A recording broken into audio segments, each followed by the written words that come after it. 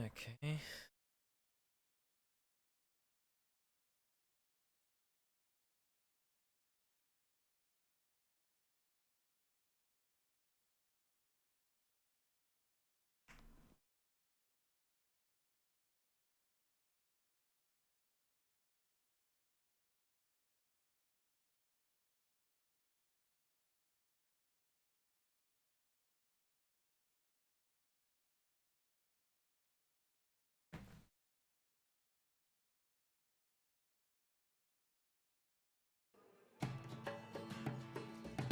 Oh.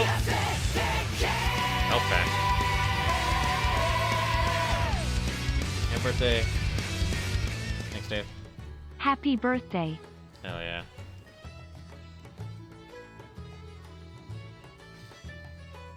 Someone just fucking...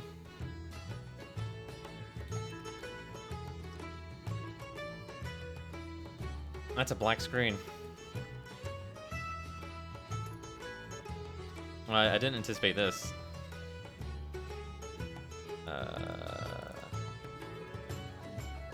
there's that. There it is. That was pretty wacky.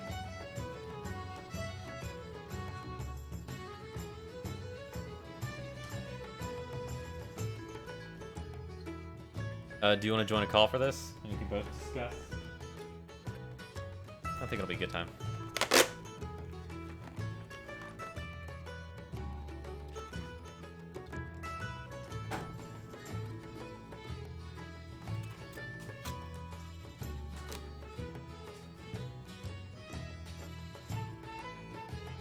Espresso beans, dark chocolate covered. Still good.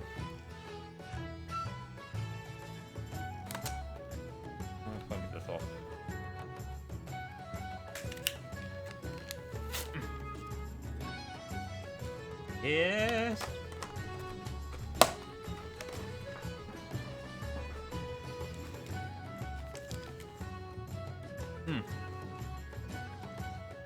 Let's see.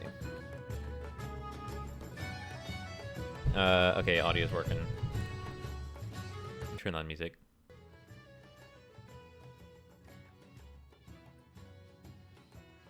How's it going? It's going alright. I got the cookbook.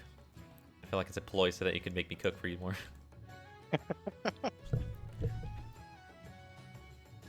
Yeah, I what? Confirm or deny these allegations.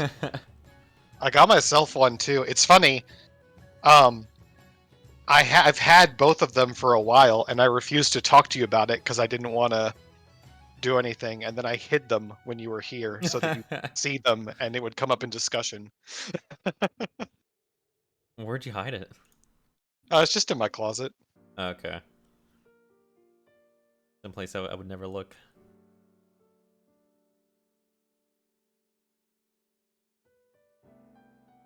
Did you rewatch all of Monk, or is that a? No. That Monk to me is what Lost is to you. It's just something I grew up with, and I do think about it a lot, like through the years. And yeah, I think it stuck with me. And I was like, you know what? It was a solid fucking series. And I watched the finale. It was okay. It wasn't like a super incredible finale. Actually, yeah, it was. I liked it a lot. Slight disagreement. Lost is not something I grew up with. I think Lost is a fucking amazing show with amazing characters and amazing character stories. Some people get too hung up on the sci-fi whatever of it, which I think is also really good. But as a character show, it is fucking phenomenal. There's so many episodes of that show that make me cry. Like, that show's amazing. I feel like if I rewatched Monk, that would definitely happen. Because Monk is kind of the same thing, where it's like amazing characters. You know, you have Adrian Monk, Tony Shalhoub, I think his name is Tony Shalhoub. Shalhoub. He's has OCD and like his wife, he has like heavy OCD, and he had a wife where like his OCD was kind of put on the side because he loved her so much. She died in a car bomb, and he's a detective. Um, and he got fired from being a detective for some reason. I don't remember the nitty gritty, but he does detective stuff and try to figure out who who killed her in the car bomb. But that's not what like the episodes are about. It's always about like this other case that I guess the precinct that he used to work for, he knew a few people, Stottlemyre, another guy, and they're basically like, hey, you don't work here, but we can use your help. And it's just a lot of really good character moments. And like he has like kind of a keeper, someone who takes care of him, because he's so OCD that he can't really function. And Yeah, it gets in the way. Hijinks I've seen some of it. I liked it a lot. Did you see that I had rated Coherence? Yeah. Okay. Shortly after I rated it, because I was thinking about it. And no, that's what I was meaning. Why did you rate it? Because we rated it separately within minutes of each other. Really? You didn't know I rated it? Yeah. Like we were both camped on this website, and at the exact same moment we were both like, oh yeah, Coherence is a thing, and we both went and rated it. Because I refreshed, and I was like, I refreshed your page, and I was like, did he literally within 30 seconds see that I rated this movie and gone back and rated it? No, I had no idea. So I rated Coherence because I was thinking about the movies I rated, and I got stuck on Midsommar. I was like, is Midsommar really? I think I have it at a 6. I'm like, is it really a 6? Because I do, and I'm just kind of thinking about how harsh I am on some of these, and I feel like I have them rated too low. And then I remember you saying, you were at the end of Midsommar, you're like, yes, get it, girl. And you said that same thing for Coherence. I'm like, oh, Coherence. And I rated it. That's exactly why. Because I was brainstorming. I'm surprised that Midsommar's not a 10, because it definitely was one of my 10s. And I constantly debate bumping it back up to 10.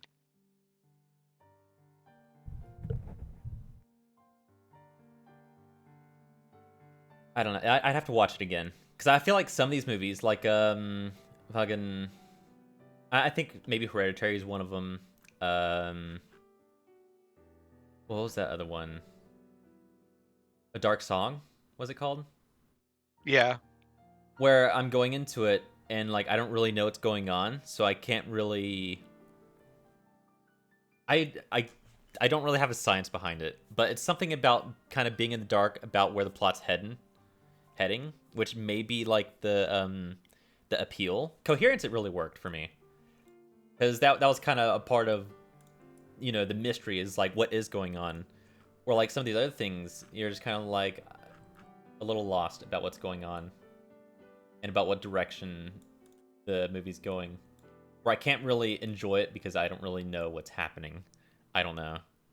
And for the historians that watch this VOD in the future, when you're ridiculously famous, I fully understand at the end of Midsommar that Danny has been brainwashed into a cult. Do not cancel me. Get It Girl is just one part of many complicated emotions. Because I will say, I do kind of feel bad for the guy. You said the boyfriend kind of ignored her. But after a certain point, I feel like he was just kind of drugged. He had it coming. I feel bad for him as far as, like, he was raped. Like, there's no question about that. He was drugged up, and he kind of pre-consented to it, but at the same time, like, I don't know. I don't know. I mean, because, like, his only fault is that he has shitty friends. Because, like, he was trying to convince them, it's like, you know, I care about her, you know, I need to check up on her. It's like, oh, no, man, you don't need that. You don't need that whore. You don't need that bitch. She's bringing you down, man. And, like, he was kind of supportive. Had shitty friends, absolutely, but he was also shit. Yeah, he kind of made excuses for them. Because it was clear that he wanted to be out of that relationship and just didn't have the balls. Yeah.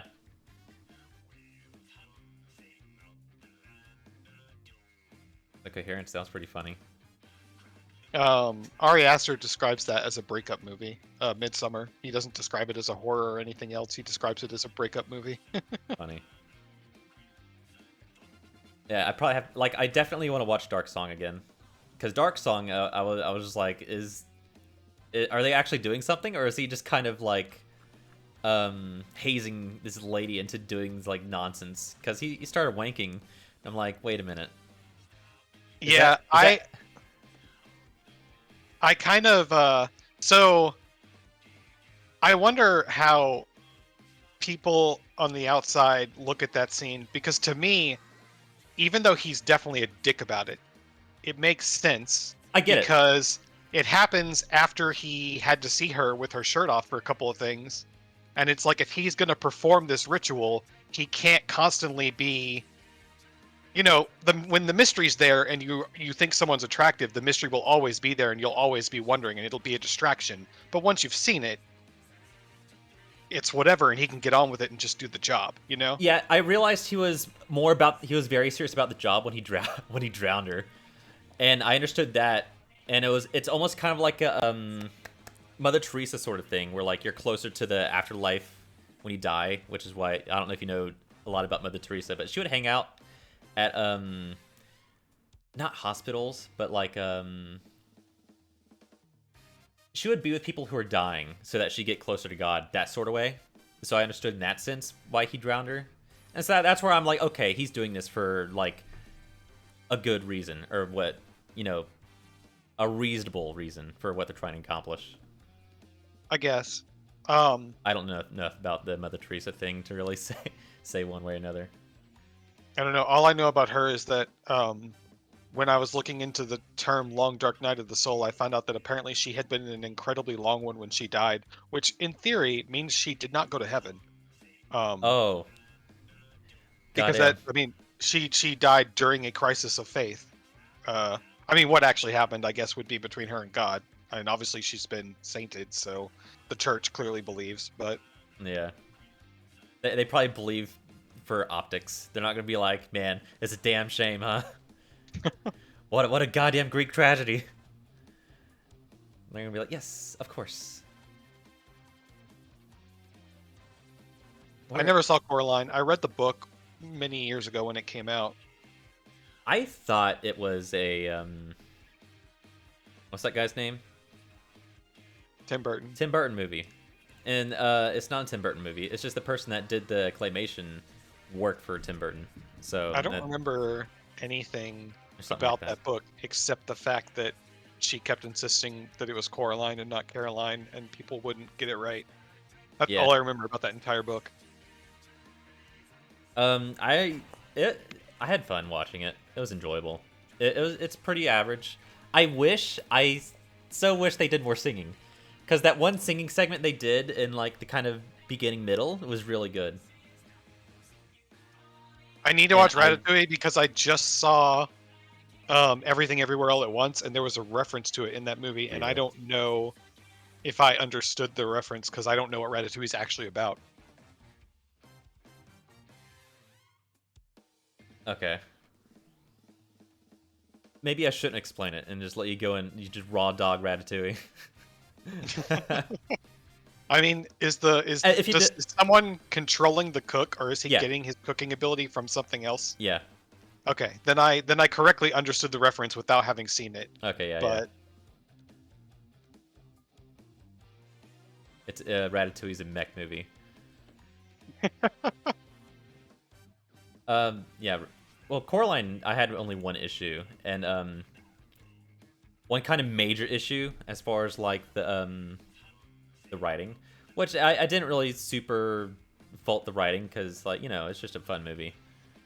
I feel like I don't know what draws me to grade one movie harsher than others. When you look at Luck, and I just have like a biography of like paragraphs. It's like, all right, this is what's wrong. This. We'll get there. It reminded me of my write-up on Cyberpunk, not in as harsh as it was, but just that you had so much to say about it, and then you were just like, it's 6. Oh, with Luck? I mean, it's just they have the set pieces for a great movie, but they don't capitalize on any of it. And it's like, there's a good movie in here. It's ESO syndrome. There's something good here, but it's like they kind of flounder every step of the way.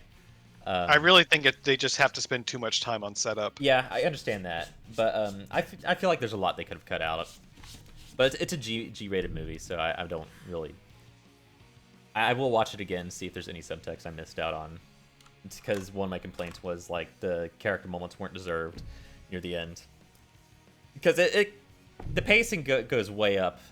Like cat gets unlucky, whatever, for reason, and then he has like an epiphany or whatever, immediately off screen, I feel like, and then he has to convince the main character. It's like, no, no, no, no. Like, no, wait, where's your moment? I'll have to watch it again to really have like a good basis of understanding. Random tidbit, just side thing that I've noticed different between us. I don't ever like go back to watch scenes of things that I liked. Like I might rewatch an entire movie if I'm in the mood for it, but I'm never just like, man, I want to go watch this scene where this thing happened that was really cool. And you do that all the time. I do. It's interesting. There's some movies I don't do that too. Like How to Train Your Dragon, I never do that. If I want to watch a scene in How to Train Your Dragon, I watch the entire movie. Puss in Boots, I stop watching scenes because I do want to watch it again. It's extremely rare for me that I want to go back and just watch a specific part of a movie. Like it's very rare. Red Dead 2, I know I've gone back a lot. I'm just like, yo, I need to see this shit again. Even games, like I'll watch a Let's Play of a video game, but I won't like be like, I just want to go back and see this one scene. Like I almost never do that. I definitely pick and choose, because like Red Dead, I'll do that, but Last Guardian, I wouldn't. I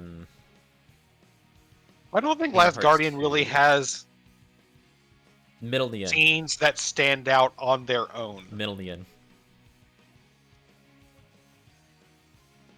I guess to me, it's all.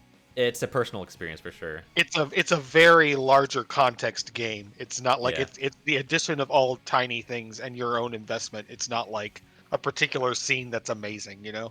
Yeah. Besides the obvious. Yeah, Bolt. I have to watch all the way through. I'm not gonna pick scenes. It really depends. I pick and choose. It's whatever I'm in the mood for. What do I feel like watching again? I do have to watch How to Train Your Dragon again. Ocarina of Time, a 9? Yes! And that's on story? Yeah, actually.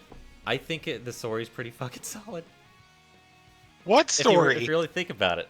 I mean, you don't see it as a kid. It's like 3 sentences. Yeah. But, like, it's more... I mean, story and gameplay. Ocarina of Time, I do kind of think about the gameplay a little more. About how, free-flowing it is. But no, I think Ocarina of Time has a really fun story. You know, kid... Ocarina of Time on par with Red Dead Redemption. Yeah. Well, you haven't played Red Dead Redemption. Red Dead Redemption, I feel like, is a bit of a long game compared to Red Dead 2. Red Dead 2, there's a lot of, like, little, breadcrumbs that'll keep you going. Ocarina to me is like a 5 or a 6. It's like that sure is a decent game. If someone wanted to play it, I'd be like, yeah, you'll enjoy it. But I would never I don't know. I don't know. It was more like a thing where I was like discussing it with Ivy, and I'm just like talking about Ocarina of Time and Majora's Mask. You see that? That shit's a 10. Was that your first Zelda? Yes, and I that's what I was gonna say. It may have to do with nostalgia. But just talking about it, I think it's a really well constructed game as far as like kid with the Kokiri, but he's not a Kokiri, so he's there illegally. And so Navi's only supposed to be there with Kokiri, but she hangs around. You know, you go find Zelda. She's like, "Hey, here's a letter. Go save the world." You're like, "Okay." Talk to a guard. He laughs at you. He's like, "All right, go for it, hero." And, just like, "All right, go on, Shu." I just really like the set pieces it has and like the little dialogue moments. I feel like you just like, described the opening to almost every single Zelda game that exists. Like, I don't know. Well, this was my first one. I started with the NES one, and my favorite's the Super Nintendo Link to the Past. But even that, I think I would only give like a 6. The Zelda games are not. It's just, I don't know. They're not exceptional to me. It's something. They just are. It's just something I think about a lot. I do think about the overarching storyline of Ocarina of Time and kind of Majora's Mask too, as like a pair. I need to watch a Let's Play of Majora's Mask because I the only thing I know about that game is Game Grumps, and it's not like they do a game justice, you know. Yeah, fucking you see Aaron Hansen's fucking review of Ocarina of Time. Every single one of his complaints is actually debunked. Like he talks about how you have to wait with enemies, but like you have Navi who can tell you how to defeat them, and you have a whole belt kit. But I've watched speedrunners, so it's like on a casual playthrough probably. But like enemies have weak spots, enemies have weakness to weapons, so it's just such an L take. And I like Aaron, but I feel like he just has really bad take on Ocarina of Time.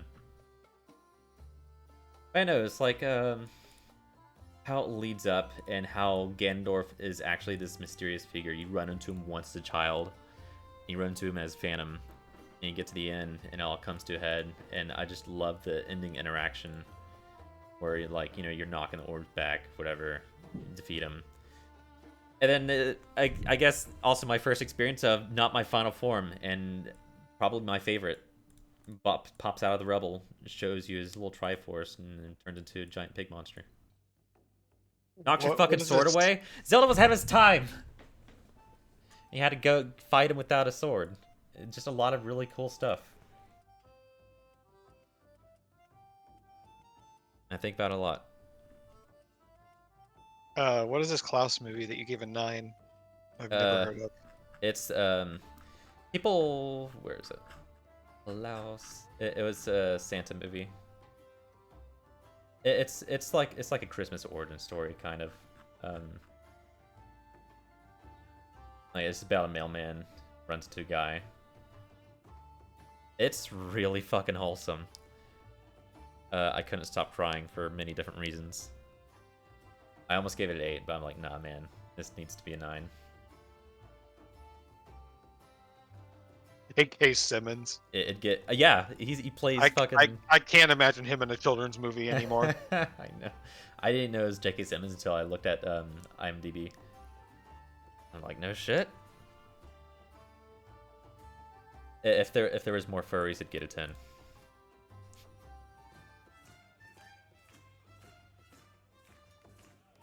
Unfortunately, but no, I'd recommend watching it if you feel like being in a good mood. It is just a nice wholesome story. Really fun too. Overall, pleasant. I wasn't sure how I felt about Final Fantasy X getting only a 7, but I know that for me that's personal. Final Fantasy X got a 7 because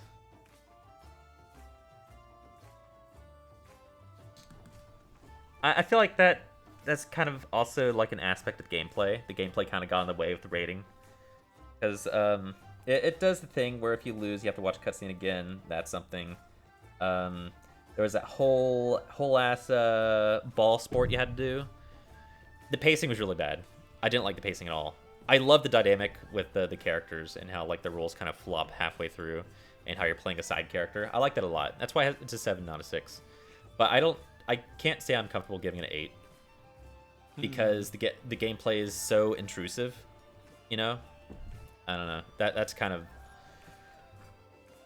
where's Death Stranding? Speaking of intrusive gameplay, I think I got that at 8. Should it be an 8? I might put it 7. It's going 7. Death Stranding is peak disruptive gameplay. And it like I have the same issues with Death Stranding as I had with Luck, where it's like you have these set pieces, but they just don't really follow through. They don't land with a flourish. Oh yeah, also Hellblade 7.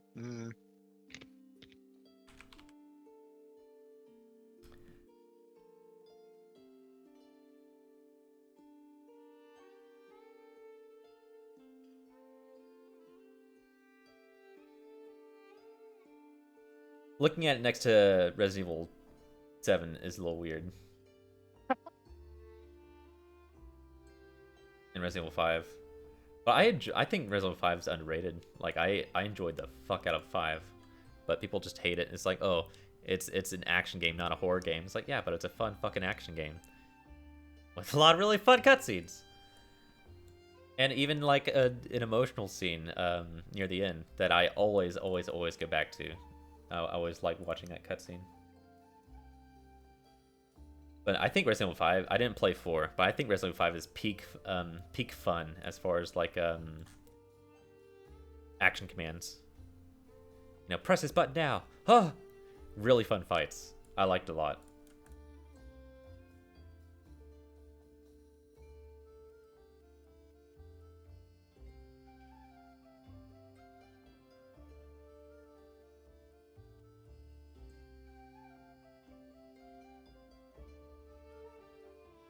I don't know if I give it an 8.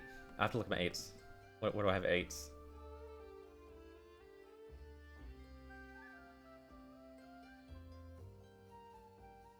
I think for me, 8 would be the minimum.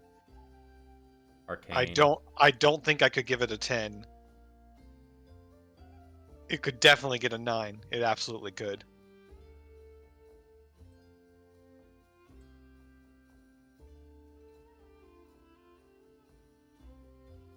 I shouldn't have rated Megamind. I need to watch it again.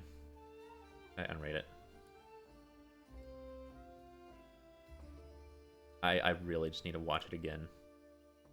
Because it's been a long while.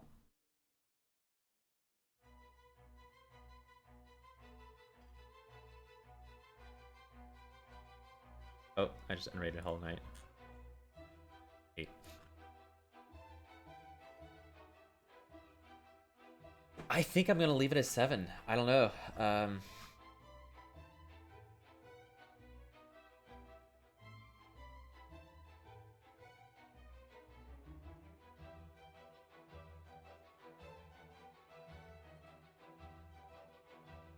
I can't really give any issues per se.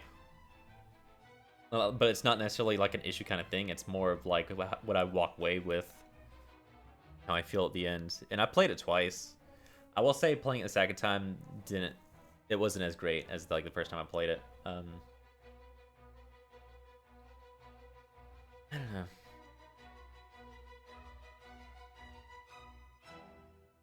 But you know, it's not like it's not like I dislike it. Like I liked it. It's just like I don't like it as much as this other stuff.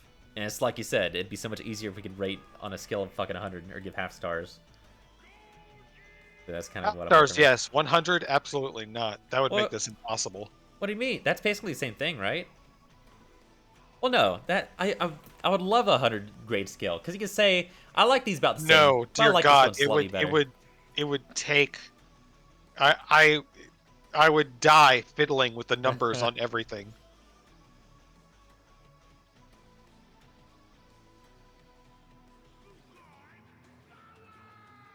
Oh, I could remove Toy Story. I haven't watched that in fucking ages.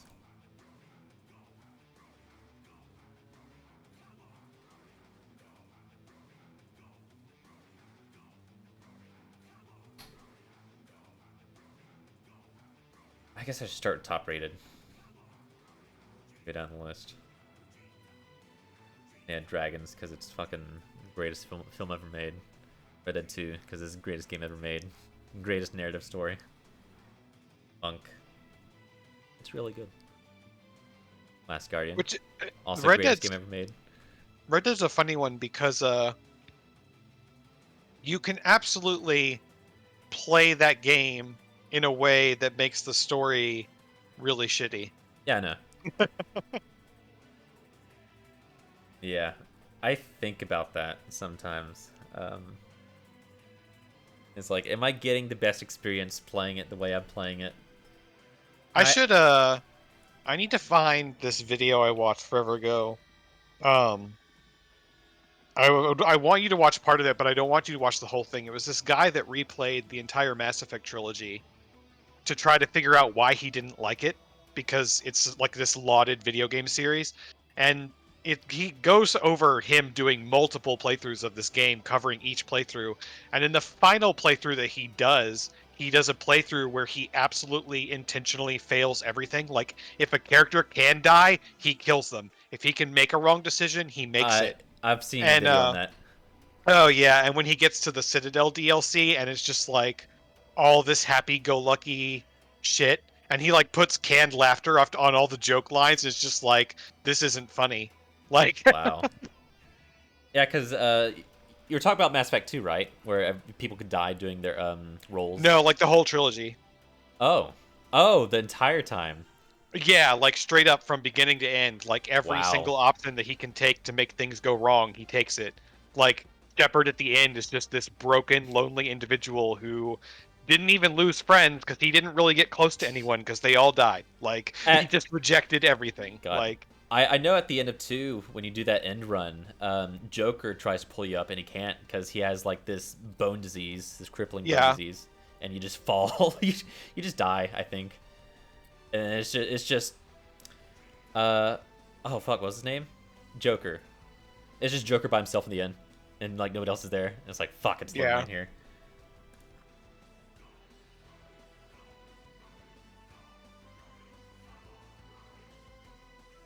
I'm kind of, I can't challenge it on you, challenge you on it. But I'm just kind of, I don't understand a 10 on The Lion King. Like I think even when I was a kid, I don't think The Lion King was a crying 10 movie for me. It was always just that's a decent Disney film. I'm not really crying. I cry at like the Mufasa part and like I think the end, maybe. But like, I love it, and all the songs rock. Like it's one of those movies where like every minute is just worth it. And there isn't a moment where it's just like a waiting room for the next scene. I'm just every scene I feel like I'm just like hell yeah, hell yeah.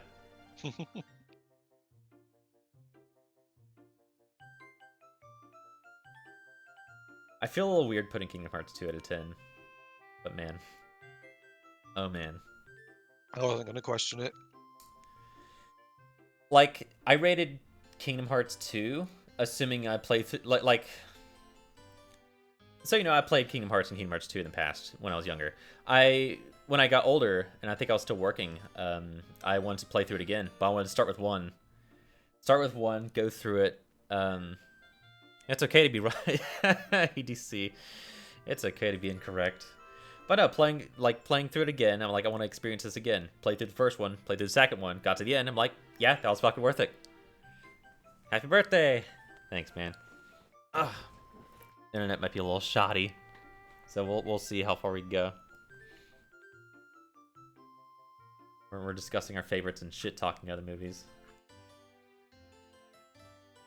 I think Bolt is horribly underrated. I don't know what the fuck's wrong with people.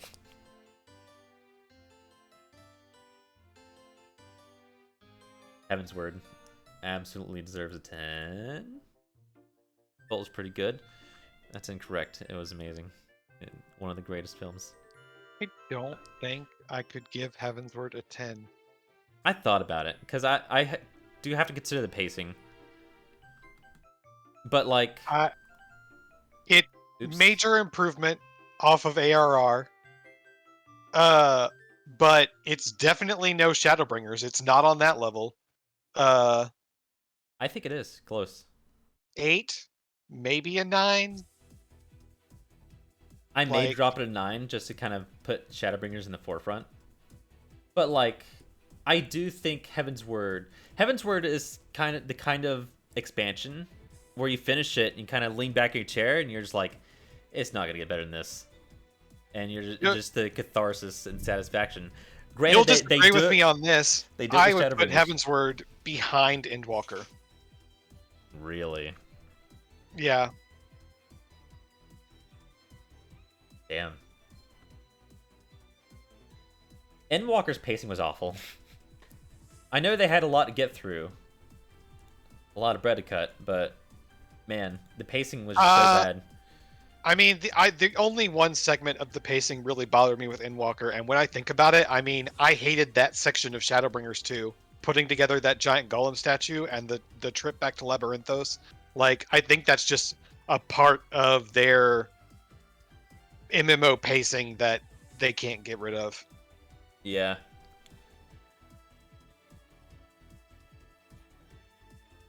Like, it's not at the fault of the developers, because it's kind of a necessity kind of thing. It did bother me a lot more in Endwalker than the Shadowbringers one, but I still have to admit that it was there in Shadowbringers.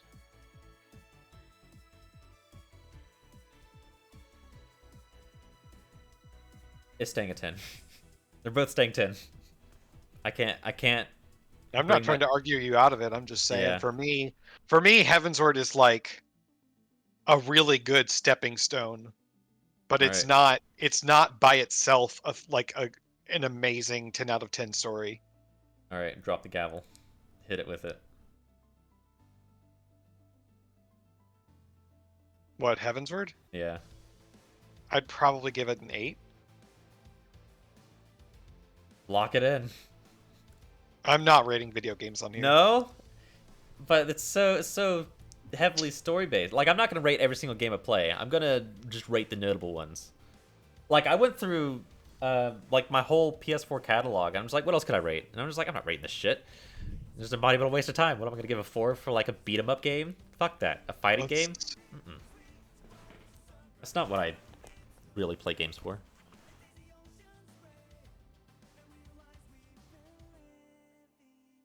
Undertale, of course, gets 10, which Let me see honestly is here.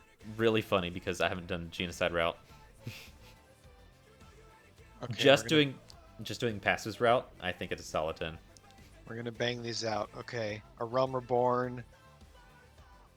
6 out of 10. I gave it a 7. Heavensward. 8.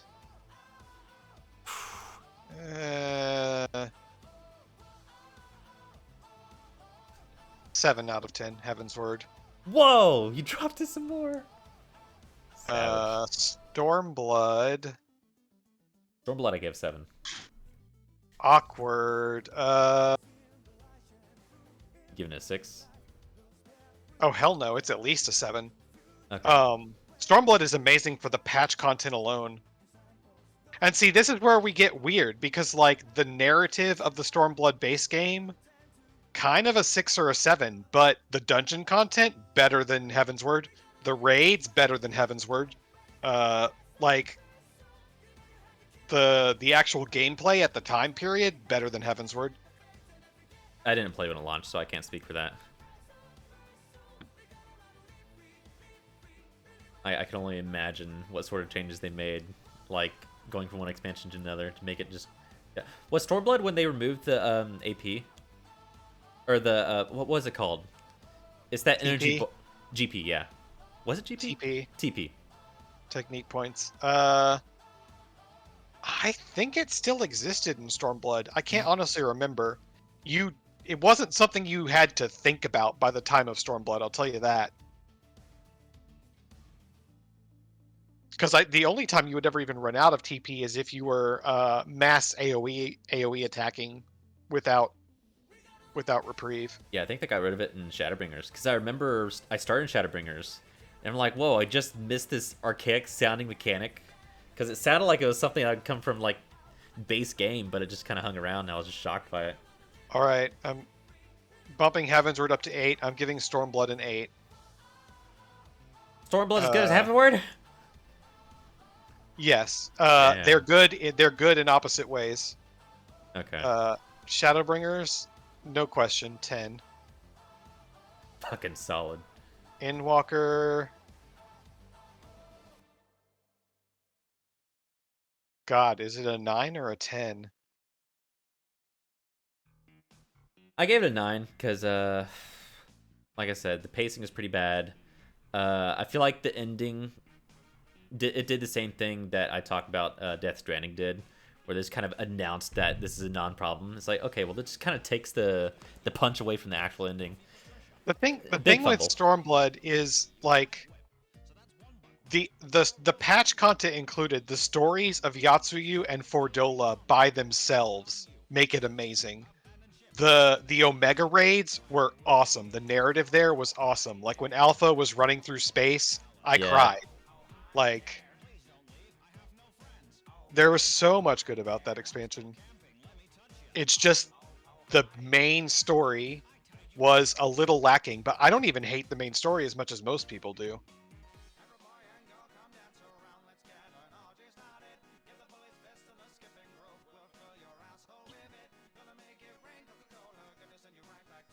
I'll give Endwalker a 9. Man, I don't know, because the patch content's been pretty good too. I think a lot of my negative feelings about Endwalker are just about the fact that I've done everything in Final Fantasy now and I have nothing left to do. So every day I log in and I'm just like, man, this expansion needs more. But it doesn't need more. It's the same as every other expansion has been. It's just that I've done everything now. And you just make coffee biscuits and log out and just like, fuck this game. There's not even coffee biscuits anymore. I know.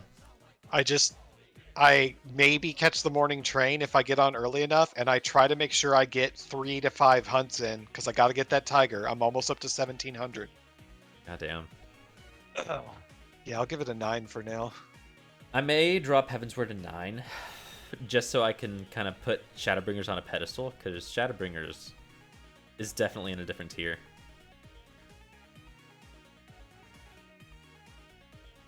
There was a lot like the opening section of Heavensward is kind of dull. That's kind of what I was thinking. The whole arc in the whole what is that place called? The cloud area with the Vanu Vanu. Skip it. Yeah. Um, it's not a perfect expansion by any means to me. It's amazing compared to A Realm Reborn, and it leads to some amazing things. And the patch content with the introduction of Ardbert and all that, fucking phenomenal. But was it phenomenal at the time, or is it phenomenal because of what it became later? I don't know. I remember when Ardbert was introduced in fucking Heavensward. Because you're the, what do they call you? Heroes of Light? I guess Light. there are some scenes in Final Fantasy that I go back to sometimes, and I think almost all of them have to do with Ardbert. Because I've gone back to watch the scene in the Oh. first Shadowbringers zone when he is a ghost and he can't stop that guy from Oh, yeah. dying. Because of Ardbert and because I love Lena's scene after that. That made me cry. And then in Heavensward, when of course the everyone loves the line when he's like, "We did everything right." Yeah, God. But yeah, Heavensward when they... It was Heavensward, right? When they introduced... No. Yeah? It was Heavensward when they introduced Ardbert. Yeah, because they Yeah, came in as the Warriors of Darkness yeah, and yeah. they And it, they kill stole your Ravana. Uh, yeah. Like, we're the Warriors of Light, and they showed up like, we're the Warriors of Darkness. I'm like, shut the fuck up. But considering what happened later, it was a really cool introduction. They made Warriors of Darkness an actual thing. But it's like they showed up, it's like, we're the opposite of you. We're evil. It's like, go die. Leave. I'm glad he turned out the way he did.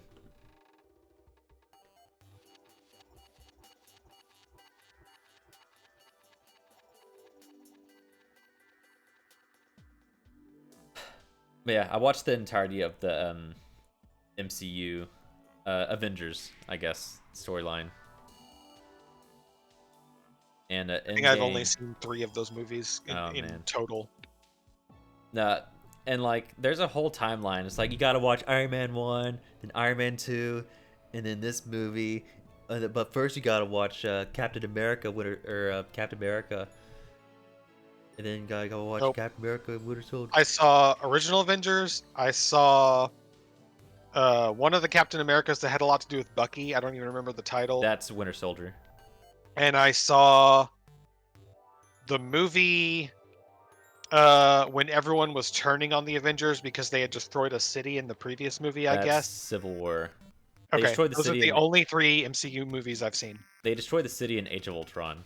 But I don't remember how I felt watching some of those movies, so I don't have them all up here. I have the 2 last ones, Endgame and Infinity War. The only other one I was interested in seeing was the Black Widow movie, and then I heard that that didn't turn out so great. Oh man, unfortunate. Man, Endgame has what I'd say a perfect ending. You could like, normally I have like things I say about these other movies, like, oh well, if they did this instead, I think it would have had a lot more punch. They punched as hard as they fucking could in Endgame. They thought of everything. They're like, no, we're gonna get you. And I have no real criticism about it, about what they could do to improve it, because it's already great. But it's also a 3-hour movie, so I may be forgetting some beginning parts that are probably dull. But I remember like going from Infinity War to Endgame. I was just on board all the way. It was just a really great experience, and I watched it all in Florida too. Yeah, Majora's Mask is definitely a 10. I will say, like, like, with the way Ocarina of Time ends, you lose Navi. And, that the fucking developers, like, people work at Nintendo, it's like, oh, yeah, Navi left because she loved Link. It's like, shut the fuck up. That's not how it went. Death of an artist. MMO over Ocarina of Time? Yeah, mostly for story though.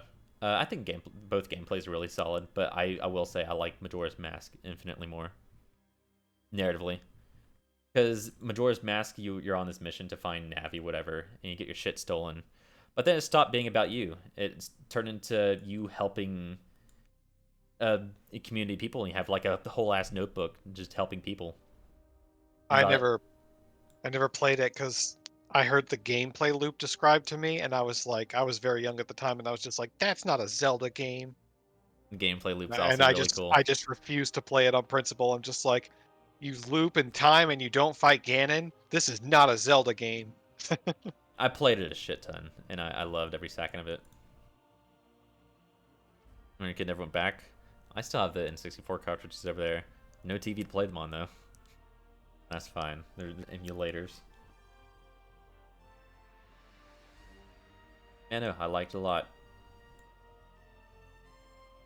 I decided, after seeing some more of One Shot, I decided that that game is only amazing to me because of you doing the voice of the main character. Well, it's a good thing I have a video saved of that, huh? Because when I played that game, I told you I felt nothing for that game. I was like, this is so disappointing. And when I watched other people play it after you, I'm just like, is this game really that great? But when I watched you play it, I was just like crying fucking in it. Like,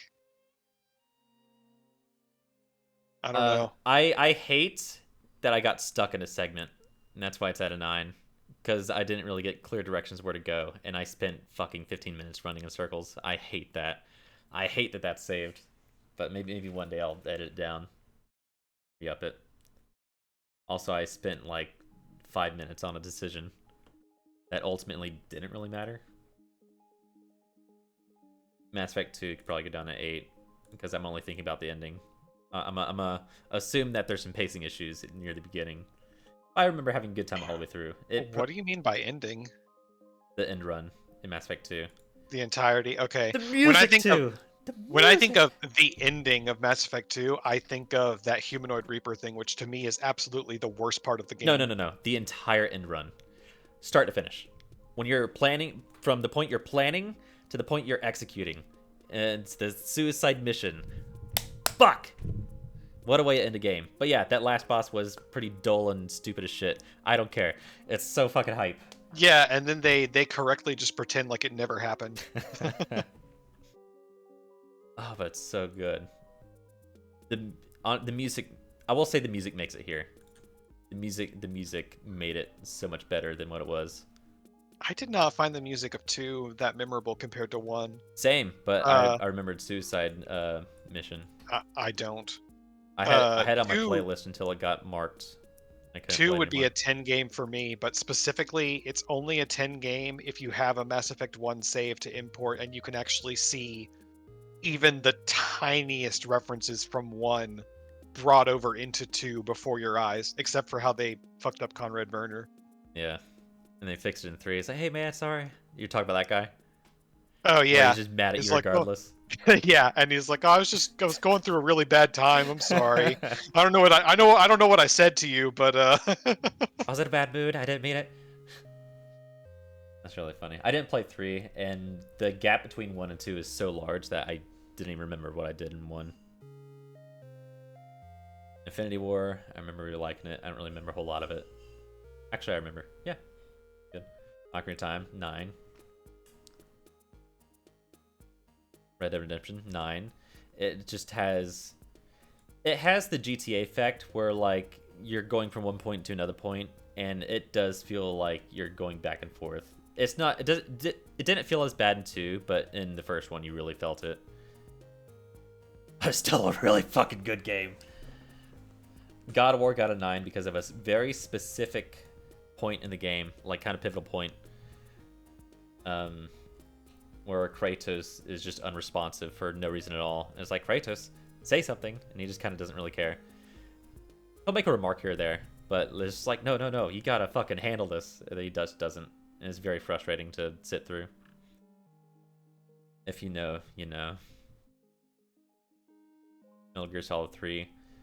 Similar to I don't know. Metal Gear Solid 3 was just an adventure. It felt like an adventure all the way through. I was on board every step of the moment. Yeah.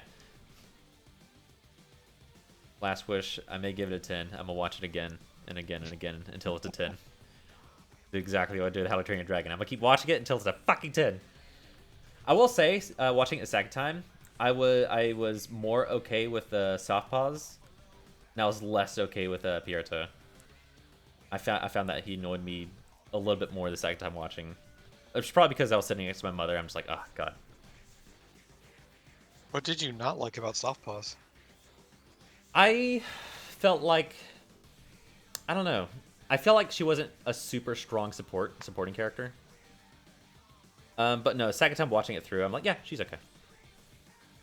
The dynamic between those two was one of my favorite aspects of the movie. Yeah, and the way the actual story of it unfolds for you. Yeah, I agree with it now. I think I was more fixated on other stuff like Goldilocks first time watching in Pierto.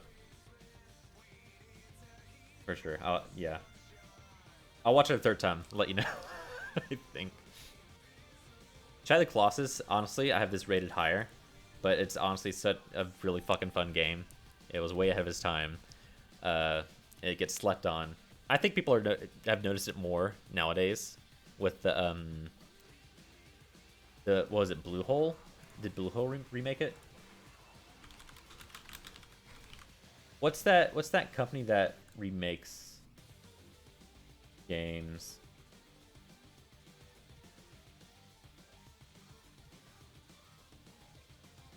It's not Bluehole. Bluepoint. Bluepoint, that's the one. What else did they remake? They did Halo as well, right? Halo 2. I don't really remember. I'm gonna drop to 8. Blast Factor, God of War Collection, Ico and Shadow of Colossus, Metal Gear Solid HD, Uncharted Collection, Gravity Rush, Shadow of the Colossus, Demon Souls. Oh, Demon Souls. That's the other one that they're really worshipped for. I think people like the new Demon Souls. I know people got real pissy about them changing some of the music. Detroit 9. Yes, I know it's a David Cage game. No, I don't care. It's a solid game. I like the narrative. I didn't like, I think his name's Jake. I didn't like Jake's narrative story, but I like Conrad's and I like Katie. I think she's Katie. I don't remember her name. These two are really good. He was just kind of bland. 9. I had to play through it again because I got some people killed. I'm like, fuck no, I can't end like this. I need to find a good Let's Play that game or something because I haven't actually seen the entire thing. It would be really hard to choose. Like, I wouldn't even know how to begin to find a proper playthrough. Maybe a Detroit playthrough, Everybody Lives. Good ending. That'd be a good one. Even if you know like everyone's gonna come out of it okay. You miss out on the kind of stress of the situation, but I feel like as a narrative, it's still really good. I think it's one of those games where, like, even if you do everything right, you do still get set back and get put in a really uncomfortable situation. I guess I could put it on my Steam wishlist and eventually pick it up. I don't know. Is it on Steam? It is. Huh. I didn't know it was PC. Cool.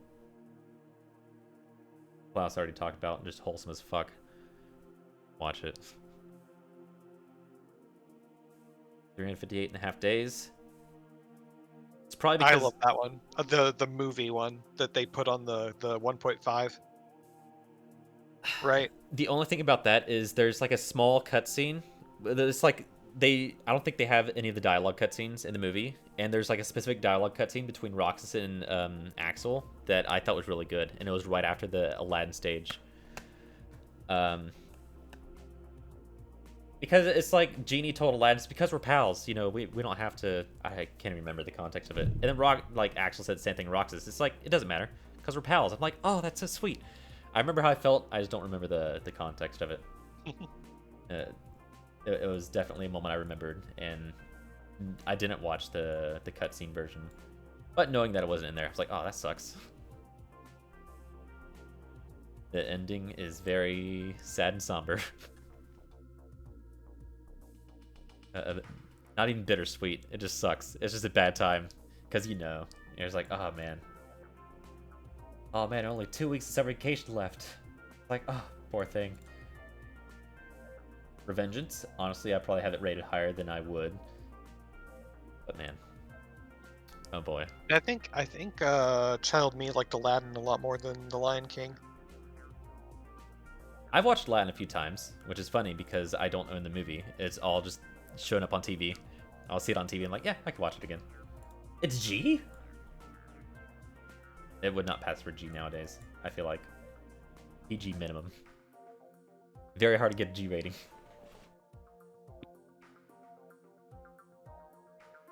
Isn't there blood? I don't remember. No. I'm trying to think. It's a 90s Disney movie. Is there even blood in The Lion King? There's a dead guy. Yeah, but I don't even think when Scar Uh, stabs his hands you see any blood. Like, Was there? Tarzan, I know there's blood. What's Tarzan rated? Tarzan was later, I think. Because he gets his chest slashed. Tarzan was closer to the 2000s. 99. Where's the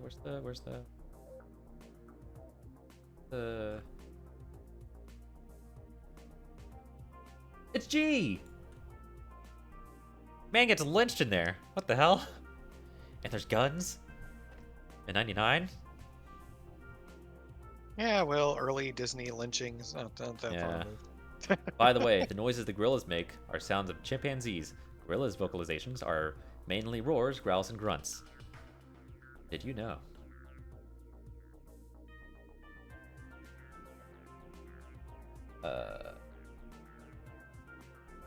Yeah, Aladdin's a fun movie. Kingdom Hearts. Oh, I gave Kingdom Hearts 8. Yeah, reasonable. God, 6 at most. The gameplay aged very poorly.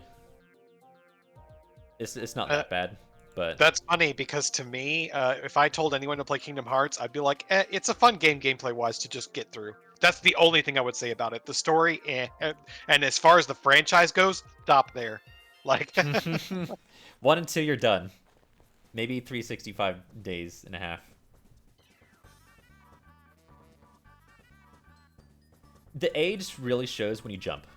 I don't know if you remember what jumping felt like. When you jump in the first Kingdom Hearts, your character just dead stop. When you land, dead stop. It feels awful. I think 90% of the game for me was just jump aerial combo until win. I'm just moving around in general.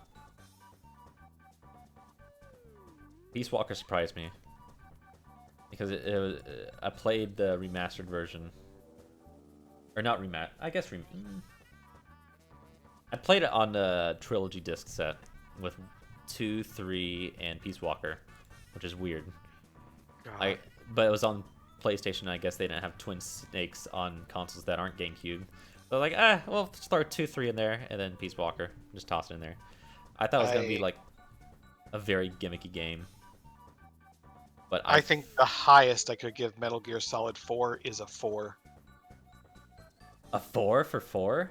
That is the game that really highlighted to me how fucking bad that guy needs a goddamn editor. That game is atrocious. I'm gonna drop it down because also the whole trope he uses game after game after game of all those fucking sexy, vulnerable, tragic women, and I'm over it. I'm so over him. And 4 was the game that really sealed the deal. I just remember when I went to pick up Jared and he was like, hold on, we can leave as soon as this cutscene finishes. And 45 minutes later, he got to save. And I was like, are you fucking kidding me? Things you don't want to hear when somebody's playing Metal Gear 4 after this cutscene, I swear. Well known for length of time. Peace Walker surprised me. Because I And start they didn't even give me the Snake Otacon wedding. Peace Walker surprised me because I was pissy about it because I'm like, what the fuck are these cutscenes? Because they're just like comic book cutouts with dialogue over it, but like nothing's animated really.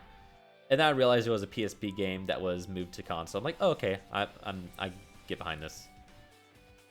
And it's funny, like all the bosses were easy as shit, and like I remember second to last boss, I had to go through 2 supply drops. You get 10 per stage.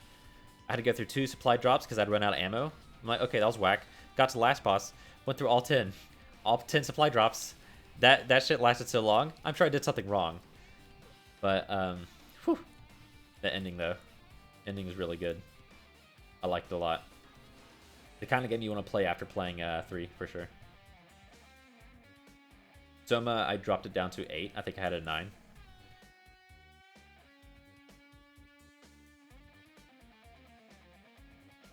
It is kind of just a walking simulator. But I feel like every really... time I see Soma, I like it more than I did before. My only issue with Soma is the main character is stupid as fuck. Dude's dense as hell. Like, girl explains I'm okay stuff with it. I love the dynamic between the two of them, and that's where I'm sitting. Is that especially when you play it a second time and you already know everything, and you watch Catherine's character over the course of the game, like, I love it. Yeah, I'm okay with the main character being dense as hell because they do have a job to explain it to you. But also, I talked to Ivy about it. Like, the end wouldn't make sense if he understood what was going on. Right. Because he wouldn't be confused. You know? So it's a necessary evil, you know? If I were to dislike it. I understand why it's my there. main thing against Soma is I wish that the after credit scene was not there. I wish that it ended with Simon at the bottom of the ocean in darkness. Just roll credits. I had Ivy watch Bolt. Similar opinion. Specifically the scene with the missing dog. Because that's the only time you see Miley Cyrus, like, mid-film.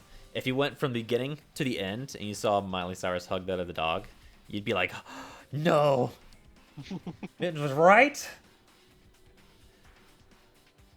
I think it's fine. It doesn't bother me. But I thought that was it'd be an interesting approach to the narrative, for sure. But I'm okay with the scene. Because, like, it shows the printouts after Bolt gets captured. So you're like, oh, they found him.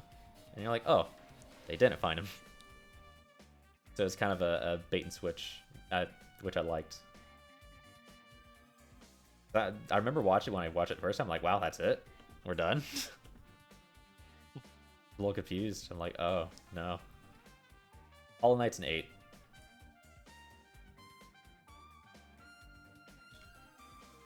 Might be a war crime, I'm sure.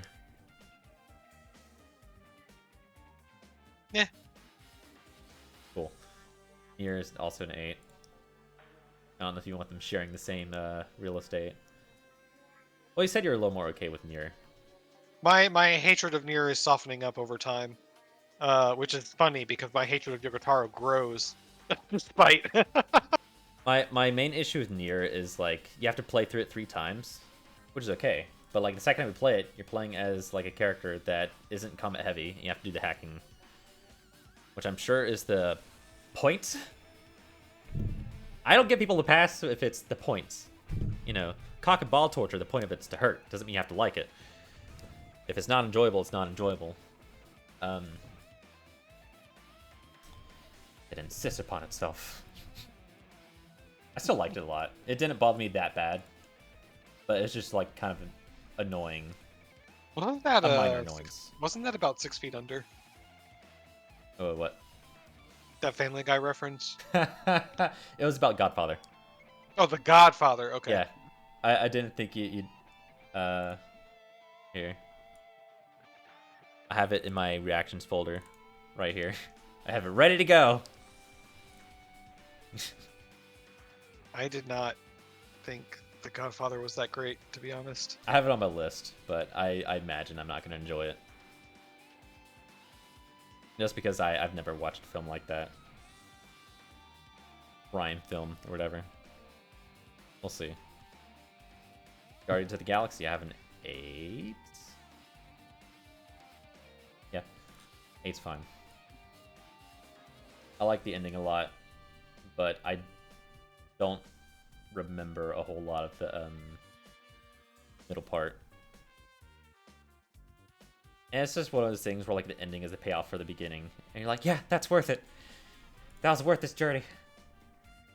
Spider-Verse. Yeah, I have it at 6. I almost want to drop it down to 5 because I remember so little of it, but I do remember that I really enjoyed it. I don't know. Yeah. Spider-Verse is 8. I feel a little bad, but yeah, I enjoyed it. I think the animation's really good. I think the story's really good, but I have to fall back on how I felt when I walked away from it, and it's not as good as the 10s that are in here. What made you drop Arcane? How I felt walking away from it. I feel like 9 was a little too high compared to some of the other 9s that I had. I enjoyed it a lot. I liked it a lot. Like, a lot of scenes I liked a lot. But, I don't know. It's definitely a 9 for me. The only thing that could drop it down to an 8 is if they somehow fuck up the second season and it just makes it worse in retrospect. Oh, like Aliens? I don't know. Oh, right. You haven't watched the Alien trilogy. Damn. Got some homework. Well, here's what's gonna happen when you watch the Alien trilogy. I'll just tell you straight up. Or you know what? Raw dog it. Just go for it. Send me a message in Discord, like 3 in the morning, like, yo. Why though? Like the Alien trilogy just kind of does a thing where like you're not so much mad at the story, where you're kind of out of context, or you're less looking at the story and more looking at the director, and you're just like, really? You're going for this? Well, I don't really feel any I don't feel any desire to watch the Alien movies. Except for the ones after Prometheus. And even then, if I wanted to watch them, I've heard enough that I would not want to watch more than the first one. Sort of like the Thing, where you just kind of know too much. I guess, I don't know. Because that's what happened to me. I just already knew too much about the Thing, and when I watched it, it was just wasn't really a whole lot. I didn't know that much about the Thing before I watched it, to be honest. I don't know. I feel almost guilty for how little I care about the Thing, considering how highly rated it is. Like it, Yeah, same. even the practical effects everyone gushes over, I'm like, they were amazing for the time, but they don't actually hold up the way you all say they do. Like, I don't know.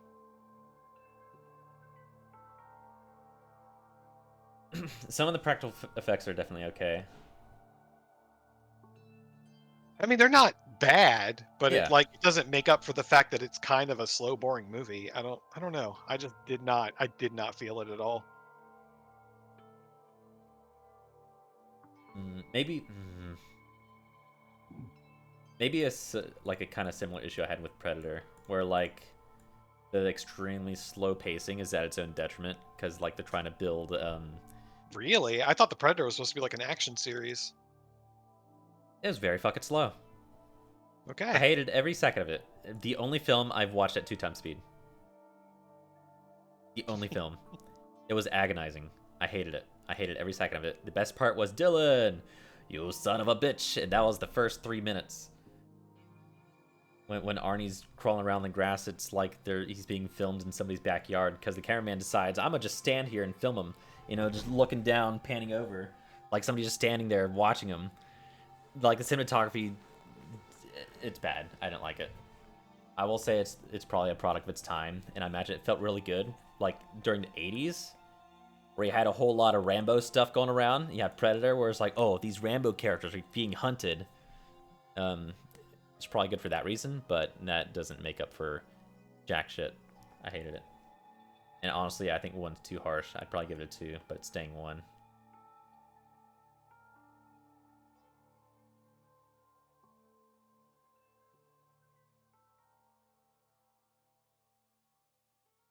Yeah, Arcane. Dropped to 8.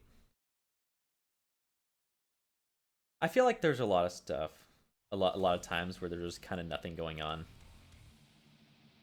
Some fights that were unnecessary. Cause I talked to Ivy about it. Really? I'm kind of surprised that there were so few fights for being what it's based on. Well, just kind of I unnecessary think ones. that's one of the things that amazed me about it was just how much good world building and character there was. Because I really went into it with like, I cannot stress this enough, very mediocre expectations. I mean, I like the world building. I don't know. I just felt like the pacing was a little bit on the slow side, and I was just kind of waiting for stuff to happen, which I feel bad for saying because as much as I like narrative and world building, I just feel like there wasn't like a healthy balance. I liked a lot about it. I didn't hate it. What healthy balance in what regard? I don't know. It's just too slow. It's just too slow. I don't know. I don't know. I don't have a science behind it. It's more what I felt and how I was feeling when I was watching Oh, it. not enough action. Fuck, I don't know. I don't know if that would really fix it. Maybe, I don't know. My monkey brain can't really explain why I felt the way I did. Like maybe more action would fix I loved it. Maybe I loved it. It sat just right with me. maybe if they were just doing more stuff during the dialogue sections, I don't know. Maybe they spent too much time in the bar section. There's just too much. I don't know. I don't know why I felt like it was just a little bit slow paced.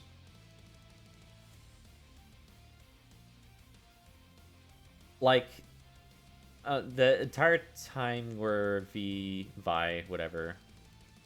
I don't know. Because that was more Vi and Caitlyn moment where they were like in that pit. Caitlyn went and get like medicine or whatever. Loving season might be a little low. I don't know. I liked it. Sevens. I like it. I don't think it compares to the eights though. Dead Rising 2. Yeah, I gave it a 7 also. Okay. Cool. It's good enough that I recommend it to other people, but at the same time, if you wanted to watch it again, I'd be like, we could do something else. Like, Yeah. I wouldn't be against watching it again, but at the same time, I'm like, I saw it, it was good. Yeah. Toy Story. I don't remember Toy Story 2. Get out of here. Such a long time ago. I don't know if I ever saw that movie. Dead Rising 2. Do I have the first one in here? I didn't even know those games had a do. narrative. Oh yeah. Oh yeah. Oh yeah. Dead Rising was the first game I experienced that introduced overtime, or I guess new game. I don't want to call it new game plus. But you know, you're on a timer in the Dead Rising franchise, and it was like you have 48 hours until the choppers get here. You have 30 hours until choppers get here. You have 20, and time's ticking down, and you're trying to save as many people and do as much stuff and progress the story in a timely manner. And when it comes down to it, something happens, and you can't leave. You don't get to go home. I loved it with the overtime mechanic, because it's probably because it was my first experience with it. I feel like more games do it now. Don't ask me which ones, because I couldn't tell you.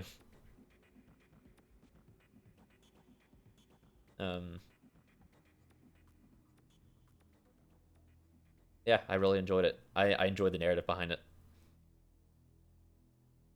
I'll go ahead and spoil it for you. So, like, Dead Rising, Frank's a photographer, and he's at a shopping center. Don't remember what he's photographying. He says, "I covered wars, you know." That's the thing he says. Meets a girl, meets a dude. Hijinks ensue. He meets other people who, over time, they get infected, and like he's getting more and more alone as you're reaching the deadline. And you still have like the basic people that you save, but like the main character people, they start like getting infected. So they're like, "Oh fuck, not this person." And so it comes time to leave, and you see the helicopter coming up, and then the helicopter pilot gets bit by a zombie, and Frank's just watching it go up in flames, and it's great. I'm gonna pull it up. I just typed in Frank West. Dead Rising. Let's see. Take my way. Hell yeah. All right. Pull up the stream.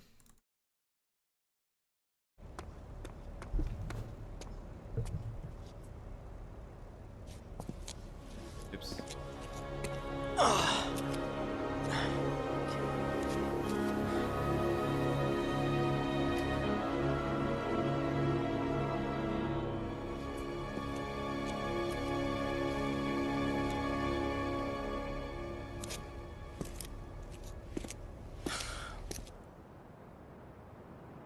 Well, I'll be damned. He's still alive. Oh yeah, because Frank got Frank was going to cover the zombie outbreak and publish it so that the world knew about it. And this guy dropped him off, and he said, "I'll be back in 72 hours, sharp." And so that's what he's doing right now. That son of a bitch made it. Right. And that's why he said, "I've covered wars, you know." Must mean I he get it." got his scoop. I can't wait to get my share of the take. Woo! Yeah!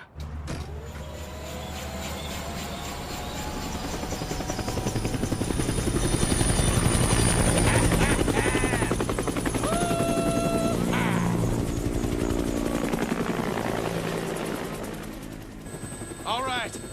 You just hang tight, buddy. I'm on my way.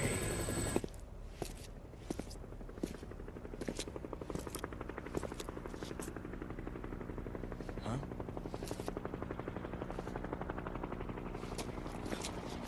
Hey!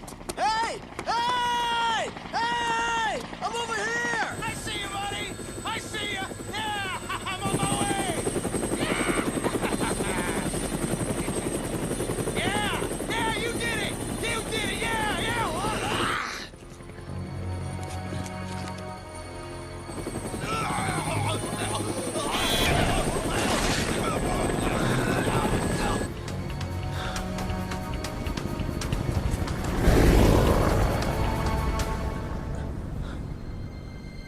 That's a little too ridiculous for me, but okay.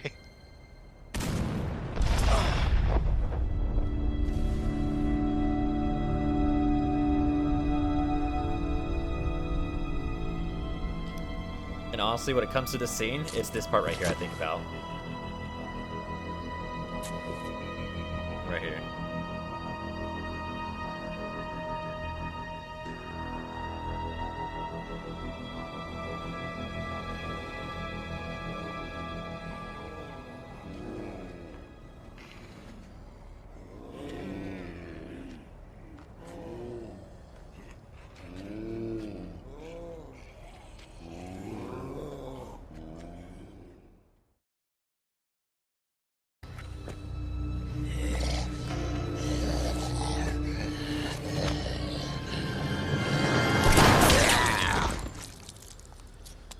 Frank!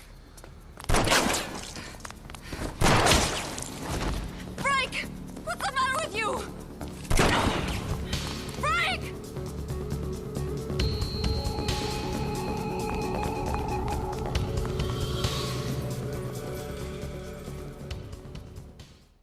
Yeah, something about the dropping to his knees and just like the slow turn.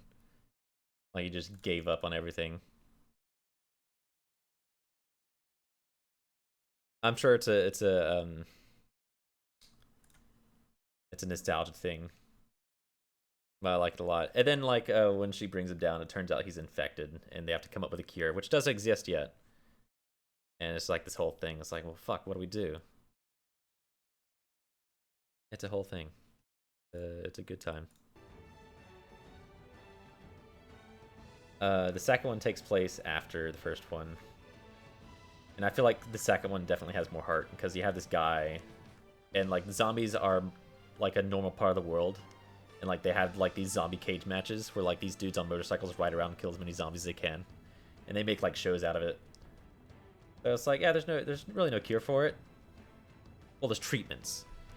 But they just like live in the world of zombies and it's kind of normalized. Pretty cool and fun aspect. Where's the second one?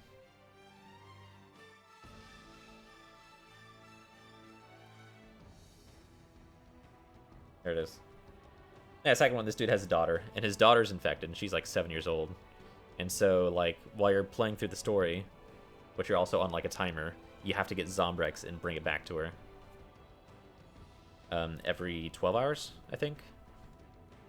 And honestly, I think the second one has the probably worst game over, one of the worst game over. Let me pull it up.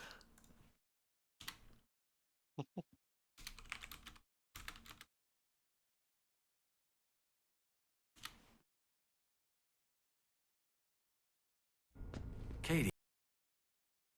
Is this it? Sweetie, you okay? Katie? Katie.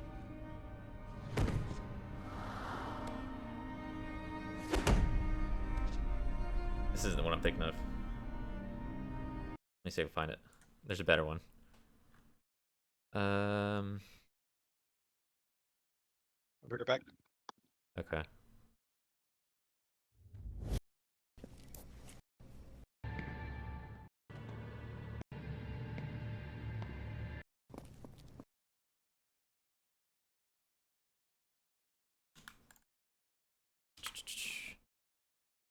Hell yeah.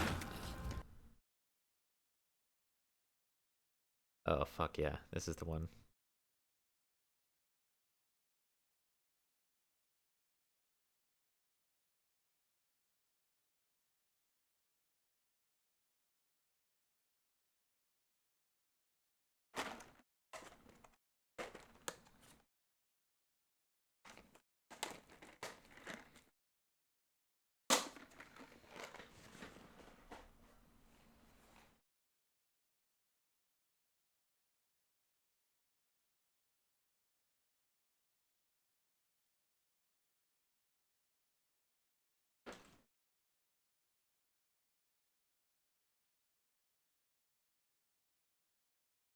Orange still good.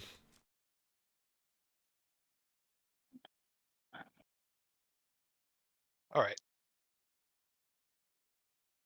I found it. So here's Chuck Green dicking around, and you see right here Zombrex. Give Katie Zombrex. And that bar is basically empty.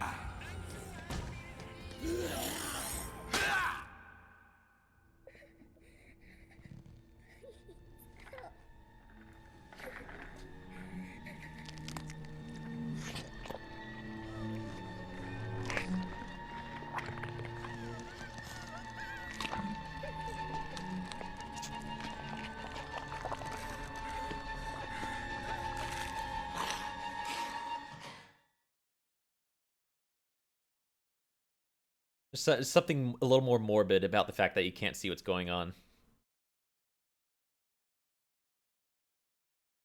Yeah, I remember playing that, and it was kind of haunting.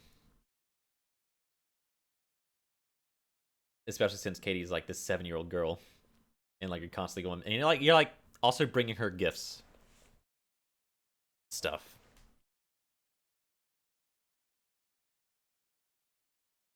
Where two's removed. Source code I gave a 7. I may drop it to 6. I give it a 5. 5. It was an okay movie. It's a fine watch. But not enjoyable. What 5 is a movie. It's a movie. Yeah, I was gonna say it's just a movie. Okay, I may drop it to 6 because I'm trying to think because I watched it twice. I think the exact opposite of you. What could give source code another point or two is if it, instead of having a happy ending, if they had made it a good tragedy. Yeah, I agree. I'm dropping it 6 because that. Because they went for it was like, oh, you created another world. It's like no, end it at that freeze frame. That would have been perfect. Honestly, that'd be a really good ending. Because that freeze frame was what I think what really had a lot of punch, and when they continued the scene, it's like, oh, okay, well. I have never seen Mulan. I remember how it ends, I remember most of the scenes. I remember what happens. Yes, it's good. I haven't seen it in a while, and I can honestly say it's a 7. I should watch it again. Where's my list? It may be higher. I remember the ending, and like I think you should watch it, so we can discuss the ending. At least a specific part that I'm thinking about, like a very, very nitpicky. If you're sharp, well, not really. But yeah, I remember enjoying it. Yeah. Ready or Not is just one of my favorite movies. It's amazing to me. It's funny, it's enjoyable, it's gory, it's serious, it's tense. It's I can't imagine a time anyone would ever say to me that they want to watch that movie that I would not be like, time and place, I'm there. I should watch it again because I think it's enjoyable, and I would show it to someone. I think my mother's seen it. Um, yeah, it was a lot of fun watching it. I think one of the few movies I didn't fall asleep watching during movie night. Which is honestly, I think, more of a dice roll. It's like, all right, how am I gonna feel 2 hours from now when movie night hits? And then movie night hits, and I'm like, fuck, I'm tired. I can't take a nap. And actually, there was a time where like I left to get. I don't think I told you. I left to go to the bathroom. I'm like, all right, I need to sleep, and I laid on the bathroom floor, and I'm just like, I just quick power nap, 2 minutes, just 2 minutes. Like, come on, second wind hit. My God. Yeah, 7 was just long, really long. I like the story. I love the story, but I do have to consider the playtime, which doesn't normally bother me if they give you enough breadcrumbs, like Red Dead 2. But I If just you feel like there wasn't enough. if you ever feel like experiencing 10, you said 7. If you ever feel like experiencing that game again, I cannot recommend Wooden Potatoes playthrough of that game enough. It is so solid. Like, he knows everything about that game top to bottom, inside out, and his let's play is like a master class from start to finish of like, notice this thing here, notice this thing here. We're going to talk about this later when it Oh comes back wow. up, blah blah blah. Like, the whole game, just every little detail that you never even thought to notice, he's got it on point. Like, he's got that game on lock. It is so good. I've thought about doing something like that. Um, with like the Last Guardian, but Last Guardian doesn't really have anything to point at because there's no lore. All the lore is internal, and they don't tell you shit, which I like. I like even with just the focus on the characters. Like yeah, this is a good game. Um, your phone probably can't handle it, but the first time I watched that Let's Play, it was when I was going to the gym, and I would put it on my phone and put it in front of me on the treadmill and watch it. And because each episode is about 45 minutes long, so I would just get on the cardio for that long, watch the episode, and then go home. Yeah, God, my phone battery isn't that strong. I even replaced the battery; it's still fucking weak as shit. But now, like when it says 10%, it doesn't mean I have 5 minutes left. 10% is like another solid 30 minutes, assuming I don't do anything with it. Where's it at now? 70. Wow. Rare. I'm a little conflicted putting Smiling Friends at 7. I did enjoy it a lot because I did watch a lot of Oni plays and like Zach Heidel. Heidel. And just watching Zach interact with Chris and the rest of the friends. It's almost like meta humor. Just the way the comedy rolls off in Smiling Friends. I'm like, yeah, that's definitely Zach's writing. Or yeah, that's definitely something Chris would say. I enjoyed it in that aspect. It was a very meta level humor for me. I'm fighting the urge to hate click this and rate Kingdom Hearts 301. Seven's a little high because I would not recommend somebody play Kingdom Hearts 3.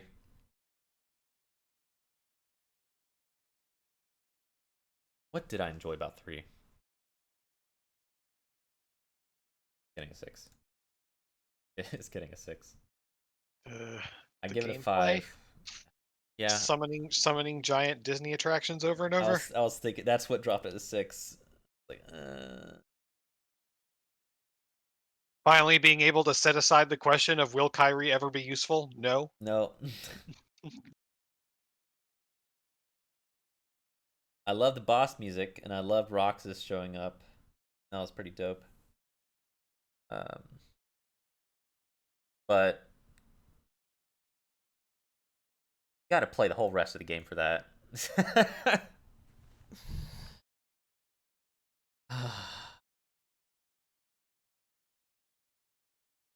I struggled rating Will of the Wisp and Blind Forest. It's the same rating. Something about Will o' the Wisp didn't quite sit right with me. Same. I don't know what it was though. I think we talked about this at the time. The way that they pit the light and dark things against each other in a way that's kind of not like, I don't know. They try to present it as good versus evil, but it's not. And then they kind of touch on that, but they don't really. And I don't know. It just did not. I did not feel like it was cohesive enough for me. Yeah. It was fun as shit to play though. I think. Yeah, I had fun playing it. Definitely felt a lot better than the first one as far as playthrough. But I like the first one's story better than the second one, so I'm okay with them having the same rating. Stormblood 7.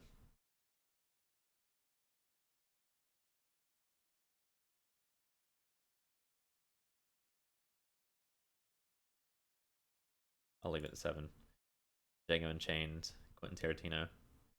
Give it a 7. Yep.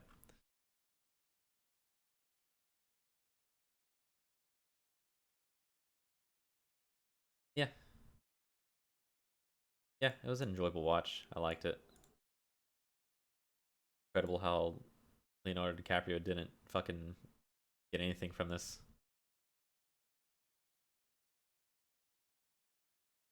Pokemon Sun.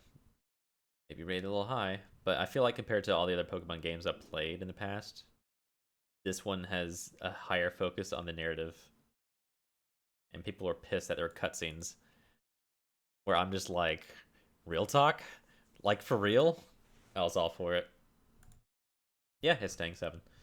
Infinite Second Son, 7? A little high? Is that the game you always quote the trolley problem from?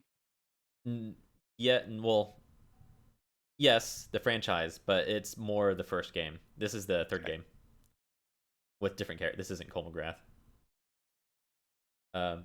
Yeah, the first one had the trolley problem. Your girlfriend dies, or girlfriend dies.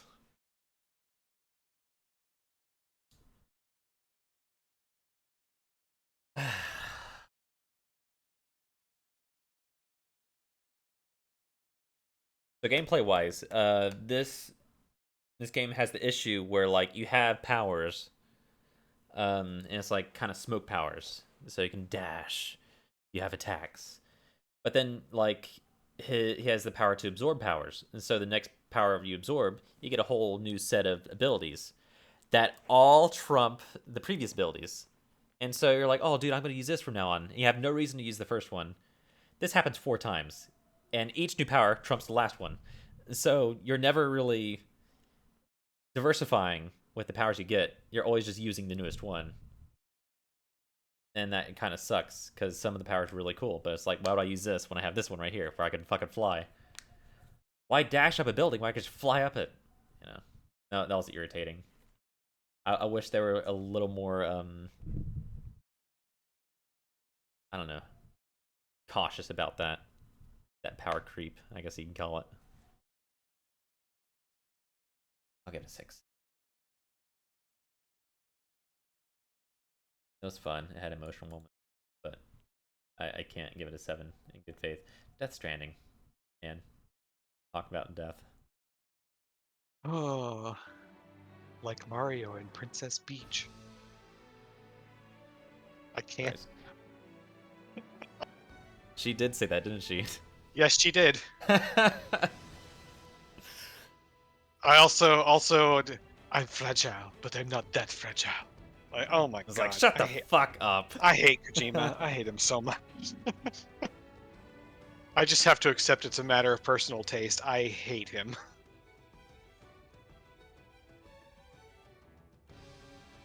Seven. Dropping a 6. I don't know, because that I mean that's on your list. That's on your short list of It great is. games. It is. But you know, it's also next And to you Death Stranding. and you said IMDb is more Normal about difficulty, narrative. online, no side quests, strictly story. Like, I've got a bucket list of, like, shit. Like, Death Stranding is only on my list because it has a strong ending quarter. I have to consider, like, the beginning 3 quarters, which suck, honestly. God, even when you bring up that strong ending quarter, I want to say, you mean the one where you tried to shoot her, and the game Exactly. wouldn't let you? And just pretend like I didn't just put 6 rounds into her.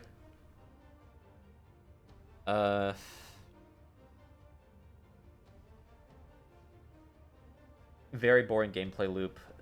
So many things they could have done differently. Like when you're sliding down that hill and they just drop a camp in front of you. It's like, well, why not just put that camp in here later so I could look back and be like, oh no, that's where I slid down the mountain.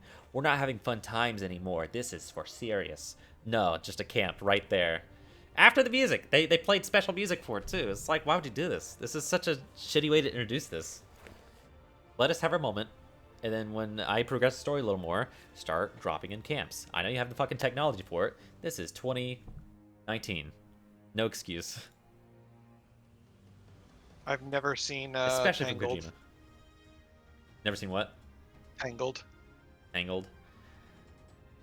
Is it a 7 though? That reminds me of another movie. Oh, I never played it. remember a scene. I think I'm gonna drop it in 6 maybe. It does kind of a Deus Ex Machina thing.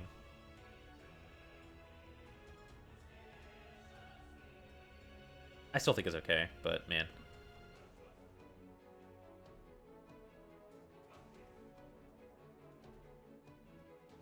The Star Wars KOTOR games are like the equivalent of like slop thrown on a plate, but it's just so fucking good. It's sloppy, but you're like, man, I need some more of this shit. So buggy, so messy. But Is that the man, one where you play Revan? I think so. That's like that is one of my sister's favorite characters I don't remember like this is ever. I think Revan is mentioned in the first one, but you are him in the second one. Something like that. I don't remember how the stories go. I remember like a few of the settings. It may also be a product of its time, because KOTOR is one of those games where I'd play the shit out of it in a beanbag until late at night, and I'd fall asleep with the controller in my hand, with the game unpaused. Blinked, and I never opened my eyes. I never played them, and when I later in life saw someone playing one of the games, it just looked so bad. Like it definitely did not age well. Yeah, that's what I was thinking. But I'll leave it 7 for now. But I mean, it's not like I ever heard anyone praise them for the gameplay. It was always the story, basically, of the second one. I don't remember much of the story, so I can't speak on that. I'm gonna drop it. Jojo Rabbit. I never even heard of it. I remember hearing about it. It was the same time I was hearing about Klaus, and people say, "Oh, watch these movies." Jojo Rabbit was part of it. Let me. What I send, IV? I'll read you what I sent. About that. Where is it? I watched it. It's pretty dope. 10-year-old is infatuated with the Nazis and is in the Nazi youth group. It's the ass end of the war while Germany is losing. Imagine.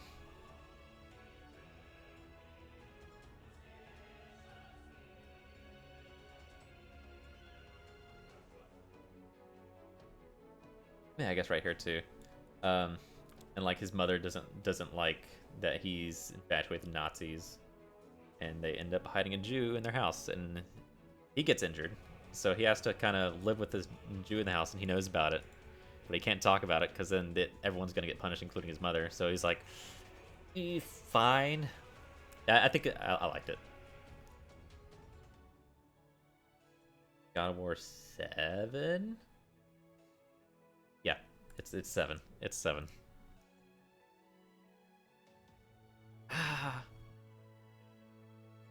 Like again, the ending quarter.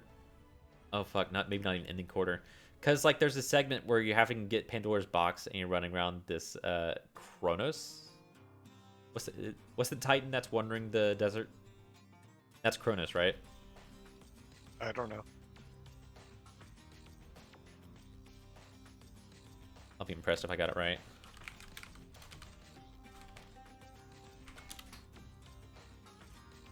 Yeah, it is. Holy fuck.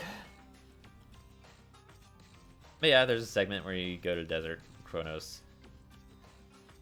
Ah, fuck. It takes forever. It's too long. It takes too long. I don't want to drop it to 6 though. Yeah, I don't know.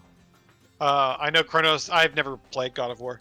I know Kronos is the was the Titan of time, and he ate all of his children, and then Zeus. Oh, that was him. I think Zeus carved his way out of Kronos, and that's when they rebelled against the Titans and became the gods. I'm fuzzy on that part. I don't know how much God of War retcons too. Like, you know. So I could be wrong too. But in God of War, Kronos is banished to the desert to carry Pandora's box for the rest of his life. As kind of the keeper. But yeah, the first God of War definitely feels like an old game. It didn't age well. Ella Florian, happy birthday! Thank you. We're just talking about movies and games and stuff. And God of War didn't age well. I do love the ending segments. Ooh. Because they drip feed you some story stuff about Kratos, and like it all comes to a head at the end. And I liked how it ended off with the boss fight. It's one of those kind of dynamic boss fights where you're fighting a boss and they throw you in a pit and they inject some story into the boss fight. I love that shit. I'm all for it. One of my high school history teachers tried to show us Saving Private Ryan in school, and I slept through it, and I've never seen it otherwise. You seen what? Saving Private Ryan. Oh. I liked it. As Possessed. Happy birthday, thank you. 2 a.m. Lurk a bit. Alright. I'll be here. Yeah, I'm in the process of moving, so I haven't been able to do a whole lot. Also, internet shit, so I haven't been wanting to do a whole lot either. Probably gonna get a job once I move too, so you won't be seeing a whole lot of me. You might. I don't know. We'll see.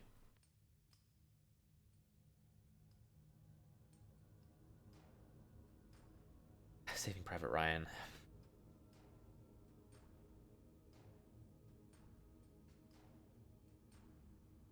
Yeah, I liked it. It has a lot of really sad scenes and hard to watch scenes. It's a war movie. It's a pretty accurate depiction of a war movie. And you feel it. Never had to move out. You never know. And Twister's right around the corner. Actually, we had Dave, do you have that storm? And did tornadoes drop? In recent time? No. Probably in the past few weeks. No. So let's say we're living here, right? I mean, it's been raining a lot lately, but haven't heard anything about tornadoes. I want to say maybe 2 weeks ago, we had a tornado drop like a mile north of us and a mile south of us. And just kind of went... We were huddled in the corner. You had a couple twists? Dude, same!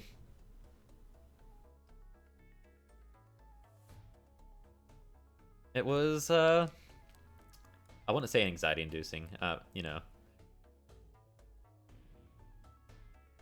Until I get moved, I'm just zen.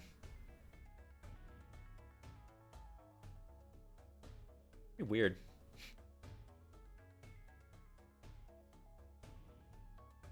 Yeah, No twist in the plot. Move is I thought good for you. I thought you were being snazzy, like yo, these fucking twists though with these storms. Got a whole lot of twists dropping down.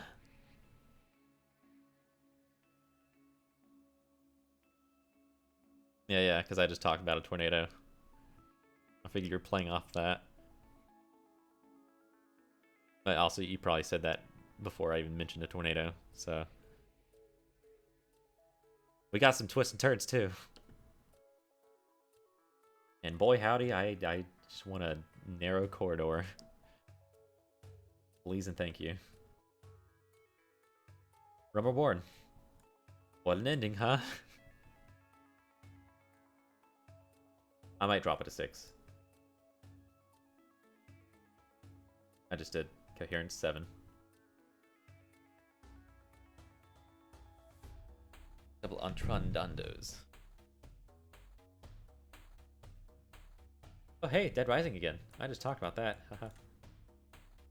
Yeah, Coherence,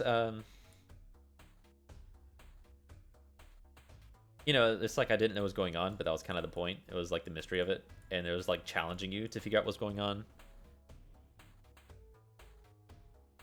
Which is why when I talk about like not knowing what's going on in film with Coherence, it was kind of the point, and like it was what it was asking from you.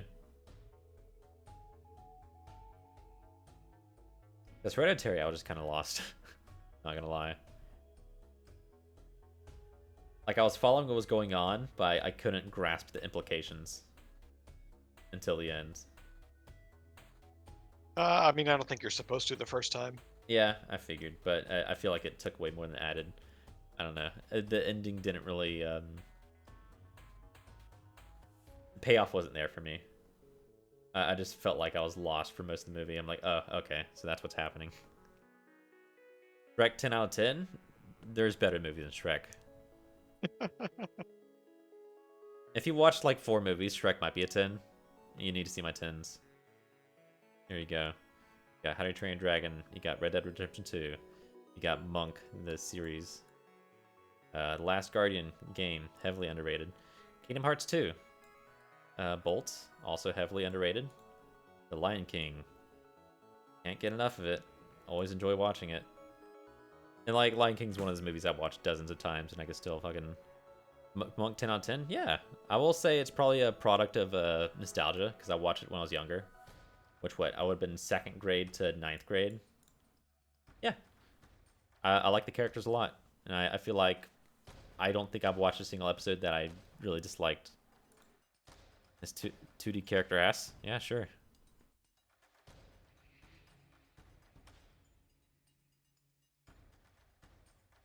You know, it's not just Monk. It's also Natalie and Sharona, I think, early on in the earlier seasons. Yeah, what little of it I saw, my favorite character was definitely his Jersey assistant. And Saul Broomall, let me clean this door. That's literally the point of the show. He has crippling OCD because his wife is dead. He's a broken man.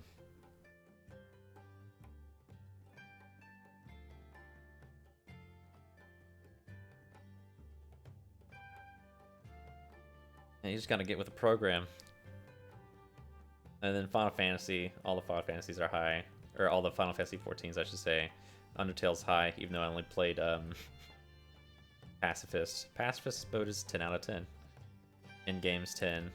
Really solid fucking ending. They stuck it really well. Majora's Mask, 10. I like the narrative. How it's less about you being a hero and you're helping everyone around you while you're trying to save the world, and like the time mechanic and just everything. The last boss, the final boss too. Just everything about it. I like it a lot. Endwalker, 9. One Shot, 9. Infinity War, 9. Ocarina of Time, 9. First Red Dead, 9. God of War, PS4, 9. Haven't played Ragnarok yet.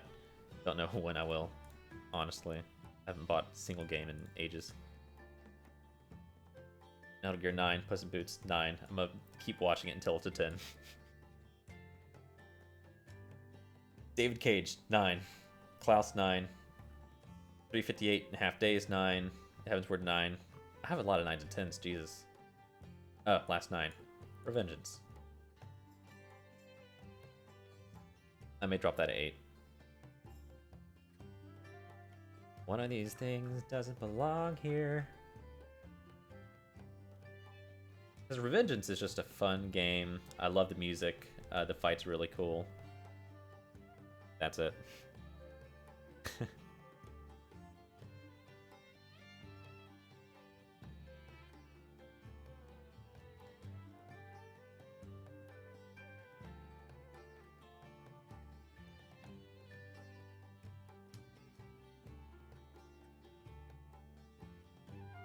Where was I?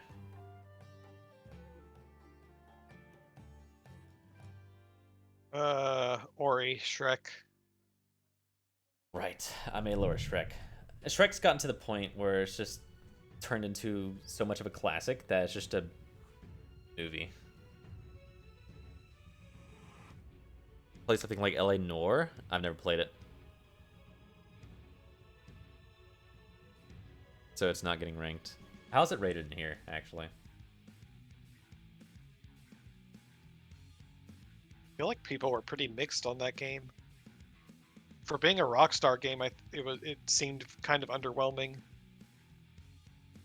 Wow, 8.7. That's pretty high. But GTA 5 is also like a 9.5, so I wouldn't take that to heart. Honestly. We haven't even gotten to GTA 5. Well, if it's correctly rated, we might not get there for quite a while. Yeah. I don't remember what I gave it. It was either 4 or 3. You also have to remember, I'm sure a significant portion of that 9.5 is Just GTA gameplay. Online. Oh, yeah. I'm sure a lot of people just think, oh, fun gameplay. I shoot stuff. Pow, pow, pow. 10 out of 10.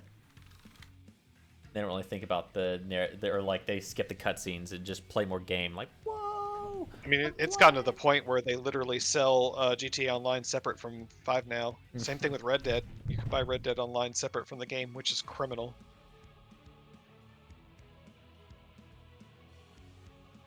Kind of takes well, that's just the gameplay aspect. How's the story and narrative? And that's all we care about here. Gameplay could be solid, but man, if the story don't stick, you know.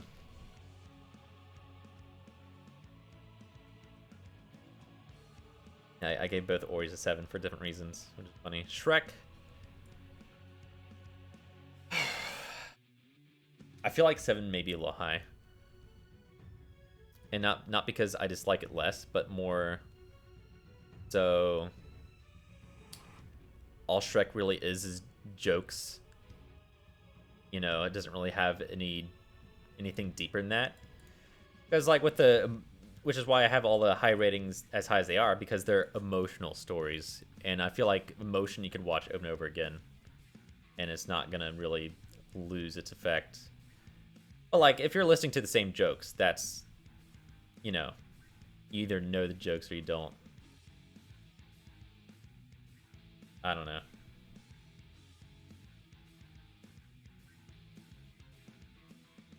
If you're just watching for laughs, it's not gonna have a whole lot of staying power.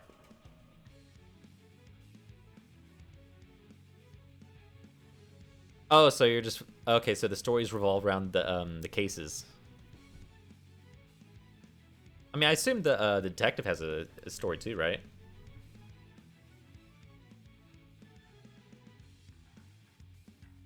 Look.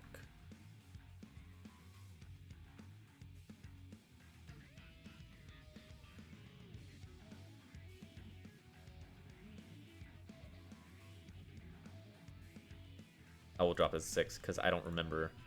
I only remember the ending and like a few plot points.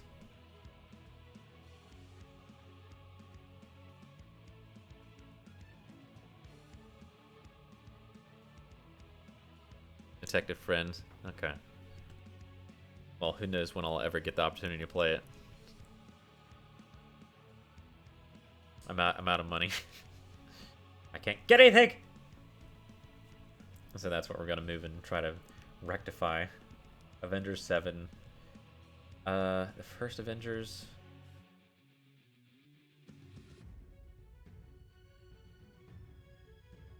I don't even remember how the Avengers went. I remember how it ends with the rocket in the portal.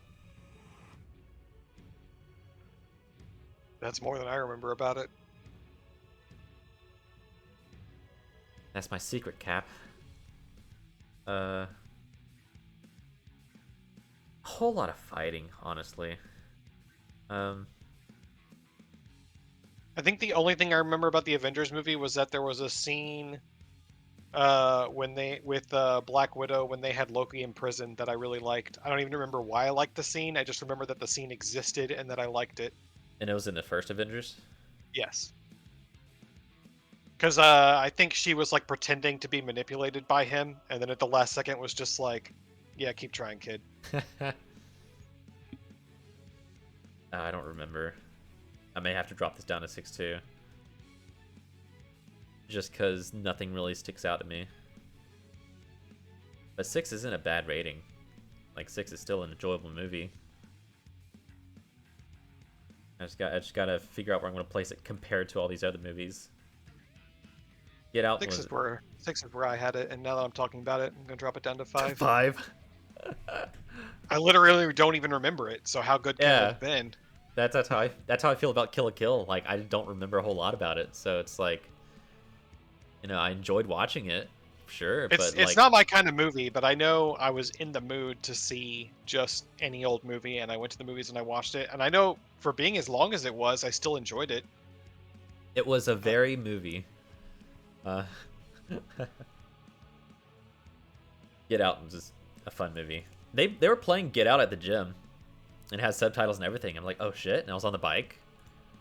I'm like, damn, I'm down. But it was like the last 10 minutes. I'm like, Also, commercials last like 7 minutes Yeah. until the movie comes back on. I'm like, man, where has cable gone?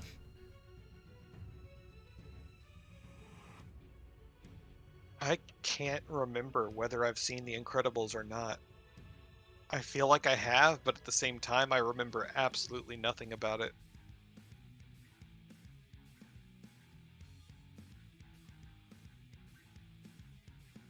I liked it a lot. I think it's a solid movie. It's staying 7.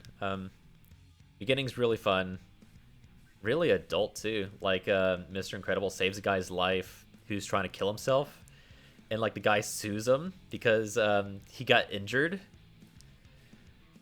and it's like, I saved your fucking life. Yeah, the beginning was great. I feel like the middle was great, and it's just very real. Like, very real family internal problems.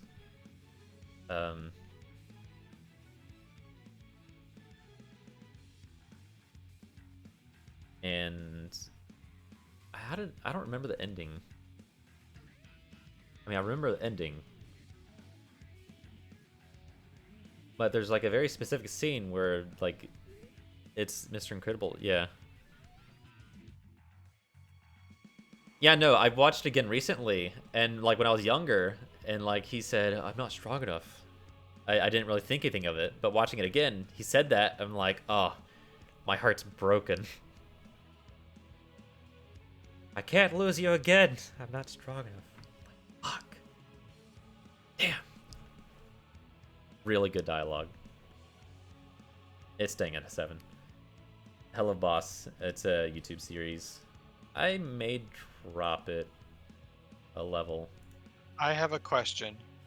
Yes.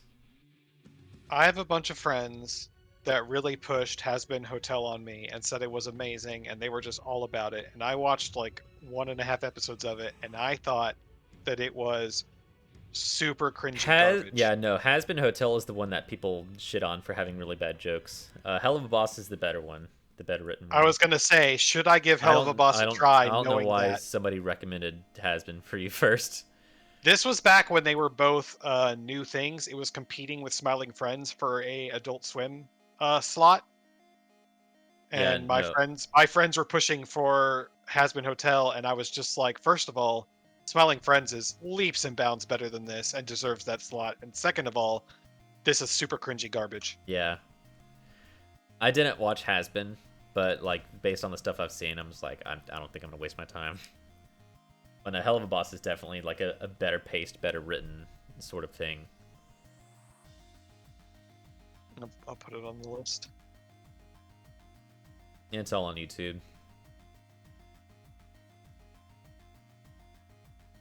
I liked Inside Out. I gave it a 7. Solid. The Menu I gave a 7. I may drop it. Drop it 1. I guess it's personal. That's a 9 to me. That movie was so phenomenal, and watching it the second time was just as good as the first. Like, oh, love it. I'll have to take myself back. It was interesting watching it, knowing basically nothing about it. Because you didn't say shit about it. You're like, hey, we're watching this. And it's just called The Menu.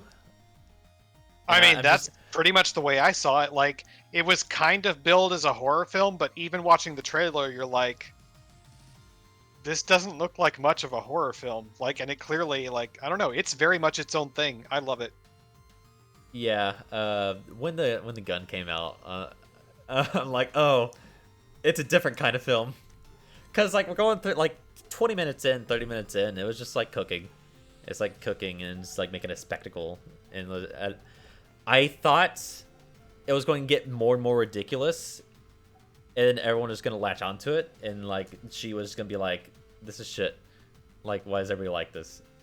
It was when he brought up the deconstructed bread, I think, and where it was going to get more ridiculous after that. And it's like, this isn't even food. It's like, I bring you bricks from chandeliers or shingles from the ceiling, from the rooftops. And everyone's like super on board. It's like, yeah, fucking amazing. It's like, you can't eat this. It's like, it's not about whether or not you can eat it. It's about the experience. It's like, no, this isn't edible. And I thought it was gonna go down that route. I'll keep it 7. I'll keep it 7. It was fun sitting through that. Garden Galaxies Volume 2. I gave it a 7. I don't think it's as good as the first one, but I did enjoy. Isn't that the one with his mother and his death anxiety? Death anxiety? I don't know. It does involve his mother, but like he meets his father. Yeah, and he has that super ingrained guilt because he wouldn't hold his mom's hand while she was dying. I don't know if that's brought up here, but that's more the first film. That's the first film? Because the first film, you know, he didn't hold his mother's hand, and like at the end of it, you know, Gamora holds out her hand. It was when he grabs the Infinity Stone, and he was like, oh, I have falling these apart. backwards then. So this is a 6 and the first film is a 7. But the fact that I forgot means they should both be a 5, because dear God. I mean, there's so much of these damn Marvel movies, they feel kind of same-ish. After you watch enough of them. The Mist, I gave it a 7. I know you gave it a little lower. I think a 5, right? 5, yeah. It just didn't invest me in any of the characters except hating that one Christian woman. Yeah, I will say same, but I enjoyed it more for the dynamic of like just civilians, just random ass people. Well, it wasn't more like a character to character thing, but more like these people in a store, you know. Yeah. And it felt very Dead Rising because the Christian girl, she was written like a Dead Rising psychopath boss. It was so funny. And then like I said, at this point, especially like as a movie tool, Host of Seraphim is like a meme to me, and it takes me out of whatever movie I'm watching because it's such a intense song that I already knew before movies. So I don't know. I liked how they used it. I don't know. Meme status so far hasn't bothered me when watching something, I don't think. That's the wrong way to phrase it, but like it's just so intense, and like they're using it felt like they were trying to like bludgeon home emotional impact for things that I just did not give a shit about, and it stood out so bad. I don't know if that makes sense. I don't know. It was less of an emotional experience and more of like what is out here and what is going on and what are we going to see. Because it was more of a spectacle instead of like an emotional deconstruction, I guess. Like when he drove past the house and he saw his wife, that, you know, I didn't feel anything there. But it was more also like on board of like what is going on out here to me. Right. and more of like, what is this mysterious mist and what is it doing? So yeah, I didn't receive it as like an emotional experience because I guess I wasn't really looking for one. Because I knew how it was gonna end. I'm like, oh boy, oh boy, oh boy.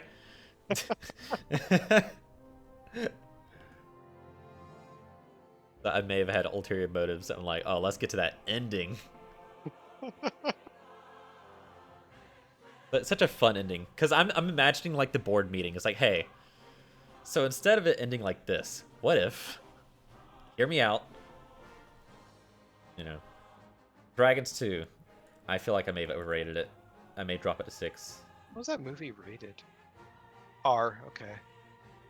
How to Train Your Dragon 2? I don't think so. Yeah, PG. No, the Mist. A guy dies in there, but I don't think it's an R.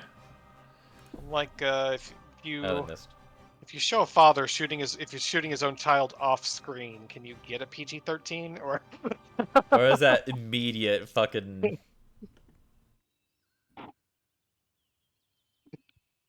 I didn't remember him waking up. That was a little rough. Like seeing a kid wake up and just kind of look at the gun clearly. I'm like, oh boy. But yeah, I was waiting for that moment. I'm like, hell yeah, hell yeah, hell yeah.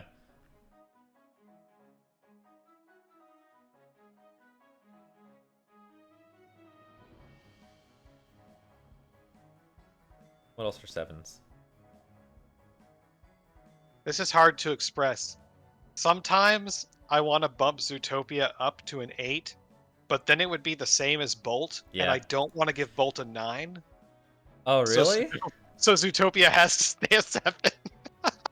Bolt isn't gonna get a 9. Oh man. Maybe if I see it again. I don't know.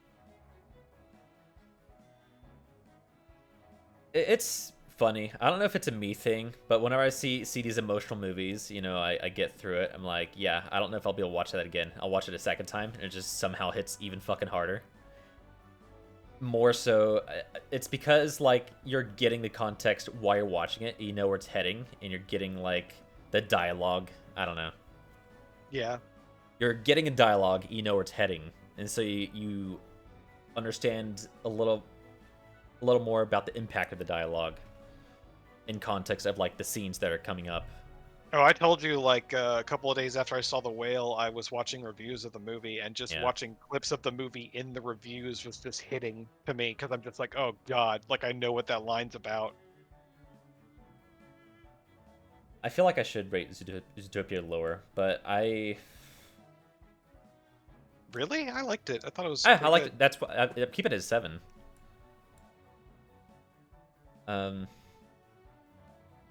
I did enjoy it. I also like seeing Zootopia and Martyrs right next to each other. Yeah. There's Resident Evil 5, Hellblade. Martyrs was just a fun movie. People are exaggerating. They're like, "Oh, this is the most brutal movie. This movie's horrible." And it's like, no, they were tasteful about it. They were tasteful about the scenes. Like they had a message they want to tell, or they had a story they want to tell. And they just used the brutal scenes as a medium to tell the story. They weren't like, ooh. It wasn't like, hey, look at how gross we can make it. Look at this. Look at our practical effects of the blood squirting. I don't There's none of know. that. It is one of only a handful of horror movies that actually made me feel queasy. The queasiest I felt watching Martyrs was the food scene when they were feeding her the food and it was like spilling out her mouth. I'm like, dude, stop. Let's eat it. Please. No, for me it's when she's slicing her arms open. Oh, with the box cutter? Yeah. Yeah. Yeah. No, I don't like seeing uneaten food like that. It really bothers me.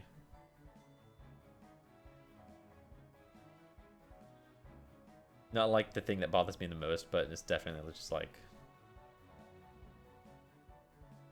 when I see it, I'm just like, ew, stop.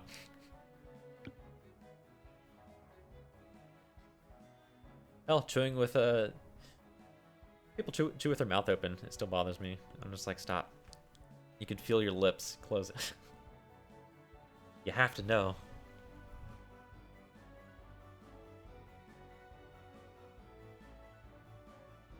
this definitely giving Resident Evil 5 a 7 definitely feels like a crime, but I also played it co-op, so that probably helped, and I really fucking enjoyed it. If I was alone and playing with AI, because like whether you're playing alone or with someone else, you will always have like a partner that's walking around looting stuff too. And I played it with someone else, and it was fun. It was fun, and I like the story, or where it led to. Hellblade 7. Oh yeah, I was thinking about that earlier. 7.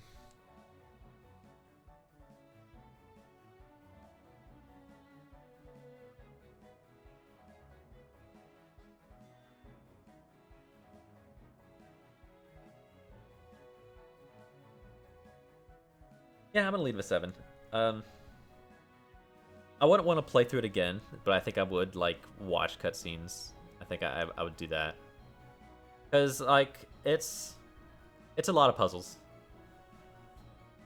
and it kind of slows the game down. That's how I felt playing it the second time through. I'm just like, man, these puzzles, I've already done it, but I don't quite remember it. So I just really wanted to get through the game, which I feel like is a non-problem, but it very slightly irritated me. That's what I'm remembering, at least. Saying 7. Biohazard. Fun. 7.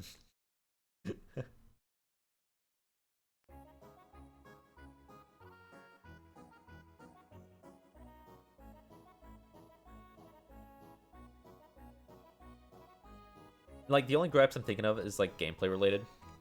Like, monster variety was really bad. There's only, like, 3 different types of monsters, if you aren't counting bosses.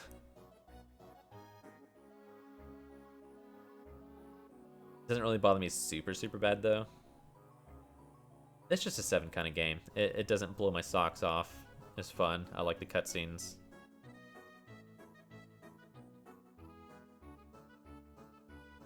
There was an unexpected wholesome scene where the father's like, please, free my family. I was like, oh. Some annoying segments, but 7. Ah. Glass Onion.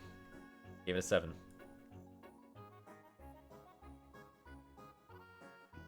I liked it better than the first one, for sure. Did I ever say why? No, we didn't really talk about it at all. But I thought it was better than the first one in every way, but it's still not like amazing. It's just a really good movie. Yeah. Like, if I was grading a college paper, like I said, they'd be really highly rated because they covered all the bases, I feel like, and they definitely scattered a whole bunch of clues early on. It's just really well constructed. But as a movie, I gotta be honest with myself. You know, Glass Onion's a 7. I think I gave the other one a 6. Yeah, me too. Yeah, I feel like 7 is a lot more focused.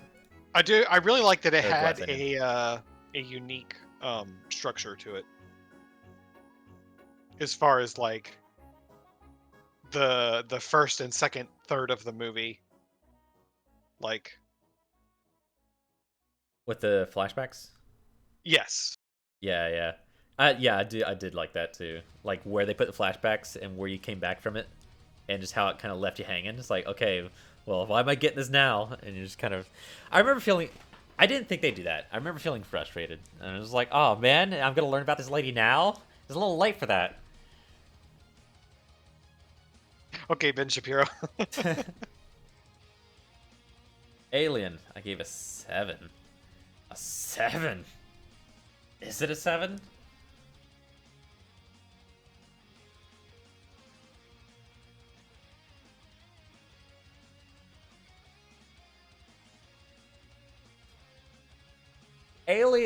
The Alien franchise is one of those things where it's good, and then you watch the other movies, and you're like, oh, it's a lot of the same thing.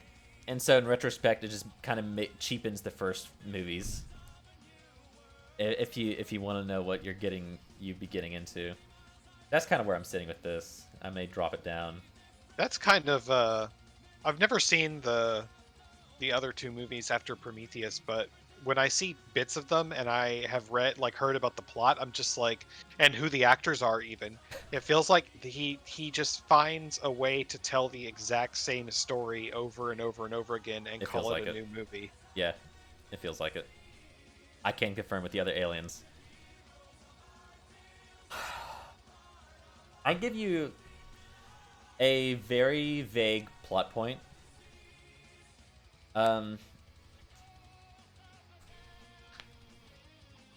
Like commercial spacecraft full of people discover a life form. They want to get rid of it, but they have orders, or not really get rid of it, but it ends up on board. It turns out the uppers want to keep it for war reasons. That's every movie. Every Yeah, movie. and don't almost all of them have an android who turns out to be very suspicious in their motivations and like Yes. Yes. yeah. So sometimes like, I should watch the first movie just because it's such a classic. But sometimes I feel like Prometheus was the perfect movie for me to experience that franchise, and I should just let it go. Yeah, I will say for a classic, I did enjoy the first movie. Like for a 1979 movie, considering I fucking hated Predator, I liked it. I'm dropping it as 6, but I liked it. I did see a Reddit thread about, because I was reading about Prometheus the other day for whatever reason, and I wanted to send it to you because someone was talking about how the reason that everyone hates Prometheus is because it's about a bunch of scientists who are a bunch of idiots bungling their way into death. And they were like, every other alien movie is about a bunch of scientists who are kind of good at what they do, bungling their way into death. Like, You said you didn't watch the other Prometheus movie? no. Well, let me say, after seeing how the first Prometheus ended, and then seeing how the second one went, I'm like, fucking really? But why? You know, like some of the other Alien movies. It's like making plot twists for the sake of plot twists. I'm gonna go ahead and say it. Yeah. I also saw a bunch of people saying that they didn't like Prometheus because they felt like explaining the whatever you call the race, the creators or whatever, was akin to midichlorians in Star Wars, and I was like, I didn't feel like Prometheus was anywhere near that hard sciencey explanation. Like, I thought it was still extremely abstract.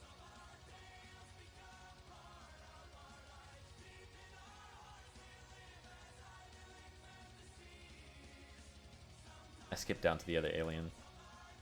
Oh, there's Isolation. Give it a 6? Does it deserve a 6? Get a 5. The pacing was off, and they wanted to tell too many different stories. It didn't have the focus. It certainly didn't have the pacing for it. For several different stories. It routinely, I can't say it bothers me or anything, but I'm just like, why does no one, and I mean no one, that I show the Endless to seems to see what I see in it? Like, that movie is a 10 to me, and everyone else that I've ever shown it to is like, yeah, it's good. I'm just like, oh my god.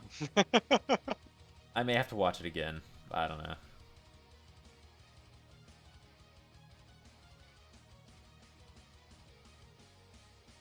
He said it had nothing to do with watching the film before it. It was just that one reference. No, I watched Resonance afterwards, and or Resolution, and honestly, I think Resolution's one of my lowest rated movies on IMDb. Like, that, it's cute as a reference to be like, oh, this is what they did first, and there's all these little Easter eggs, but like, I did not think Resolution was that great of a movie. There's a metaphor, sure.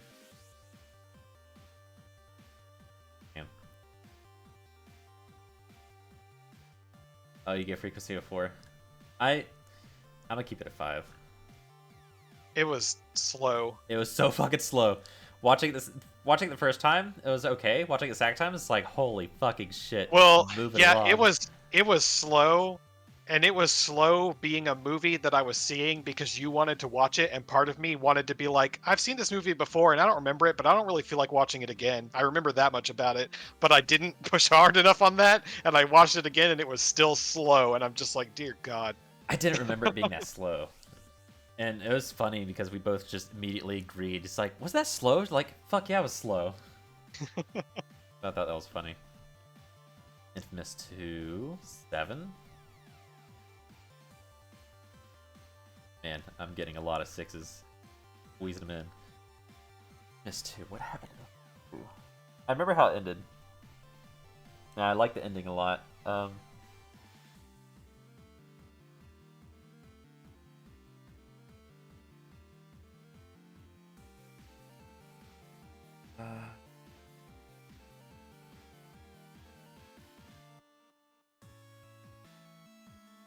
I'm gonna drop it down to a 6. Scary game. I can always bring it back up. Hereditary is 6. Midsommar 6. Lost Planet 2 6.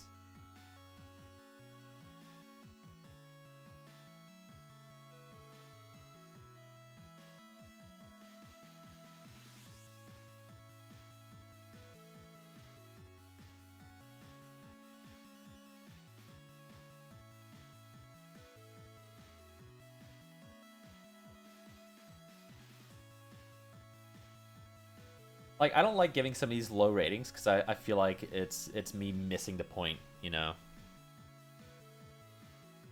I guess, but it's your ratings. Yeah, I know. I have to go by how I feel, not by how I understood it, or like grading a college report. I mean, like, I gave Clue a 9, but I will absolutely not combat your rating on it because I fully know that if you sat anyone down with no knowledge and no previous nostalgia in front of Clue and made them watch it, they would not give it a 9. In 2023, absolutely not. Yeah. I thought they had some funny jokes. It's a vibe to me, that movie. It's just it's its own thing. I love it.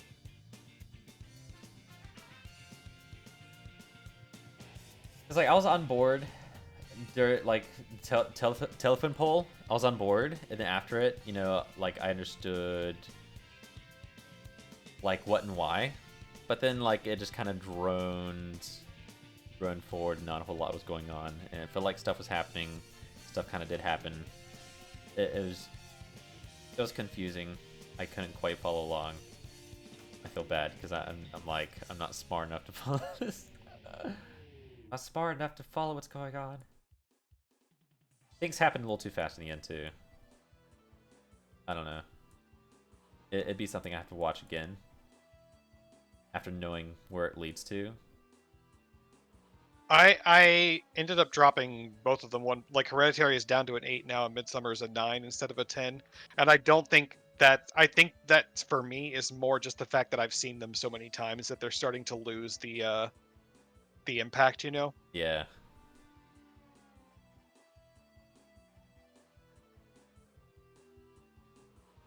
And not an actual judgment of the movies themselves.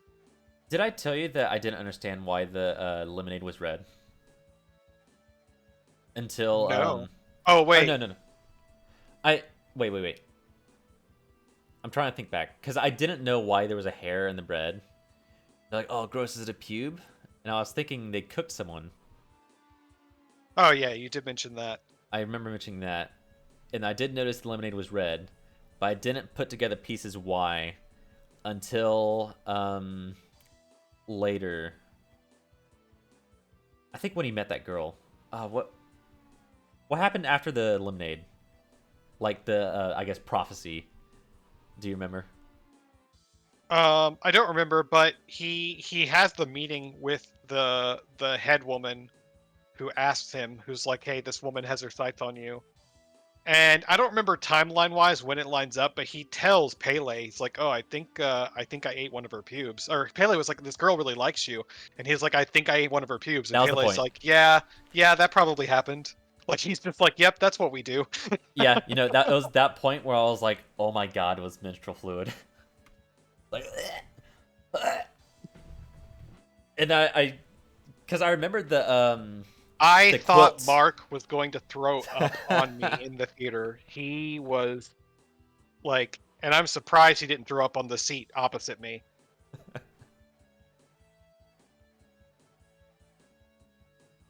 Yeah, I feel a little ashamed I didn't realize it until later. Because I saw the quilt.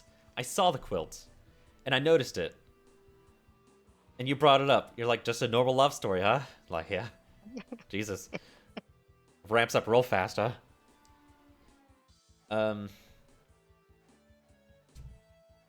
I don't know. For me, it's just like, it's like one of the kids goes missing at the same time, and that was on my mind. So I was thinking about that, of like where he was.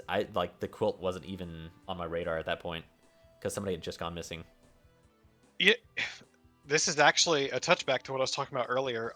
For me, Midsummer is just such a catharsis mix of emotions, and like after I saw that movie the first couple of times, I would occasionally go to YouTube or Spotify and I would just listen to the last track of the movie, just the music that plays when they're setting fire to the thing and everyone's screaming and Danny's like crying and then the smile happens. And Yeah. I would just listen to the progression of the string chords and I would feel that catharsis all over again. Like I love the way that movie ends. It is so good to me.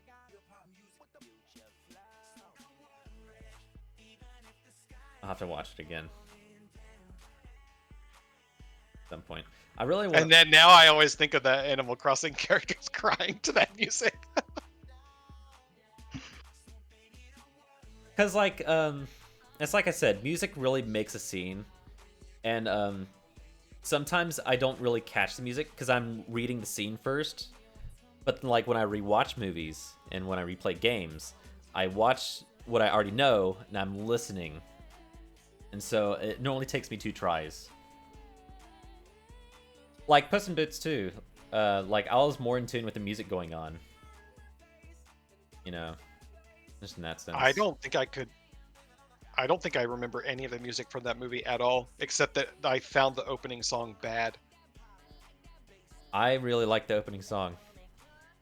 I was worried when I I literally while they were going through that song, I was like, "Is this what the next hour of my life is going to be?" I wish I think I made a mistake. watching it the second time, I wish they did more songs. Honestly, because I like the credits song too. And I know you don't remember the credits song because I didn't remember it. I'd only heard it in passing on like YouTube or Twitter, and I'm just like, wait, that song's hot. Where's this from? And I was like, oh, it's the credits. I may have it on my my music playlist. We'll see if it gets muted.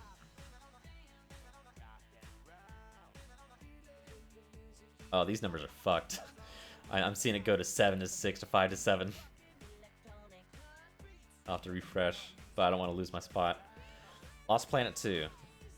Honestly, probably a 4 game, but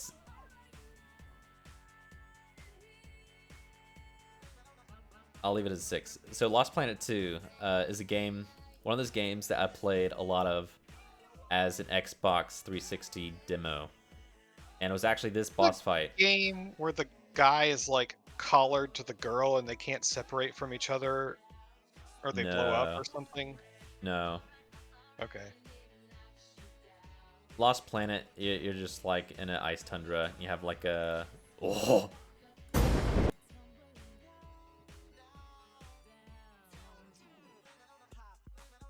You have like a cold meter or something. I don't remember. And honestly, I'd probably have a really hard time playing through it again if I were to do start to finish. Because there's a lot of game to get through before you get to the end, and the end is what I really liked about it. Like the last 2 levels. And it gets pretty fucking ridiculous, but it's so good.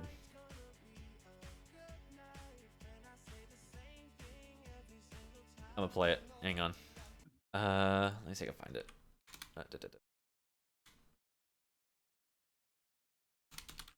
To rain scene. Hell yeah.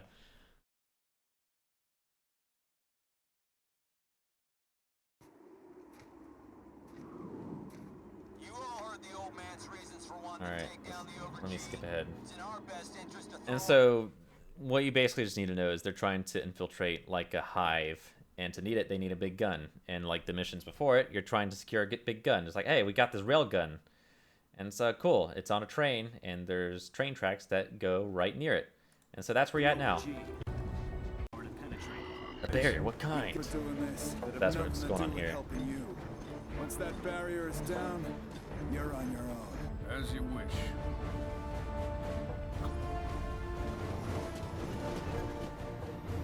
I don't know the main character. Main character is the one who pushes the button, I think.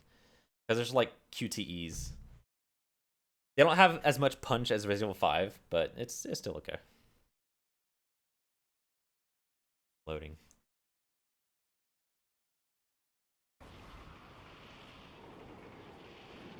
We're gonna watch this whole thing.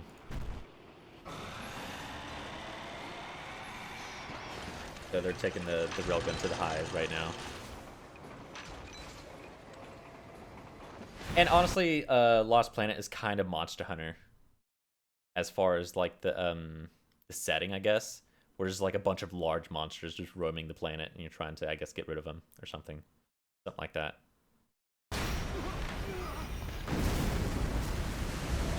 Anyway, large monster.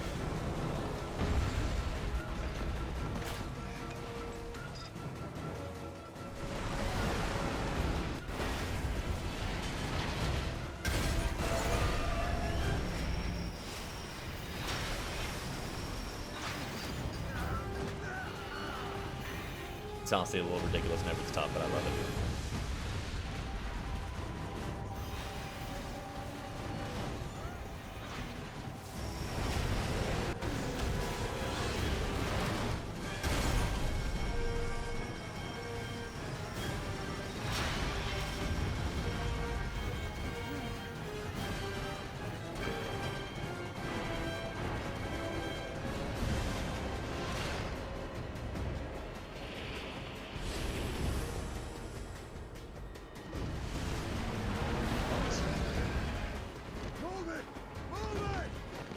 Was that ever on your Twitch? What? What about the Twitch? I was saying the song was familiar, the background song. Oh, no. No, not at all.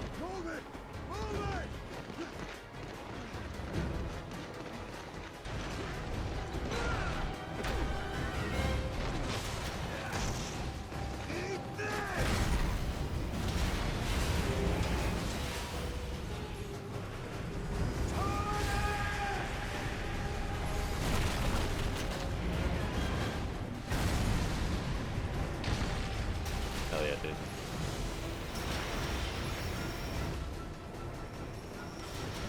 Oh, that's good. And it just screeches to a halt. Never mind, it crashes through. Well, no, playing it when I played it, seeing the front of the train kick up, and then QTE, turn it! And you see it turn fucking fires midair. I was like, dude, this is the coolest shit in the world! So nostalgia. Nostalgia has a big impact on that, so it's staying at a 6 for the train scene alone. I'm dropping it at 5. Owl movie was a movie. With what do you mean? The movie? It was a movie. Oh, a movie. It's a 5. Oh, but it has fucking Host of Seraphim. We'll say that makes up for some of its slower points. It would have been a 4. I don't know. It was fine. It's fine. I definitely enjoyed it a lot less, but I like the Host of Seraphim is hype as fuck.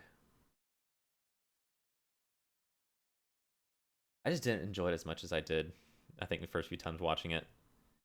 And it diminished fast. Like, I watched How to Train Your Dragon, I think, over 60 times. Bolt a dozen times. Lion King a dozen times. I watched this 3 times, and it's already diminishing.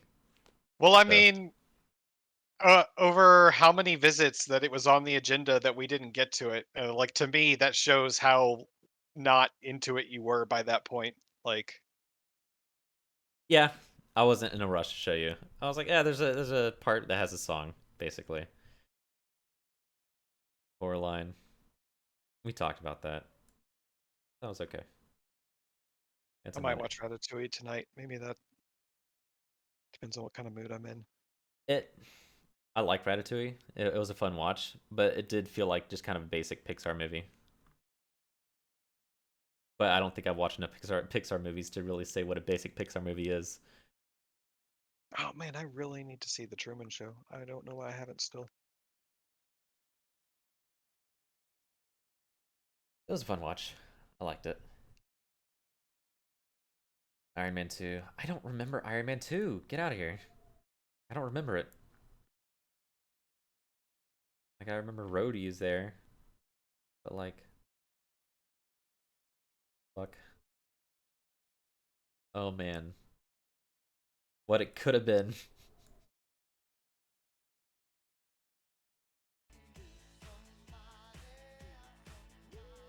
Knives Out I dropped. The 6. A fun little mystery. I liked it. It's certainly not something I'd watch over and over again. I think I'd enjoy watching it a second time, knowing what happens. But past that, I can't see watching it 60 times. I have a very unfair fucking rating. If I can't watch it 60 times, it's not going on the list. Creep 2. I do remember Creep 2 and really enjoying the dynamic between the girl and the guy. And I hate the direction they went with that.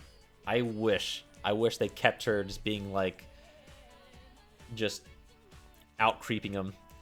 You know, that was so fun. And then she got freaked out by something. It's like, oh, okay, well, it's over, I guess. And I was really bummed. I was alright. I liked that. I thought it made her feel real that she was like, that she thought she was on top of it, which is kind of the same thing from the first movie, but with her it was even more entertaining. And then the turnaround when she was like, oh shit, this is real and I'm not on top of it. I liked that, especially for the ending scene with her on the bus and him watching her. Yeah, I guess. I don't know. I gave Creep a 7 and Creep 2 an 8. Which is funny because a lot of people seem to like Creep 2 less than the original, and I thought the original was just like the appetizer. Yeah. I will say I like the sequel more than the first one. You know what? If Creep 2 ended in a similar way that The Menu ended, if you know what I mean, where it's like an outsmart kind of thing, where she realized what's going on, I don't know. I don't know how you'd work that in with her being kind of oblivious with what's going on. Right. But I just don't like the direction it went with what was going on. I was just really enjoying it. It just kind of turned into a normal horror movie at that point. I don't know. I like what they had. I like what they were cooking, and they added the onions. I'm like, stop, wait. The Endless. I may rewatch that at some point. I don't remember a whole lot from it.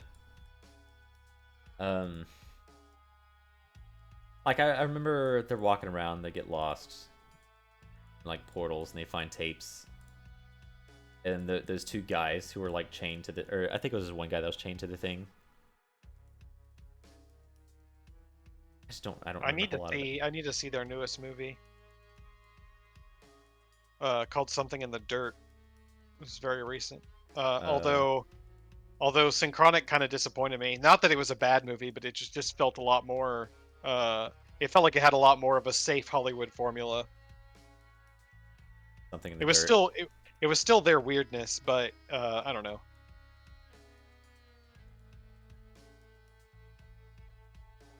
Oof, what? Something in Dirt is rated kind of low, but that hasn't really stopped us before. I mean, I think unless this movie is really awful, I will continue to watch everything that they do, just because it's all been interesting. I will say it has a 5.9, but Bolt has like a 6.2 or something. So Yeah, well, The Endless has a 6.5, and that's a 10. yeah, And Resolution has a 6.3 compared to The Endless. Get fucked. Some stupid people on this planet. Blue. Wait. Ooh. Was Spring rated higher than The Endless? Yeah. 7. A lot of 7s. I mean, ugh, I liked Spring. Don't get me wrong, Got some but 10s, got some 9s. it's not as good as the Endless by far. I would give Spring like a 6 or 7. Like, The two people who are under 18 think it sucked. 4.5. that makes sense. It's kind of a love story. I don't get it. I gave Clue 6. It was fun. Fun murder mystery. I like the ending too, where they had like several different endings. Here's what really happened. So when the movie came out, it was actually a gimmick that each theater got a different ending, and you were supposed to go to different theaters to see different endings of the movie. Fun. And when the movie came out, it actually bombed. It was a commercial failure. And then when it came to video release and they put all 3 endings together like that, everyone was like, holy shit, this movie is awesome. And ever since then, it has been a cult classic. That's funny. What was the rating it had? 7.2. Oh shit! I removed my rating. Plus, I mean, Tim Curry. That whole finale, like, that is peak Tim Curry.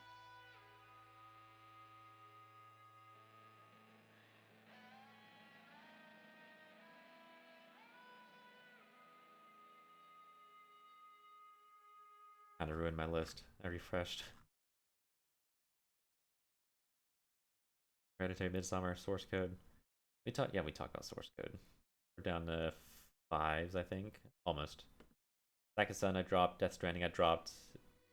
Wait, what? I want to put Infamous next to Death Stranding.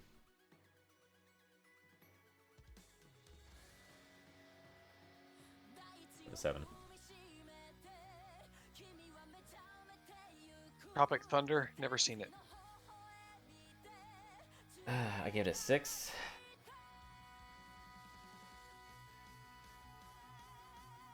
It's fun.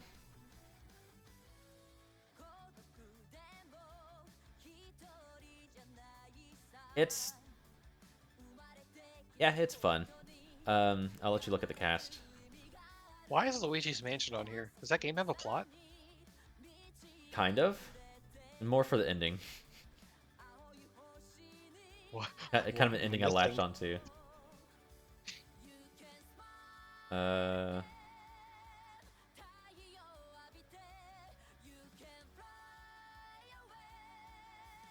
Yeah, okay. Tom Cruise has a role in here. He plays like a fat guy for 5 minutes. Really funny. They kind of have fun with the cast. Yeah, Tangled, GTA 4. I like 4's story. 5 is just like, what the fuck ever. But 4, you know, I like... You played 4. No, I kind of bounced off it. Not as hard as I bounced off 5, but... Okay, so 4, Niko Bellic, Brother Roman, you know, leave to Liberty City because he was betrayed.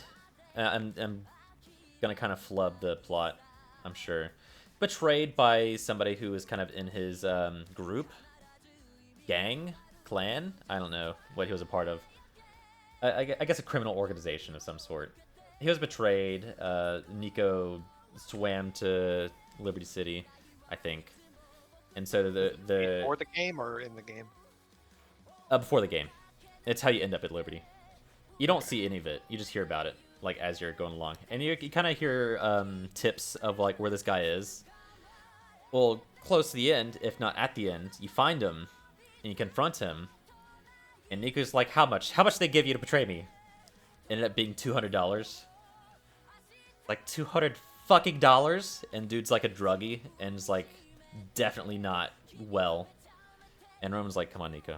He's already lost. You know, he's too far gone. There's no point in continuing this.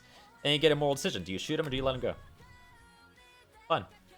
I liked it. What happened to Rockstar between Red Dead 2 and Grand Theft Auto 5? How did they fall so far in their narrative writing abilities? I don't fucking know.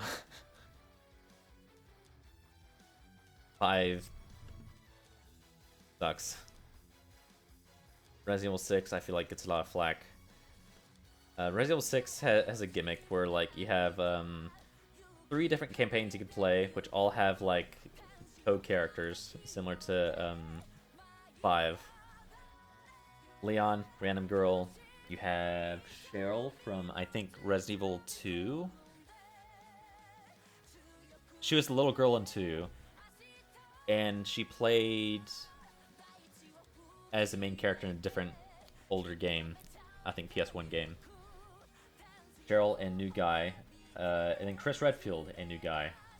They had main character with supporting side character. I liked Chris's the most. I like Jake's second. And I like Leon's the least. And it's like their storylines kind of intersect. And so you'll hit segments of the game. It's like, oh, it's you, Chris Redfield. Oh, it's you, Leon. And just stupid bullshit like that. But no, I thought it was enjoyable. They kind of removed the button prompts and made it so that you have to do your own slides and backflips and whatever. And once you learn the controls, it's really fucking fun. I liked it. There were still button prompts, but they didn't make it as heavy as 5, which honestly, I'm like, go heavier. I love that shit. When it's done well, I like QTEs. AR6 filter. The filter. Dumb and Dumber 6. 6. Did I give it a 7? I'll give it a 7 Blind Nostalgia. Oh. Shrek, it's got a 6. Oh shit, Dumb and Dumber's better than Shrek. Yeah.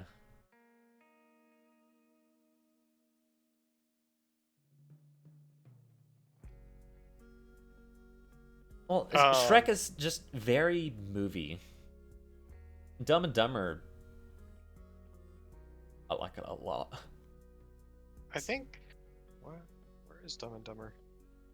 He gave it. I think he gave it a 5 and bumped up to 6. I think. I think it's just a 5. And honestly, I kind of want to bump Shrek down to 5.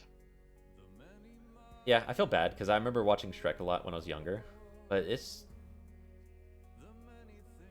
so classic. It's basic. I don't know. I'll put a 5. Luigi's Mansion, I gave it a 6. It's a nice, fun game.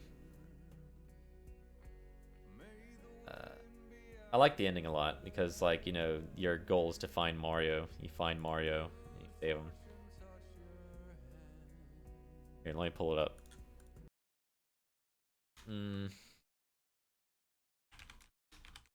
I had a hard time finding a good version of this. Yeah, look at this shitty quality. They defeat the ghost. And you find Mario. Boop, boop, boop, boop.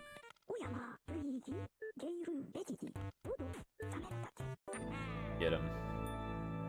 After the entire game of looking for him. And that's like the ghost processing machine. And it's like, yeah, I could reverse engineer it and get Mario out of painting. Because it normally turns ghosts into paintings. Oh yeah, it's because normally ghosts go in here. And paintings come out the other side. And it's like, oh, put the painting on the other side and we can reverse it and get him out. But that's the ghost going in. Don't really care about that. But yeah, those are paintings.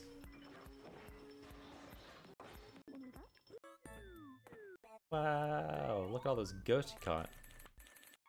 A lot of money. Why is there money in this game? You don't buy anything. I guess score. Have an old game. I guess that they'd have that kind of unnecessary scorekeeping. 2001.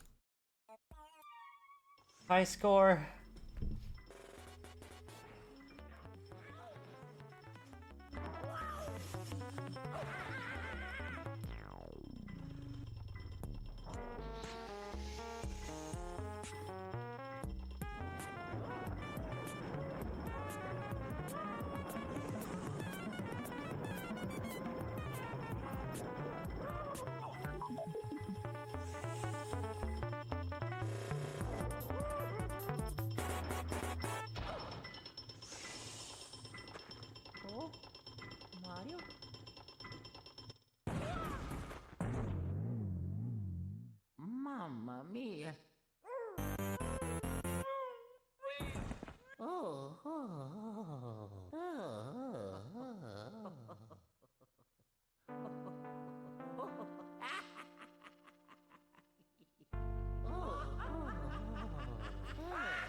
I like it.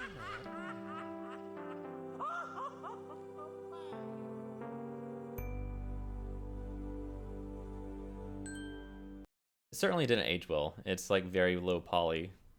But the fact just laughing and crying. They didn't have to add the crying, but they're like, we're gonna. And it sells it to me. It makes it real. Because you're going through the entire game and Luigi's clearly fucking afraid of everything and just kind of braving through the ghosts. And then you save Mario and then laughs and cries. And it's very simple, very easy. Simple dish.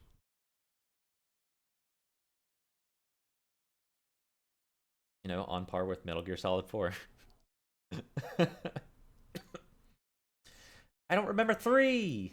Iron Man 3. Oh, God. What? Metal Gear 4. Yeah, I dropped it down to 6. It was like a 7. Avengers, I just don't remember a whole lot of it. Age of Ultron. I remember liking this less. I think it was a very movie.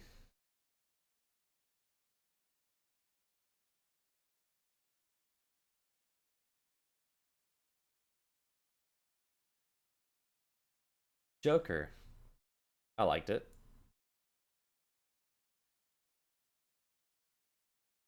I liked it.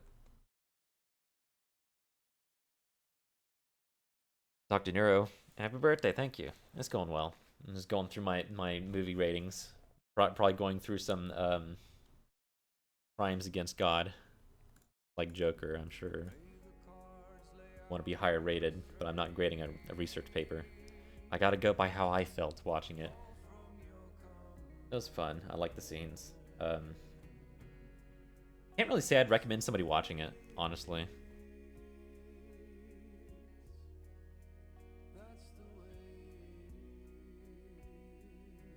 It's like a well done movie.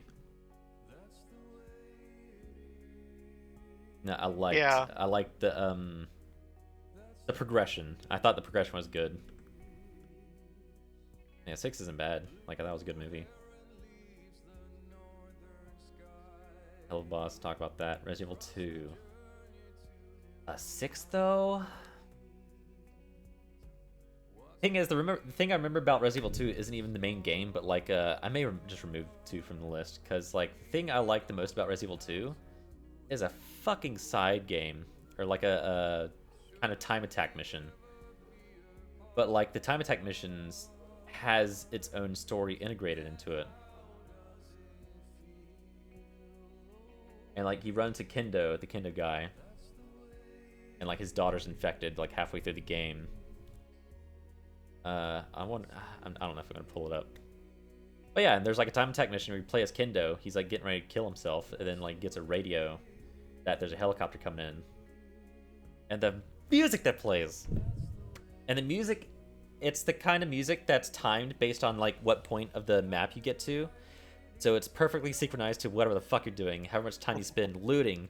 It's like you cross through here, shit blows up, the music progresses forward. You don't remember that side quest? Oh, it's so good.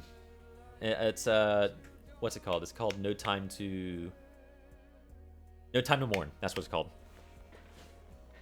It's so good. My favorite part of Resident Evil 2, which means it's probably getting a 5. Which means the main game probably wasn't that great. I mean, it was fun. It was a fun game, but it was just a game. Can't say I super vibed with it. The whole franchise is a gap for me. I only ever played the director's cut of 1 on the PlayStation 1. Fuck, dude. First Resident Evil game I played was 5, so I've seen bits of the remakes, and the character interactions and acting was on a level that made me not interested in playing them. Yeah. I don't know. I feel like I couldn't take it that seriously. But maybe it's a game that doesn't want to be taken seriously. I mean, it does have midget Napoleon in 4 and other things like that. 4 is where it starts getting ridiculous, I think. But people are okay with 4, but 5 is like, oh, too far. Punching boulders, which I thought was hype, honestly. I liked it. Because while you're punching the boulder, you're like mashing the controller, and you feel it. You feel it in your soul. You're like, I'm punching this fucking boulder. I'm doing it. I don't, because I feel like the fives have been very average, but I don't know if it deserves a 5. 5.5 though. Kind of surprised that you liked Saints Row the Third. I really liked it. Saints Row the Third was very entertaining.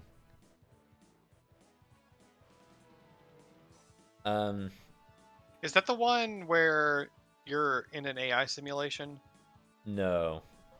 Saints Row the Third's the one. I think it's just a normal dude in there. Okay. They play some Kanye West when you like parachute out of a helicopter, and at the end they play "I Need a Hero." That like they for each mission, I feel like they had all the bells and whistles. Giant dildo gun, yeah. Oh, it was like a dildo bat. You need to beat people with it. Okay, I think. Okay, that makes sense now that you would like it. I think the game after that is the one that I was thinking of, where I'm like, you love that game. I can't imagine that. I've heard bad things about the one after the third. So I think people didn't like the third compared to the second one, but I didn't play the second one. Oh well, 8.1. Okay. The third was kind of the sweet spot where they were capitalizing on what was fun about Grand Theft Auto, while Grand Theft Auto was turning its back on what was fun about Grand Theft Auto. Yeah. We rate GTA 5 very lowly here. Very low score GTA 5. We haven't even gotten there. Emperor's New Groove. I feel like if I watch this again, I'd hate it. I haven't watched it again recently. I've only saw it one time years ago, but I remember really enjoying it. Yeah, same. Kind of scared to watch it because I know I'm just not gonna like the jet. I'm sure it's still fine. I'm sure it still holds up. It's not moving from a 6, but How to Train Your Dragon 2 6. I'll leave it as 6.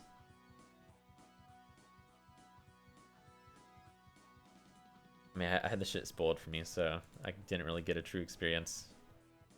And what's worse about it is when did the first movie come out? 2011?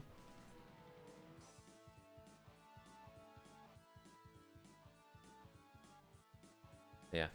I waited 3 years for a sequel, have it spoiled. I'm like, oh, nice.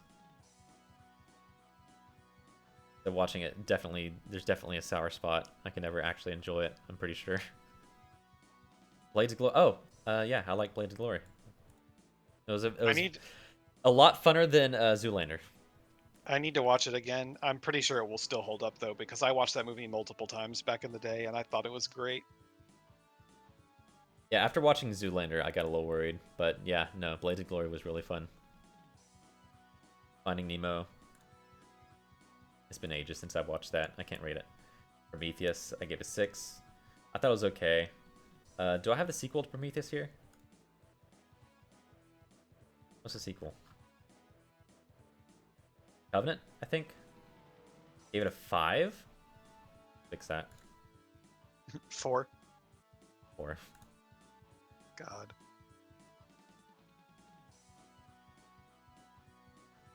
I'm remembering they do multiple things I really hate. They Ridley Scott, did he do the second one too? Didn't he do the whole franchise? He wasn't a part of some of them. Director, I don't think he was a part of 3. Ridley Scott. Click on him. It's funny what we were saying about the Alien movies being the same movie over and over again, because on some levels, although in this case I love it, the new Blade Runner movie is also kind of Blade Runner again. Like, it's just kind of what he does.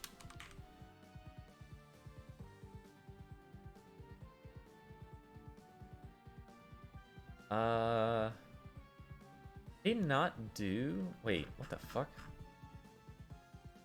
It's all his movies, but where's Alien? Is he... Pretty sure he did the first one. He might have only written it, not directed. Okay, yeah. Hang on.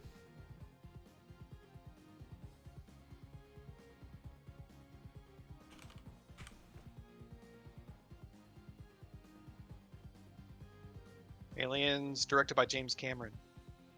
Okay, so he directed the first Alien, Um, directed Covenant. There's a short for Covenant apparently. Am I still missing something? The production designer of the Alien movie? I guess not. Okay, well. He did G.I. Jane. Or produced. 97. I only know that because Will Smith. Gladiator, really? He did, unfortunately. Yeah, no, the sequel to Prometheus does a lot of things I hate, and was just plot twist for the sake of plot twist. No reason to have it in the way it did, or like. I saw Prometheus in theaters when it came out, and I was excited to see where that movie went. And then when I heard about the plot in the second one, I don't even remember the details, but upon hearing about the plot, I was like, I'm not going to go see that. Third movie, Paradise Lost. Oh boy. Here, when's that coming out? I don't know if that's on IMDb. Is it this one, 2006? I'm sure I'll hear about it. Lenore.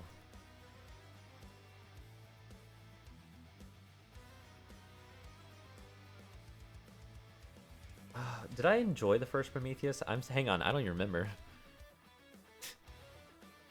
I loved it. I loved the tone and the pacing and just the feel of the movie. I understand people don't like it and it has flaws.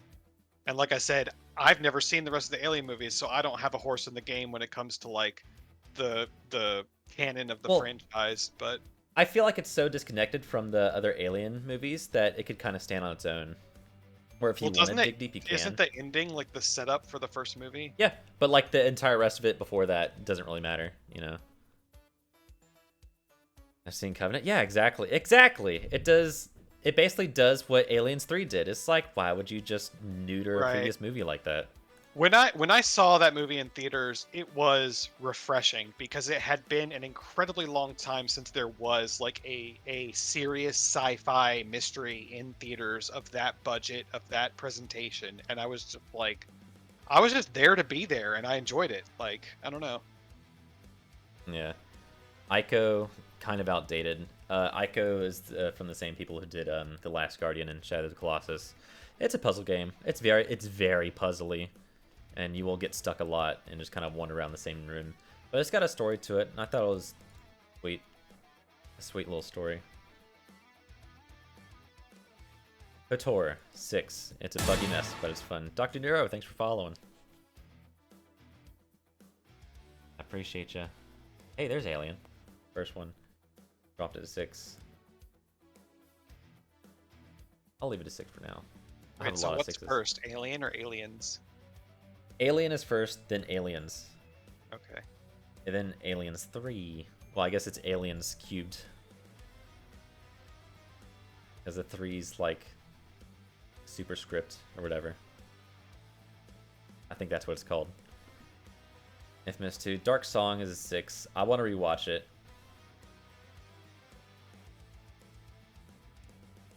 I was just kind of confused about what direction the story was heading.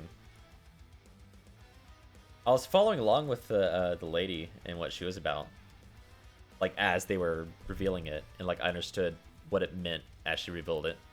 Like there was no mystery there, and I liked it. Unrated. Oh my god. Maybe watch a dirty movie. How's it unrated? What does that even mean? I don't think it ever released in American theaters. Huh. Okay.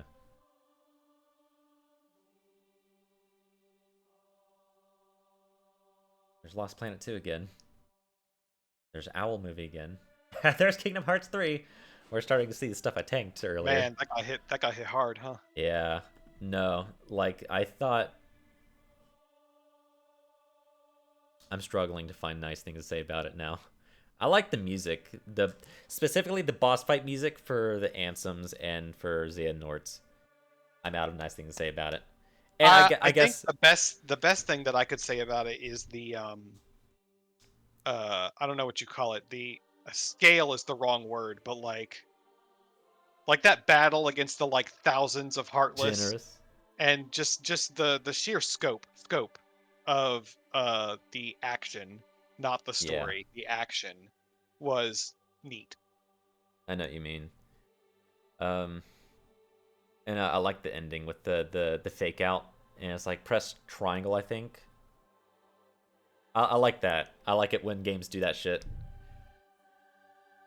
When they play around, I guess Undertale type of stuff where they play around with the game's mechanics until like a kind of different. They just play around with it where it's not like a strict mechanical thing. You know what I mean? Might be being too vague. The story, yeah, fucking Jesus Christ. I didn't even really enjoy the fighting. It just felt like a massive step back from Kingdom Hearts 2. They wanted to do too much different, and they changed too much, and it just kind of felt worse. That one video, I don't remember if I watched it or if it's one you made me watch, that where the guy talked about how obscenely easy it was and how you could like literally not engage with most of the combat systems and still breeze through it.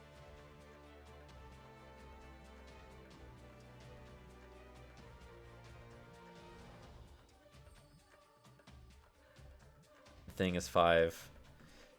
I enjoyed watching a thing, but it's like I've already read so much about it, and I've already looked into all the theories and whatnot. Like once I watched it, it's just a movie. It was a spectacle, and I was like, oh, practical effects, cool, and that's it. It was more like a presentation. I don't know. Whenever I did decide to watch it, I just didn't enjoy it I because want I to basically already rewatch. knew everything about it. I want to rewatch Parasite to see how I feel about it on the second viewing. I gave it a 6, and I can't decide if that was generous or stingy. I honestly, I don't know. That was like your 8s, right? Parasite. I gave it a 6. Oh, Parasite. Okay, I was thinking of Possessed. Okay, yeah. I ended up, I think I knocked Possessor down to a 7. It's still a really interesting movie. I suggest watching it. It doesn't have the I mean, you do kind of care about the characters, but not in the kind of way that you like in movies. But it's such an interesting plot and execution and artistically rendered, and there's definitely layers of mystery to it. It's a good movie. Do they make me cry? Then I don't want it. No, I don't think it'll make you cry. If it does, I have some serious questions. Oh, by the way, rewatching Puss in Boots 5 times still. It was all the Goldilocks scenes mostly, by the way. I think I have a soft spot for orphans, which is why I was so on board with Luck. I learned that in Luck. I'm like, oh, orphan girl, and I was already getting kind of like teary. I'm like, wait a minute, it's the orphans. The orphans are doing this to me. And so when they brought up a whole bunch of orphan stuff in Puss in Boots, it just kind of strikes a chord in me. Don't know why, don't know where it's coming from, but it's there. Alien Isolation. Man. It was fun. It's just, the pacing is awful. And I think they wanted to tell too much, and just didn't have the space to tell it. And like it did a good job as far as keeping it scary, but it's at its own detriment by means of you're having a lot of just like downtime of nothing going on. So by the time you get to the scary parts, it is scary, but then you're back to downtime and nothing really going on. So it's at its own detriment. A net equal, I guess you'd say, because I like the Hive segment. That was fun. Even though I died a lot, I was like, yo, this shit's hype. And then it just kind of wasn't anymore. All I remember about that game was you screaming and hiding under that desk, and then the alien still got you from under the desk. Fucking bolt. I don't even remember that. There's aliens. Honestly, even before I saw 3, I didn't enjoy the sequel as much as everybody else claims it to be. Like, bro, the characters are so good. Like, you're gonna love every single one of the people in the military. I hated all of them. It's like I was watching a high school cast Like, I understand they're like cocky because they're like, oh, they know what they're doing, but they just look fucking unprofessional and just like they're definitely not gonna make it by the end of it. It's very clear that kind of character archetype. I didn't like him at all. I don't think I ever responded to you about Whiplash, but I accept that you can interpret the ending the way you said, but I don't agree, and I still don't like it. That's fair. I feel like it's a little reaching. I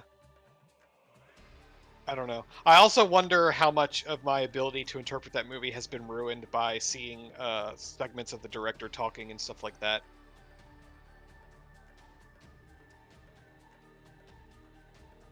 I don't know. I wish it was a good movie, but it's not. Yeah.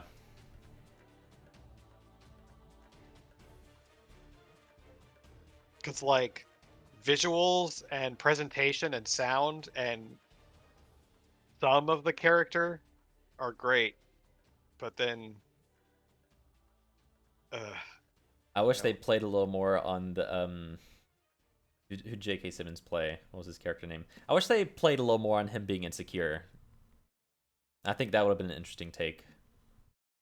But yeah, it definitely. I don't think it went in a really great place for me. Which sucks me to say because I feel like I'm saying I have these different expectations for these movies and they don't meet it, therefore I hate it. how'd you feel about Shrek? It didn't meet my expectations. It insisted upon itself. Oh, hey, there it is. That's what I'm saying. I'm just Yeah. laughing. I think it's like the 4th time we've come on it in this. God, you're right. We're gonna see it again. I'll keep it at a 5. It's just a very movie. It's okay.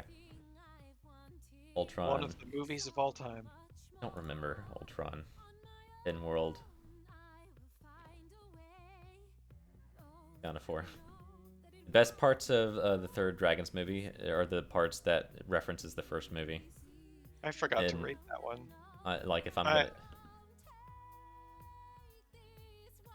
I'll give it a 5. I like it at 4. Nim. I'm gonna talk about dragons a little more. I forgot what I was gonna discuss. Like, the issue with... Like, the first movie had a really good balance of humor and, like, they want to tell a story. The third one, it felt like they wanted to tell less of a story and they just want to tell jokes. It was just a lot of jokes and no anything happening. Not that they didn't tell a story, but... Like, the tone... It had a very conflicting tone. And I just didn't like it. It was not enjoyable to sit through it.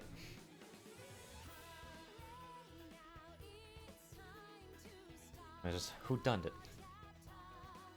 So, Secret of Nim. I was on board until they introduced magic. And I'm like... Why? Yeah, it's. I haven't seen it, but it sounds like the book was a lot better. Because, like in the book, the rabbits or the rats literally engineer her house to a safe spot. Like they use levers and pulleys and human technology to move her house. They were doing that. And then Brisby has this necklace that's like, you know, what the elder dude say. It will activate when you show bravery or whatever. But he said it in more kind of a riddle kind of way. Yeah, there was I none of thought- that. No wizard, no magic.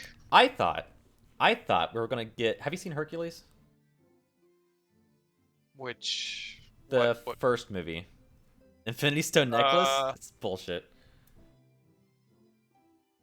I don't remember. So there's a scene. Well, it's like the end scene of Hercules movie. I think it's on the list of movies to watch.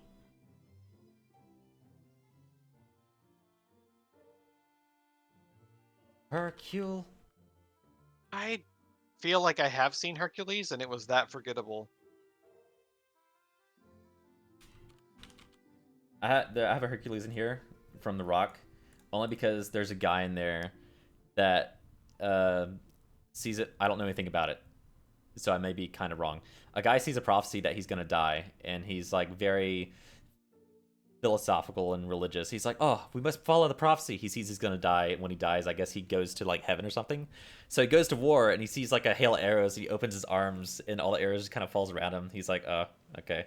And it's like that, I think, for the entire film. He's just kind of trying to die, but like the prophecy just isn't being fulfilled.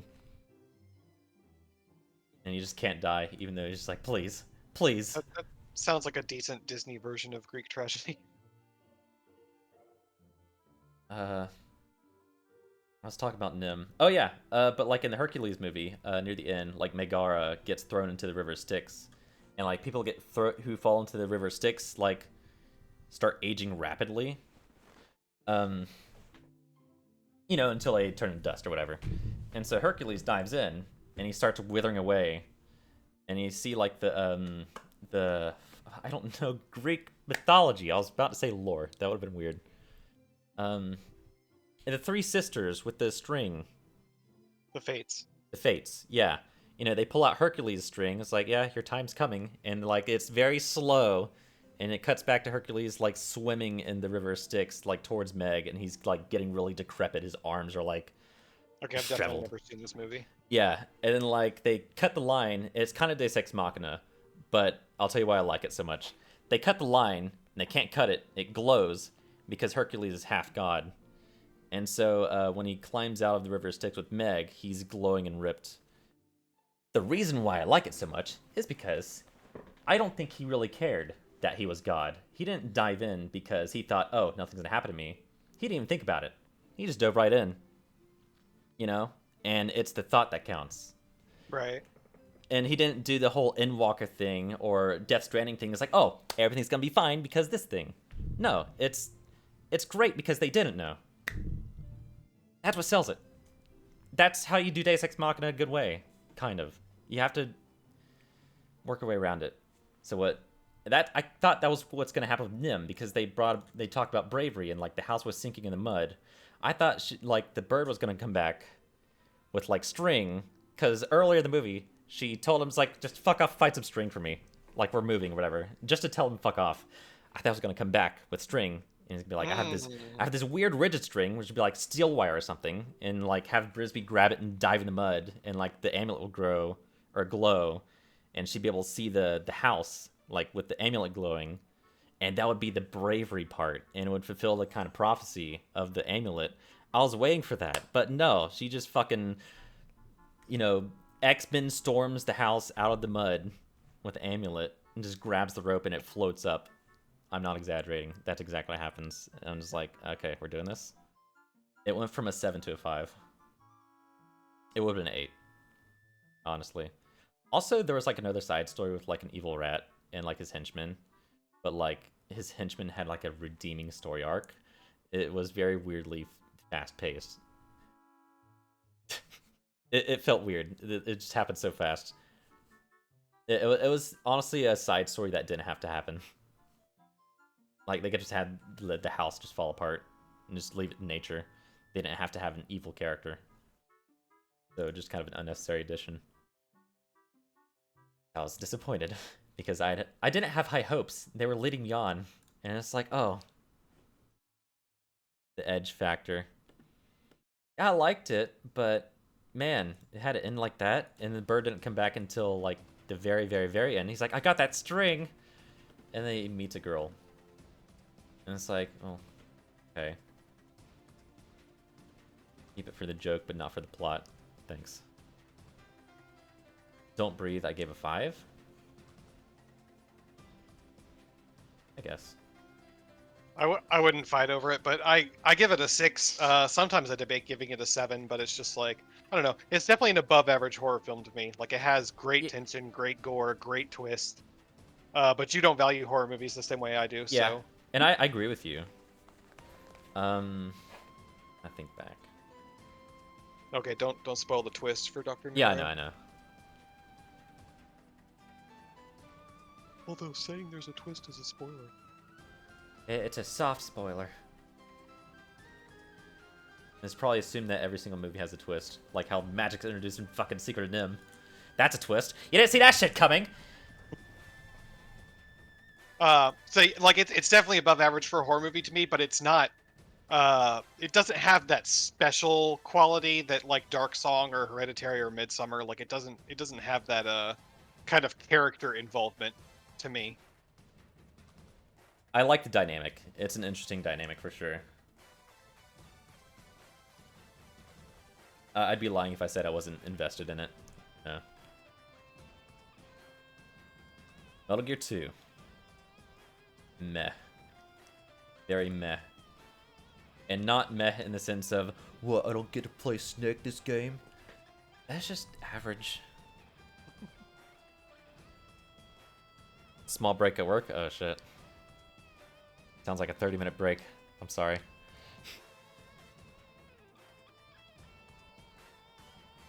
Oh hey, there's Resident Evil 2 again. I'll see you later. See you again soon. 9. It was a very movie.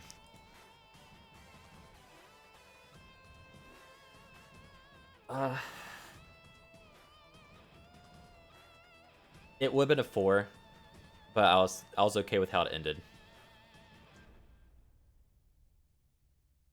45 minutes? Better short breaks than I get, or used to get. Yeah, that's nice. You either get an hour, or you get 30 minutes. And if you got 30 minutes, you're like, what the fuck? I'm guessing that's unpaid though, probably. 45 minutes is an odd break time. Yeah, it's usually 30 or an hour. Well, you said 45 minutes so far, so we're getting to an hour territory. Okay. It could be an hour, yeah.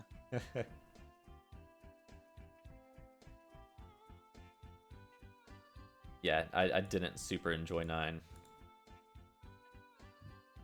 I did not dislike Winchester as much as I thought I would from your talking about it. Whoa! Hi, I want to offer a promotion up your channel. Viewers, followers, views, chatbot. Promote chatbots? That's a weird fucking thing. That's... Price is lower than any competitor. Quality is guaranteed. Be the best. Auto on. Incredibly flexible and convenient. Order management panel. Everything's in your hands. Turn it on / off / customize. Go to doghype.com. No. Closing true. That's like an actual username.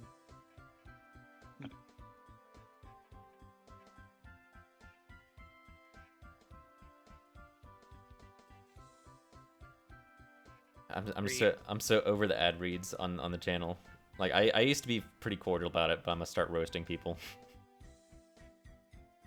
I'm at that point. I don't want to hear it anymore.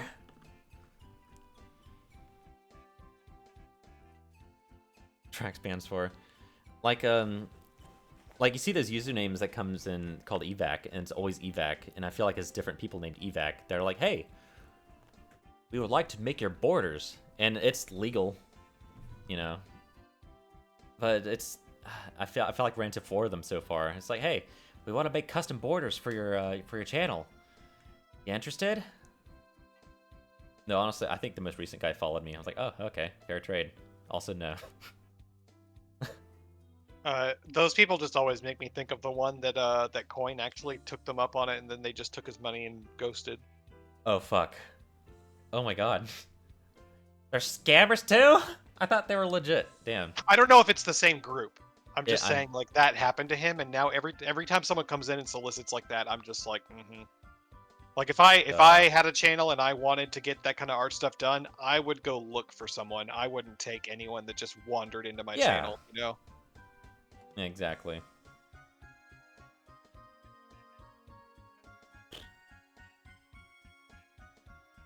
Winchester. Almost good. All they had to do was not fumble the ending. The ending is so abrupt and immediate, you don't even know it's over, and you're already at the resolution. You're like, we're done? Also really liked what you said.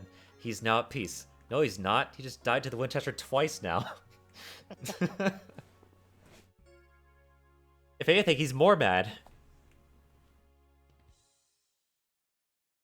If anything, Winchester's a good case study of having a perfect set piece and Just not only not sticking a landing, but hard fumbling. Oh, have you been there? Disappointment. It looked like they had a whole bunch of parts roped off. I imagine it's just like one corridor you go down. It's like, look, if you go through these rooms, which you're not allowed to go, I don't know. I've never been.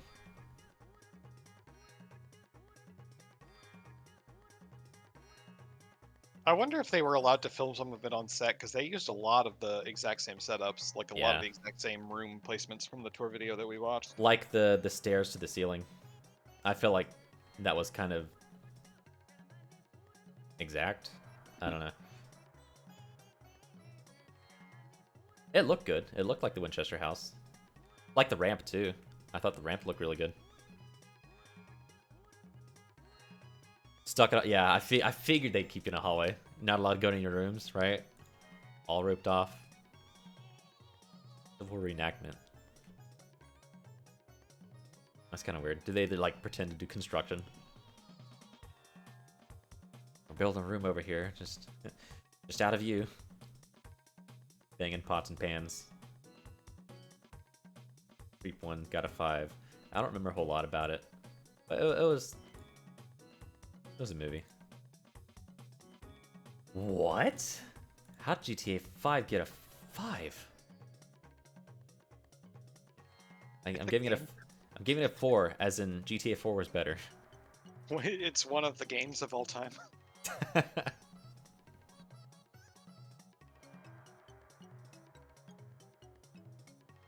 Barbarian. Man, I'm not going to rehash it too much, but you and your brother are both wrong. That's fine. The pacing is amazing. The themes are good. Also, like the entire ride home from your house, I was just like, man, I was holding back so hard on on Ivy.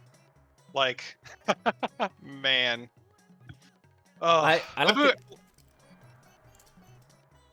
I really didn't like the criticism of like not being able to tell people what the movie was about, because I think it's perfectly fine for a movie to have a twist. And also, I was thinking about it, and like that movie could be about anything and it would still have amazing pacing, good humor. Like that creature could have been anything and the movie would still be good. It's better because of what it is, because it fits the themes, but I don't know. Yeah. And I understand you don't like the way it was paced, but to me the pacing is brilliant, Well, especially with the way it plays with the themes. Like they give you a man and make you ask yourself, is this man guilty? And then right when you find out, oh, he's definitely not guilty, that's also when you get the what the fuck, and then they cut, and then you get, hey, here's a man. Is he innocent? And like, it's so good. And they make you ask yourself, oh, is this guilty man innocent after we just found out that this man we thought was guilty was innocent? Like, I don't know. I enjoyed it. I like it so much. I only think it's a 7. I don't think it's amazing, but I definitely think it's so much better than you and Ivy gave it credit for. If I brought up the pacing, I don't think that if I said pacing, I don't think that's as big as a turnoff as I might have made it sound. The biggest turnoff to me was just the introduction of the second dude. I felt like that was kind of the wrong direction. That's for the that. pacing, though, of like getting that big what the fuck moment and then cutting back to a bright sunlight, complete new plot thread. Like, I mean, I like the idea, but I just felt like he was the wrong character for it. I don't know. I just didn't like him. And I know that's the point. He's supposed to be this unlikable douchebag, but I don't know. It's Justin Long. I kind of did like him. Like I told you, I when I first watched it, I was like, holy shit, they're exploring this. Like, this is an innocent man with a false accusation. They're actually going there. And then I was disappointed when it turned out they weren't going there.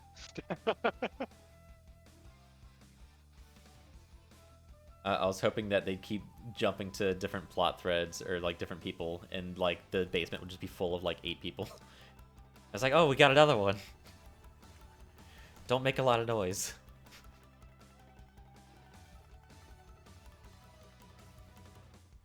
I just didn't like the direction it went. I feel like it could have been more enjoyable. I did kind of like the ending. It was somewhat wholesome. Oh, in a weird way. The gunshot with that song, the perfect song. Yeah. You start to feel a little bad. Resurrection. 4. Covenant. 4. Nothing to say about it. It's just a 4. The basketball scene's legit. Sigourney Weaver practiced the back shots, and they're like, okay, well, we're just get it close, and we'll CG it in, and then she just fucking sinks it, and then Ron Perlman loses his shit. He's like, oh, breaks character. They used a clip. They just kind of showed it sinking, and then they cut to a different scene of Ron Perlman just turning. Whatever. I'm out of nice things to say about it. Covenant. 4. You have not nice things. About Resurrection? Oh, so Covenant. No, Covenant. I mean, You gave Being John Malkovich a 4? I don't remember a whole lot of it. It could be a case of I was tired of shit. It felt like a giant shit post, but like,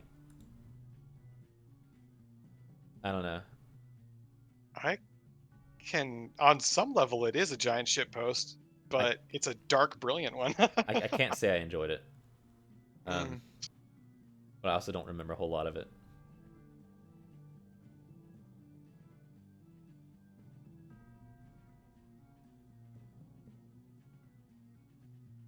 But yeah, I talked about Covenant, how they just kind of betrayed the previous movie and just kind of did their own shit. It's similar to why people hate Aliens 3, which is for a reasonable reason. Puss in Boots, I didn't super enjoy it. 4. Human Centipede. Oh, I forgot to watch this. I forgot to watch Human Centipede. Holy shit. I did do that, didn't I? I completely freaking forgot. Wow.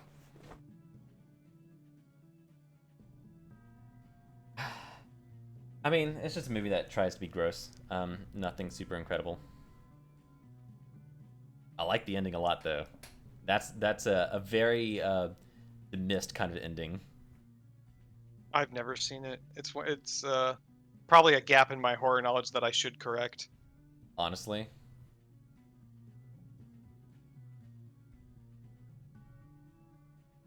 I'll Don't talk about bother. it. I'll talk about it and I'll be vague. So the acting in the beginning feels like porno acting. It was very bad. And then when they start getting to the horror stuff, it's like, okay, so this is why these actors were chosen. It's because they can do horror. They can't do normal ass acting. And so I thought that was funny in a retroactive kind of way. Not that significant. Okay. That's why they were hired. Also, they were hired because they said yes. Because a lot of people who signed up to film a horror movie heard what they had to do, and they're like, no fucking thank you. Also, if you watch Human Centipede, watch it with subtitles on, because there's a shit ton of like different language. There's German, there's fucking Japanese, and like they don't give you subtitles. But the website, the super secret website, the subtitles covers for it. It doesn't always cover like different languages, but for Human Centipede it does. Man, I wish that we had gotten to see a real quality version of They Look Like People, because that movie is already painfully indie without having to watch a shitty upload of a painfully indie film.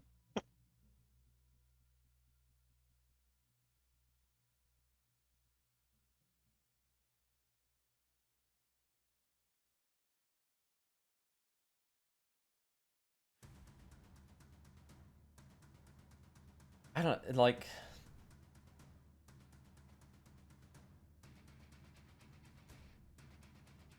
I feel like I was on board for the wrong reasons.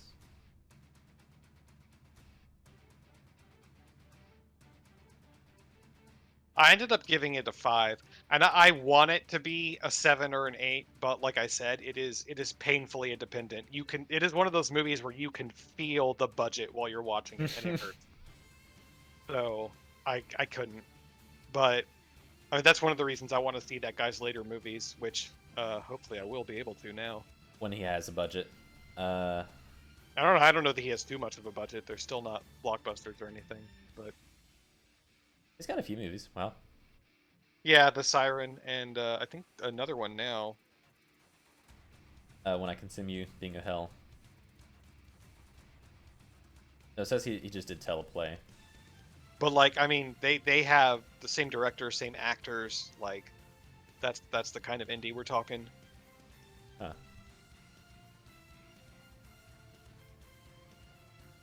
I kind of want to talk about Puss in Boots, but there's nothing to talk about. It's kind of... I don't think I ever saw it. No, I definitely didn't. I didn't like the jokes in there, and it's not like jokes weren't funny. It's like the jokes really detracted to the experience, you know. And after watching the sequel, it was definitely a downgrade, which I didn't think would have happened. But I was like, man, I kind of really just want to watch the second movie again. I just didn't super enjoy it. Oh, we have the scary movies. I have never seen a single one. My introduction was 4. You gave every single one of them a 4. Yeah. Honestly, I should rate them differently, but I don't really remember a whole lot of them. But like, if I rated them based on which one I enjoyed more or less, I feel like one of them would just end up at a 6, and I don't want that to happen. I mean, I guess I could put them at like fucking 1, 2, 3. 1, 2, 3. I could do that. But I don't think they deserve a 1. Maybe like 4, 3, 2, 2. What's gonna get a 4?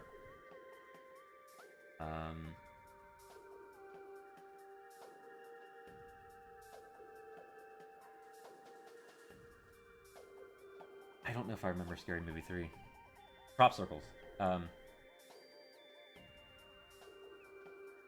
don't really remember. I'm gonna remove 3. I don't remember 3. I remember 4. I don't really remember 1 either. I remember 2 and 4. Perfect. So I will say the second one is the best one of the Scary Movie series. 4, it peaks at the beginning. So just watch the first 5 minutes at the beginning of Scary Movie 4 and you're good to go. You have to... I can't imagine I'll ever see any of them, to be honest. That's fine. I mean, it's just a comedy. If you want to just fucking lazily watch something, throw on Scary Movie. Because honestly, Scary Movie 2 is really fucking funny. It's really funny. I'll put it 5. I think it's really funny. Is it funny by itself, or is it funny if you've seen the movies it's making fun of? Well, the movies they reference, it'd be hard for you to just not hear about it. Okay. You know? Well, and yeah. like the scenes they're parodying. You'd have to be extremely sheltered to not know the movies that they're parodying. You could say it's kind of bottom of the barrel, but I think it's really fucking funny. With what they have. I think the parrot's annoying.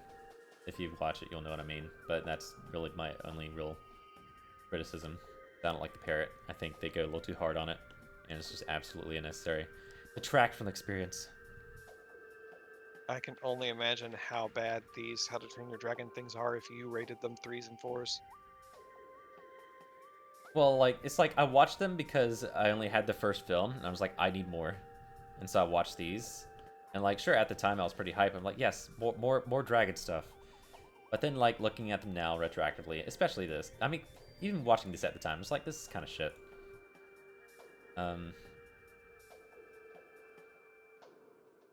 And like this one, motherfucking dragon, not even there for like 80% of the movie, or the short, or 90%, 95% is more like.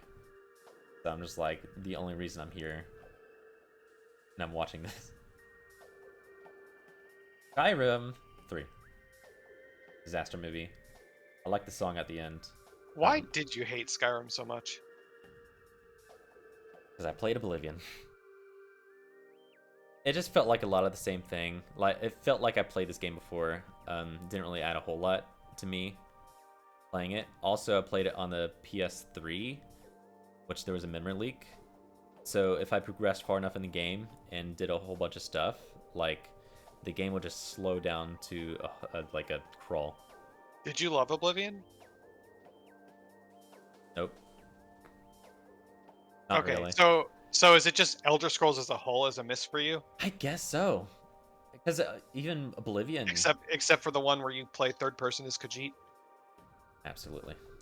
The Khajiit in all the Elder Scrolls games look like shit, except for ESO.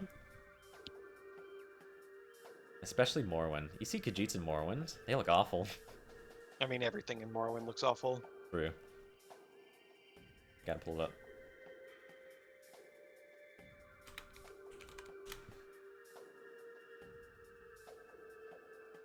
This is a nightmare.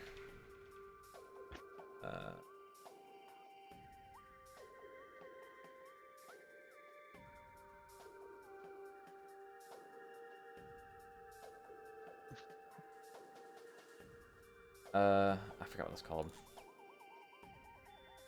Digigrade. It looks like they didn't really know how to do digigrade legs, and it looked really bad. The modeling is so stiff. I know. Walking's worse. I was gonna say it's not even moving and it feels stiff. Oh no, hang on. I gotta go. We gotta go all the way.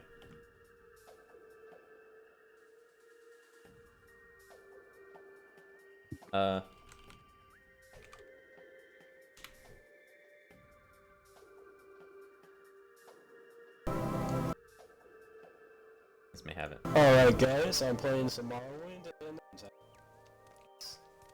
this is what I live for. That's Argonian, but that's energy conservative. Khajiit look like that too. Stepping animation. Like, that's like someone who just had their first day at the gym walk.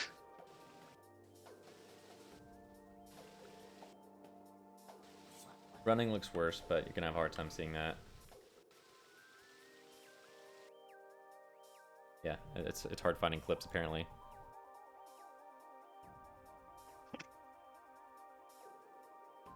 Disaster He movie. walks like he's afraid he's gonna shit himself at any moment. Yeah, and that's normally the comments you see. Groundhog in it. Like, disaster movie's fun, but it's fun in a I'm watching TV and this just came on kind of way. 23. Man, I gave it a 4. You are so rough on this one. It's just a big old nothing burger. I feel like I was wasting my time watching it.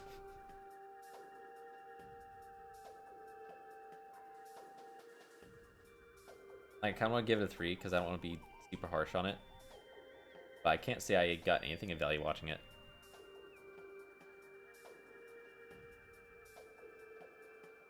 And then Mirrors, I gave a 3. That The- one The best part of 23 was seeing the nipple, because we had seen the nipple before in like a pre-movie like the screenshot before the movie. You're just the nipple, and then seeing the nipple come up. It's like, oh, there it is. That was the most fun I had watching 23. I was following Or it. peak enjoyment. If they had not dwelled so long on the explanation of the ending, I would have enjoyed it more.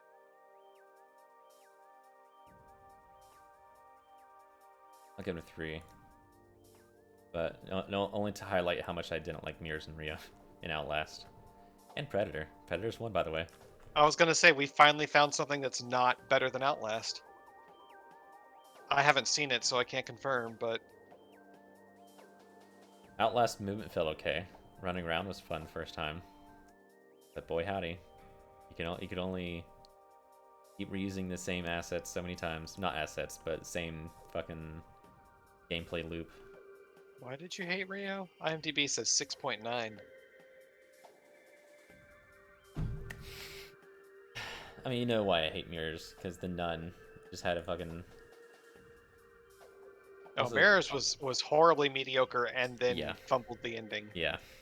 It was not worth. Rio?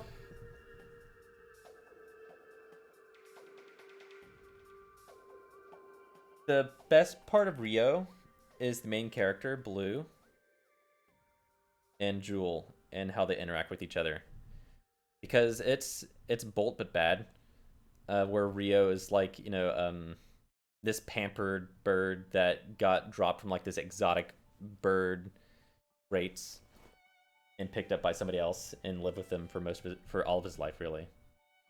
Has Jesse Eisenberg and Anne Hathaway.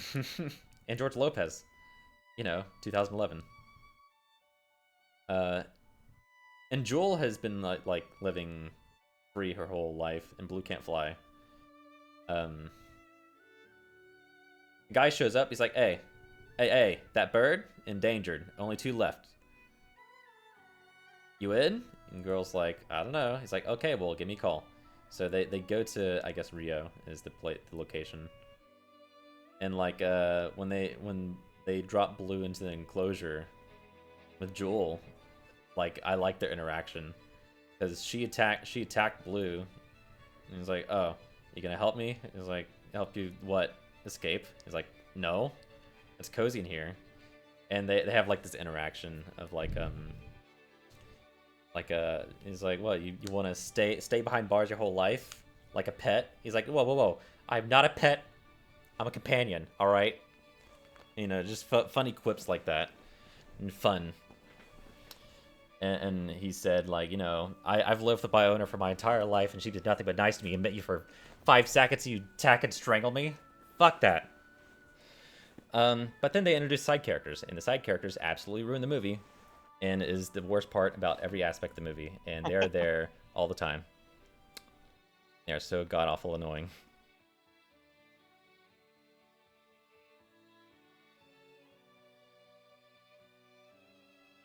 There's our boy!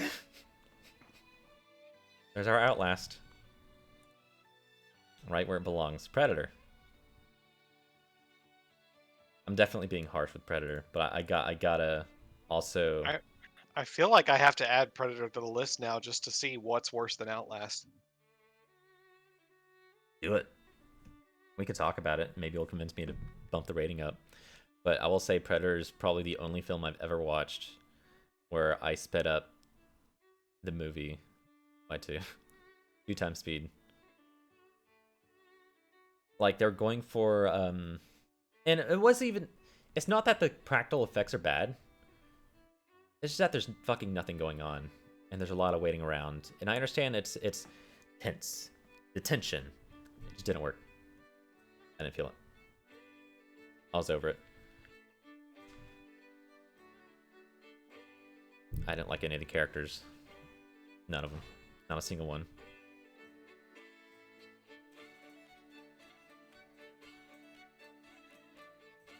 I have nothing nice to say about it.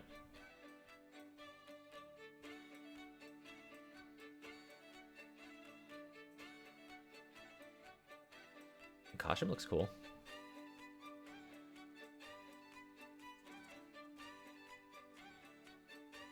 I kind of liked how Arnold figured out how to defeat the Predator. I thought that was pretty clever writing. Good job, writers. Pat yourself on the back. I'm being mean.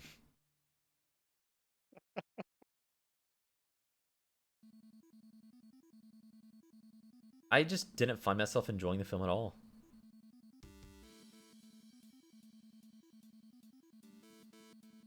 Dylan, you son of a bitch. What's the I don't matter? even know that reference. CIA got you pushing too many pencils. And that's the best part of the movie. It happens 5 minutes in. If that. I think it happens 2 minutes in. You're gonna be clapping your hands and laughing, and then it's downhill. I don't even know that reference. They bring it up on Game Grumps a few times. Aaron plays Dead Rising, walks over to Melon pool. He goes, "Melon!" And then Dan laughs really hard. He's like, "Alright, if you guys don't get it." And he talks about Predator.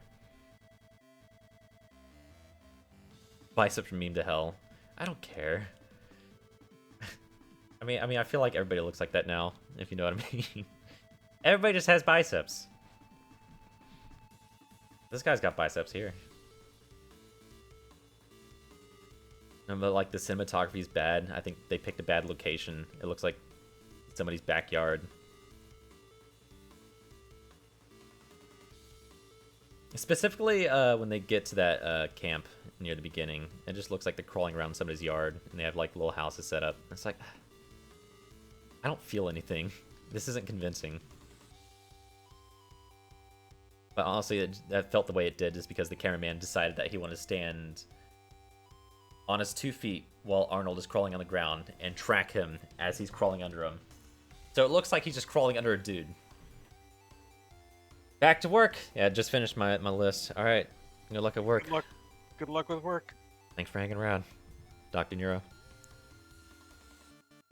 All right, that's my list. You want to go through yours? Do I? I mean, you can go over whatever you want.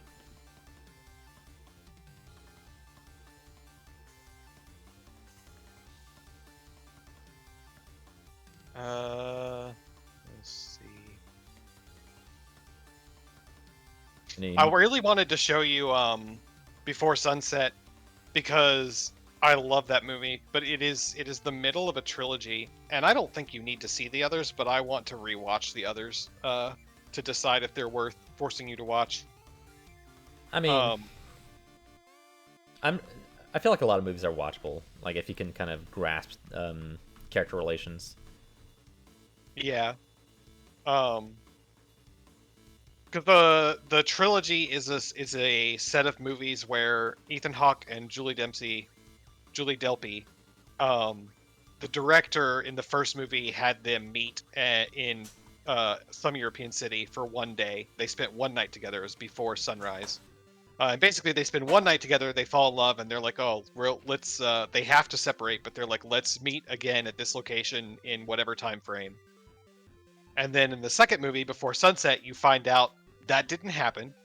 The movie was filmed 10 years later with the same actors 10 years later. Wow. And then the third movie is the same thing again. It is 10 years after Before Sunset with the same actors 10 years. I love Before Sunset for a lot of reasons. The whole movie is in real time. Like, there's no time jumps in the movie. You watch from the moment they meet back together through whatever the movie shows you. It has it's one of those movies that has a scene where people are fighting, and I get that uncomfortable feeling when you're like sitting in a room and you're trying to make yourself small because you are watching two people. You know what I'm talking about? Like, because you're watching people have an argument and you're just like, oh fuck. Like, there's so few movies where people argue and you actually you're visiting a friend. He starts yelling at his mother. I had a friend like that. Yeah, I love it. I love that movie. Right above that, Wit. I would really like you to watch that. I'm gonna rewatch it tonight, I think, to see if it's still a 10 for me, but I'm pretty sure it will be. It's a very sad movie, and it's a little cerebral, but it's so good. Do you want me to hold some movies to the side to watch together? Like if I decide to visit at some point. We will watch Before Sunset together. You should watch Wit because I don't want to watch Wit with anyone because that movie makes me cry. Like, hell yeah. I don't. I would feel so uncomfortable. I don't know. I talked about fucking Klaus. I was trying to remember the name. I say I cried for like I think the entire fucking mid-section, end section. Oh no, you just said it was super wholesome. Yeah, it was wholesome, but it like kept giving me new different reasons to cry. And like they bring in like this foreign girl. She's like, "You're mid-picture," and I'm just like, "Stop! I can't do another one." You know, just ready to fucking lose it. But yeah, you should definitely watch Wit, and then I keep checking that site to see if the whale's gonna appear on there because I want to see it Anytime. again. It's gonna show up anytime. Man, that movie I wanted to see, Infinity Pool, it's on there, but the upload that they have is literally someone holding a camera. God. It's not like, yeah.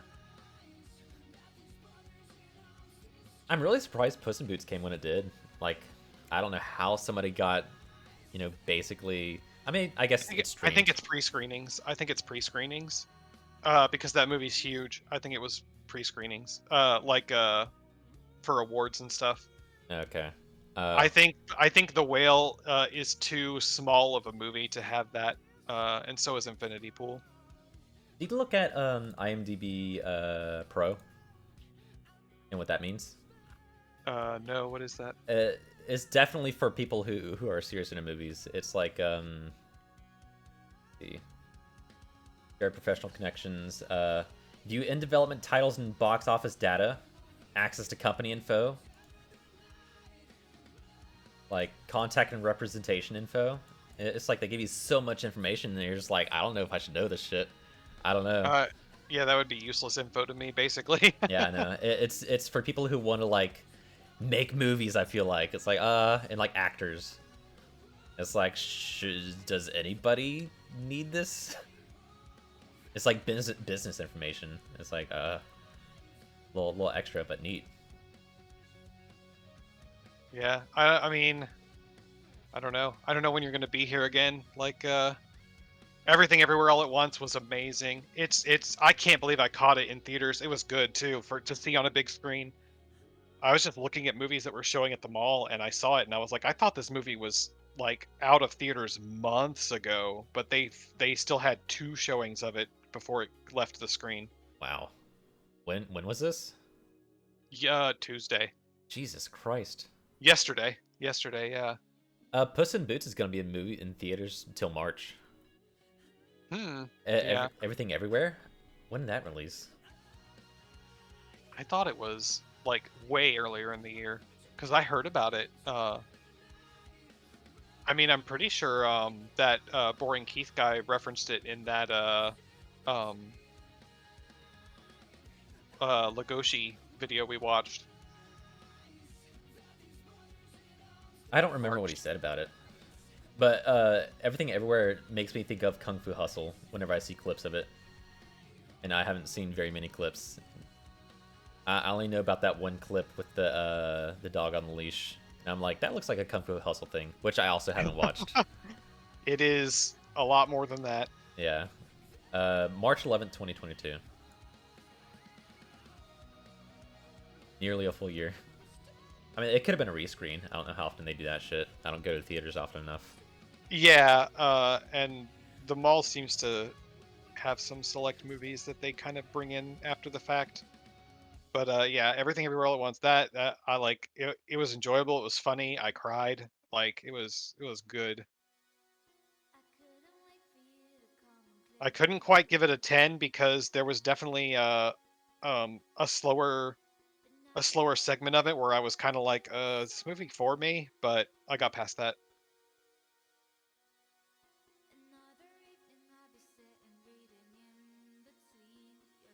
Shadowbringers.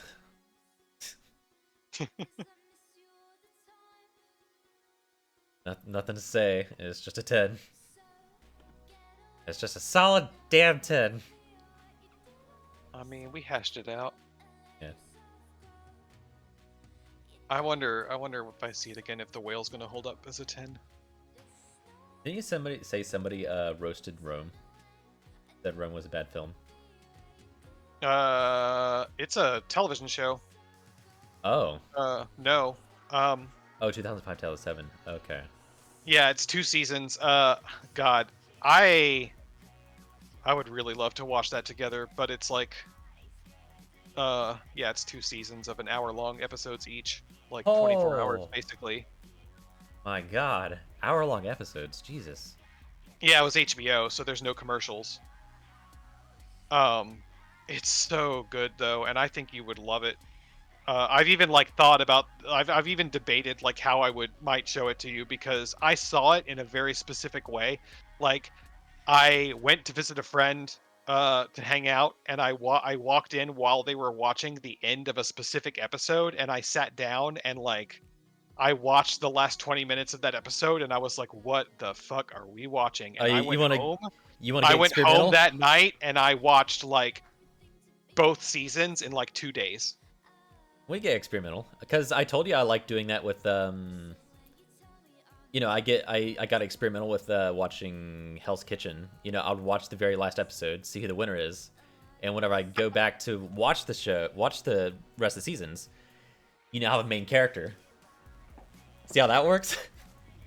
You have somebody to follow. And it's funny because like this one girl, she wasn't even in like the first 5 episodes because everyone's acting like clowns and throwing in drama. And like she won like 3 competitions and she's like, yeah, I think I'm on everybody's radar now. I think everybody's starting to notice me, and she said she was trying to keep a low profile so that nobody would think to vote her out. You know, just do your dishes. Yes, she won. I thought it was really funny how she was so under the radar that the cameraman didn't even give a shit about her. Yeah, she ended up winning. Yeah, we get experimental. I mean, I got experimental with Ghost Stories. Did I make you watch it in a specific order? I don't remember. Yes. Okay. Yes, you had a very specific order. You even swapped the order between viewing sessions. You were like, nope, originally we were going to watch this, but now we're going to watch it this way. You were fine tuning the character knobs on that cat. Oh yeah, for sure. And like I know you said like you could see it being like a normal thing where like his motives are kind of switching. But thing is, the show's over. And so what you have is what you get. And it's like with what you have, you kind of have to go with like the steady incline to kind of make a complete story instead of like leaving it as this incomplete, you know. Right. It reminded me very much of Natsume. Because in Natsume he has a cat that is a demon that's watching over him, and it's very much the same thing of like episode to episode. It's like he clearly is a demon, like playing demon games, and then the next episode it's like, well, no, he clearly likes him. Like, and it just kind of bounces back and forth, you know. Yeah, if they had more episodes, I'm sure it'd be fine. But with only fucking 20 episodes, like, and I saw there's like a soft pattern with like the characterization. I'm like, yeah, you know, this could work. I don't know.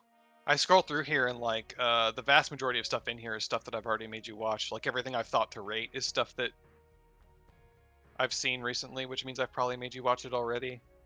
Well, The Crimson Petal and the White in the 9s, that is my favorite novel. It is a 1,000 page novel, and the BBC made a 4-episode 4 hours. miniseries. It's a 4-episode miniseries, Oh. so it's 4 episodes of like an hour each, roughly. I watched it really expecting bottom of the barrel adaptation. Like we're talking a 1,000 page novel, and I watched it expecting a bottom of the barrel adaptation, and it was fucking on point. And even the things that they changed from the book, I was like, I see why you changed that, and this works for a show. Like it was so good. It's very rare that you see an adaptation and you're just like, yes, you know? I feel like there was something like that where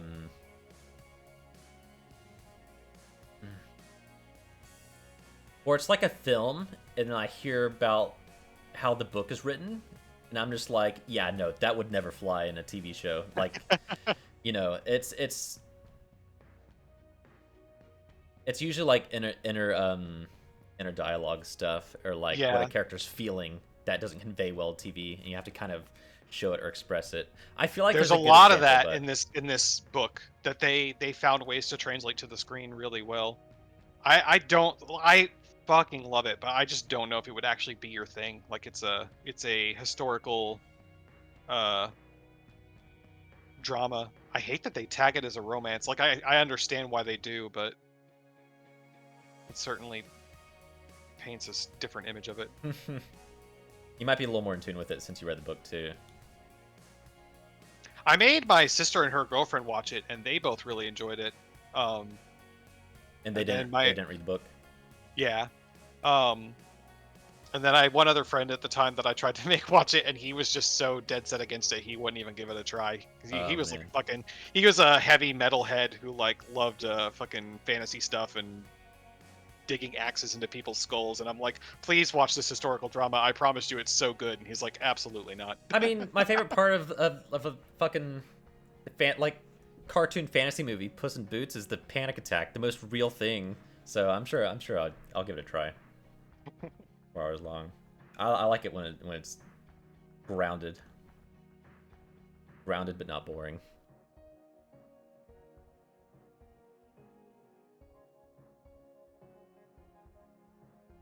Blade Runner 2049. I really like that. It's a very slow burn. I don't know if you need to watch the original Blade Runner first or not. I would say maybe watch the original by yourself, and then we can watch 2049 together. It was 2017.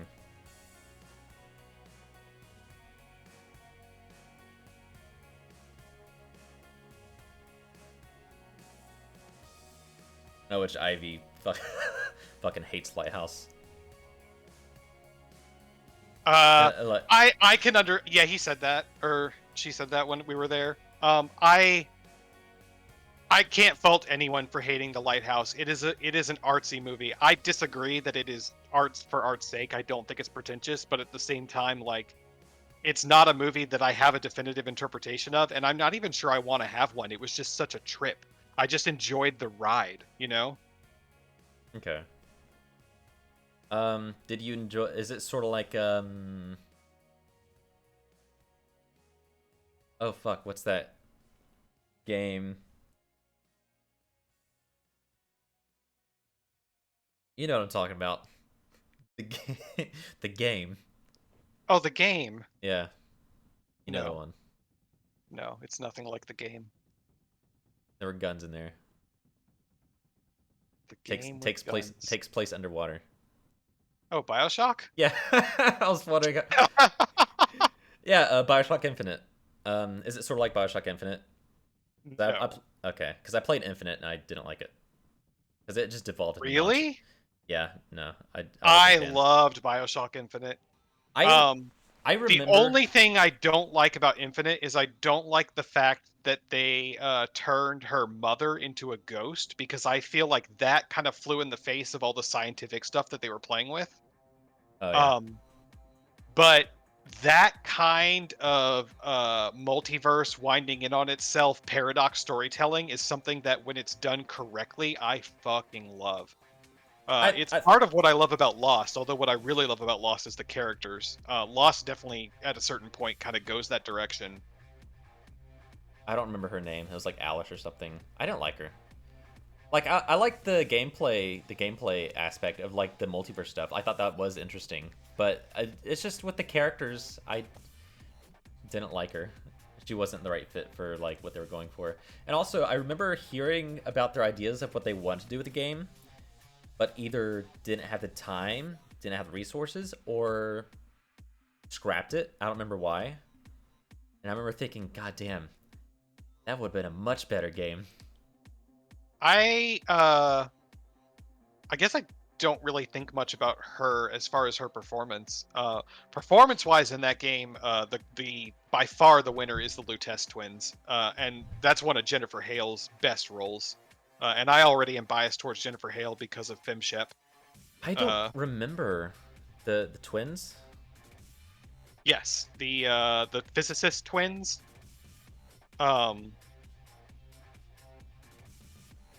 They're responsible for everything, basically. They're why the city floats. They developed the portals that resulted in Elizabeth getting her finger lost and all that. Like, I don't remember their performances, I guess. I don't remember them showing up in the game.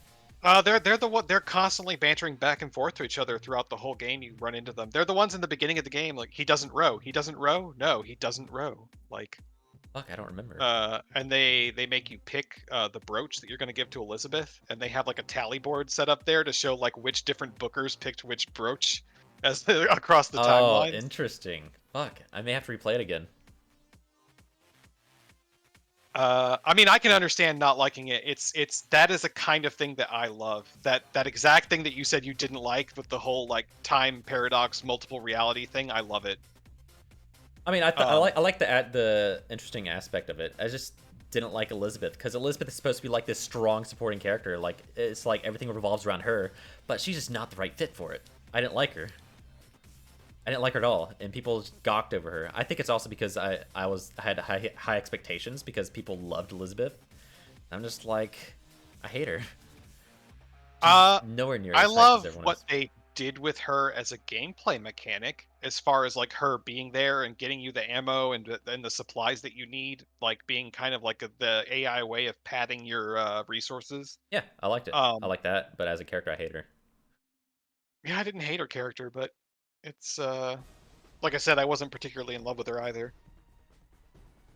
I like It's her role in the story. because it's definitely written in a way that you're supposed to like really care about her, but she just kind of existed. Because like she gets taken, I remember she gets taken away, and I'm just like, fuck, I think I'm supposed to feel sad here. And I don't give it, and like they slowed it down. She reaches for you, reach for her. I'm just like, I don't care. There was a point. There is a point in the story where I kind of have a. I don't fault it as much as you would the main character of Soma, but there is a Soma moment in that where they're like hopping between realities to achieve this goal, and then they're like, okay, we finally did this. Now we just have to go back and turn in the deal. And I'm like, do you realize you've hopped realities several times? There is no deal. Like, I don't know. Like, they're obsessed with getting back to this character to fulfill their deal, and I'm like, that character isn't even the same person anymore. Like, why are you so obsessed with trying to fulfill this deal? Like, I don't know.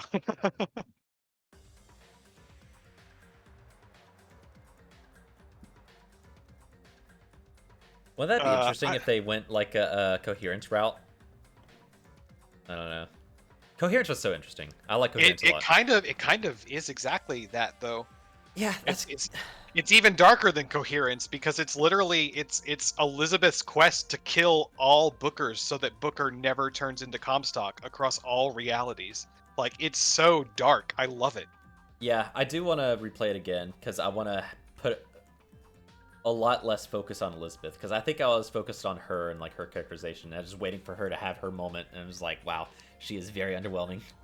It's hard to get into because especially in the beginning of the game, there's a lot of like stuff that you can get invested in that in the end don't matter. Like, there's the whole like Booker's history matters a little bit, but like it's easy to get sucked into the racism angle or the American Indian angle and all this stuff, and it's like, but the game quickly kind of turns its back on those as important plot points. You know, I mean, they're important to Booker's character, but it's almost like the game misrepresents what it's going to be.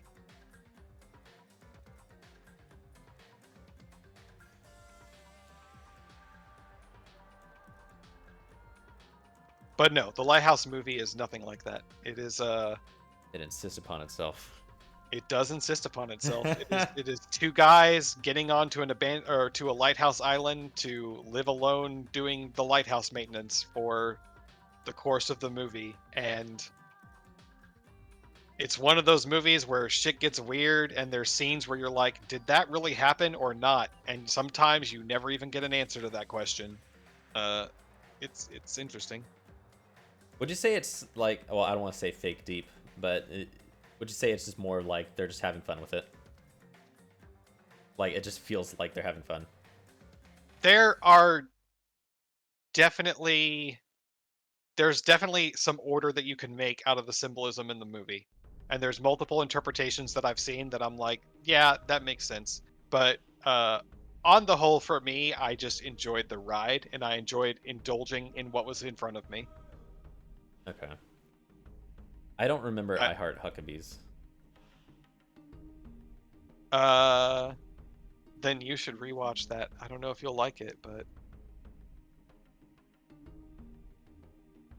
that was the movie we watched with Oh, okay, I'm starting to remember, but I don't remember the plot. This guy's having difficulties with another guy at his work that's taking over his Open Spaces Coalition to try to look better at Huckabee's corporate. The main character tells himself that he's doing it to try to help the environment, and then the other character comes in trying to look good for corporate. And then he ends up hiring this existential detective agency to try to solve the mystery of his life. And then slowly, all of the characters in the movie end up hiring this existential detective agency, and everything just kind of goes wacky. I fucking love it. I'll have to watch it again. And then he gets fed up with the existential detectives because he's like, everything you're saying is bullshit. And then this French nihilist woman comes in and is like, I can tell you the real meaning of life. And she teaches him about nihilism. It's I loved it. I love that movie, but I understand that that movie is I think not it. for everyone. I honestly think it's one of those movies I watched when I was really tired, and Probably. I was just kind of blipping in and out of existence. And I was like, fuck, I want to watch this movie, but I can't. Every time I show that movie to people, I expect them to not like it, and I am always surprised. Like, always, people seem to like that movie. But I still don't expect people to. It's weird.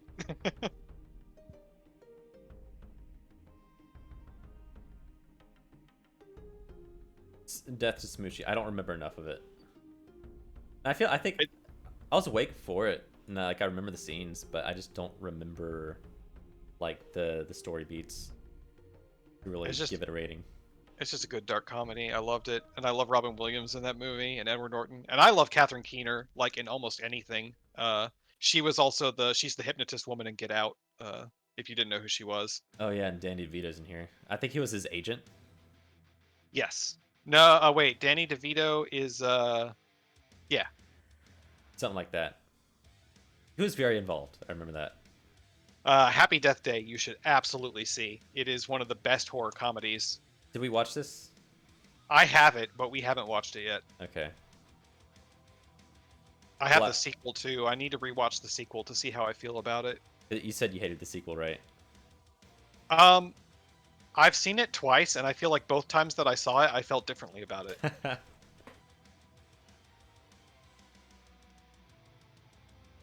I remember you said Black Swan something. I think we were talking about A24 film.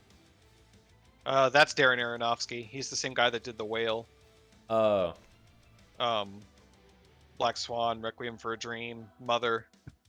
I don't. He does very intense movies. Well, intense in different ways, but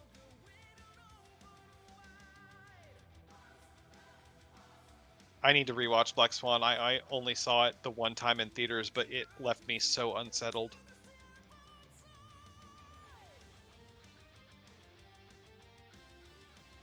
I was gonna bring up Banshees of Inisherin was really good. I want to find the soundtrack to that movie, not to like. I imagine it's very repetitive, but I enjoyed the soundtrack a lot. What were you gonna say? I'm sorry. You said you only watched it once. I was trying to think of movies that I watched, enjoyed the first time, watched again, didn't like it. Literally How to Train Your Dragon 3. Inglourious Bastards for me. I saw that in theaters, and I thought it was great. And I bought the DVD when it came out, and then I showed it to a bunch of people, and I was just like, "What did I like about this movie?" I don't know. I don't know if it needed to be on the big screen or if I was just in a bad mood that day, but I never watched it again after that. But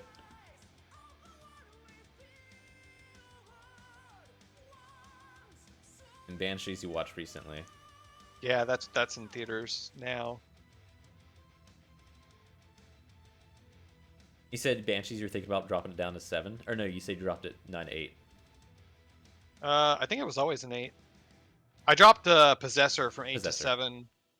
I don't know. I'm back and forth on that. The only reason I dropped Possessor down to 7 was because I was debating between that and Coherence, and it was one of those like, well, if this movie's this, then can this movie be that? And I'm like, it's a stupid thing to Can both argue of these with yourself exist in about. the same plane? I don't want them to.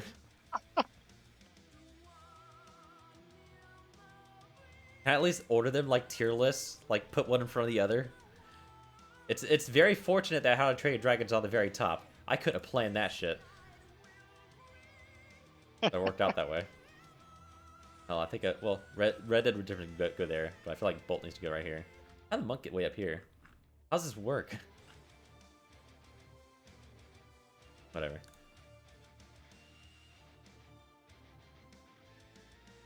Or was it Babylon? They said that somebody roasted it for. Or no, actually, I think we were talking about YMS. Oh yeah, I didn't like his interpretation of Babylon really. But I don't know. 3-hour long movie. Yeah, and I was fine with it the whole time. That's all I knew about the movie going into it, was that it was 3 hours long. Mark wanted to go see it, and I was like, Mark, you realize this movie is 3 hours? And he was like, I want to go see it. And I'm like, okay. And I went to see it blind, and I didn't even look at my watch until like the last 45 minutes. Like, and Wow. even then, it wasn't like a, is this movie ending? I was just like curious, you know?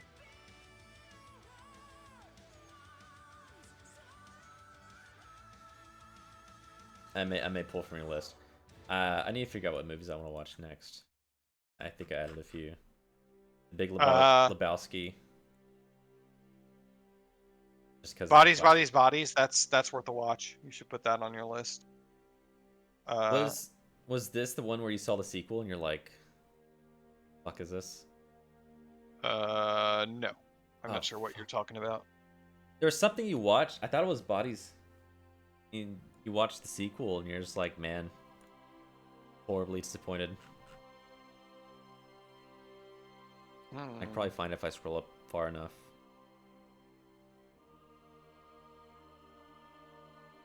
Oh, but there's a lot of text.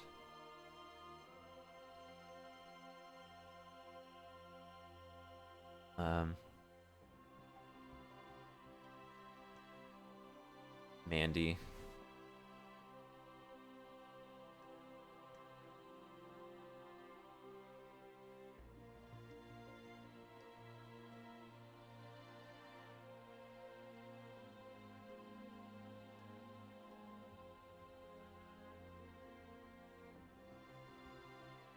I was really disappointed in Mandy. I almost went to 2 times speed on that. I mean, I want to say I understand what some people see in it, but I don't. Oh wow. So I found the message. I just watched Bodies. I think it's the most disappointing A24 film I've seen so far. Started a solid 4, worked its way up to 5, became maybe a 6 in the final moment, but I'm not sure overall. It's not one I would heavily recommend to anyone. Which is funny, because now I've bumped Ye- it up to a 7. And is currently recommending I watch it. I I can watch It really depends on what you want out of it, I guess. The ending, I really liked the ending. And the more I thought about it afterwards, the more I realized that, like, I was looking at the movie the wrong way. Like, it's definitely one of those movies that, like, you know, you go into a movie expecting a certain kind of experience, and then that movie was giving me a different kind of experience. Yeah, you just have to kind of sit on it. But I don't know if it'll resonate with you at all. It's a horror comedy that's really a satire of Zoomers. I might enjoy it, honestly. And Pete Davidson. I don't know who that is. Guarantee you don't like him. Really? Yeah, just type his name into anything, Pete Davidson. and you'll be like, oh, that guy, don't like him.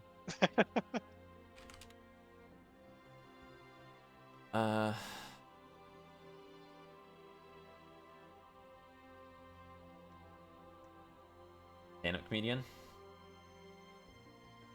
actor, writer, singer, rapper, writer. Most people will tell you he's famous for dating, is it Kim Kardashian? Did everybody date Kim Kardashian?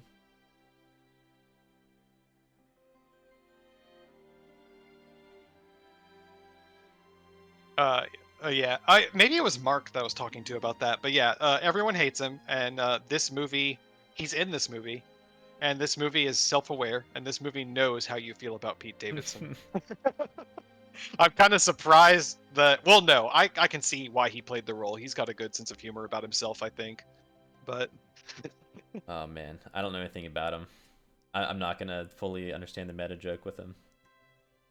right below that, The Ritual. That's a good watch. It's on Netflix for like a generally above-average horror movie. That was one that I thought the movie made good changes over the book, because I read the book, and book is very different.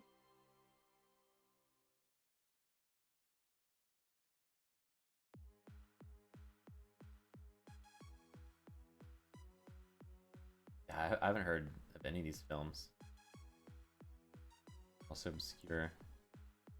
Color Out of Space you brought up. I saw scrolling through messages. Yeah, that's a decent one. You can watch it yourself or here. I have it on Blu-ray, but it's not like a super special movie, but it's good for body horror, and it's Lovecraft story. I think when you brought up Megan, that movie you were disappointed with, you were expecting a Color Out of Space Yes. and was horribly let down. Did you bump up this rating afterwards? You're like, you know what? I missed No, you. no, I don't think so. Just so I can get you further away from that other film. Devil Wears Prada, Hero, Beyond Demon. Hero, I did make you watch. I don't know if you remember it. That was the martial arts film where they keep retelling the story from different perspectives, and it's different color focuses every time they tell the story. It's the guy who's trying to get close enough to the Chinese emperor to assassinate him, and then every time he tells the story, he gets to move a little closer to the emperor. But then in the end, he decides that it's better to just walk away and let China be unified than to kill the emperor and cause more bloodshed. I vaguely remember it, but I'm not like super familiar. It's not amazing, but it's a movie that stuck with me. Like, I don't know. Like, I remember the scenes with the Emperor, but I don't remember the stories. Quentin Tarantino. They have What? enough feet. It's apparently by Quentin Tarantino. Oh, he presented. He just Oh, it's yeah, he has some level of involvement, but that was like the first name that popped up. It's like, by the way, quick before you go away. The Miramax. Oh. Where that popped up.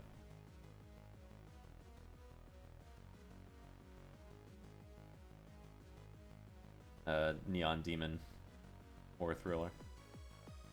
that is a weird one. It's a artsy movie. I enjoyed watching it. It's definitely a slow burn.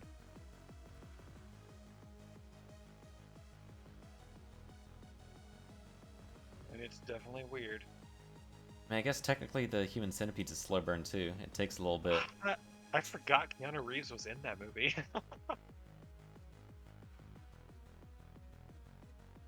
There's a Keanu Reeves movie I want to watch. What year is this? I'm gonna have to click on it. 2016. Because Keanu Reeves said, like, a character that he really wanted to play again is a character he played in Constitution. I don't know if that means he did a good job, or if it just meant it was his favorite character to play. It doesn't really... Not really the same thing, but I thought it'd be interesting to watch, see why he enjoyed playing that character so much. Maybe I'd get some of his enjoyment playing character through osmosis.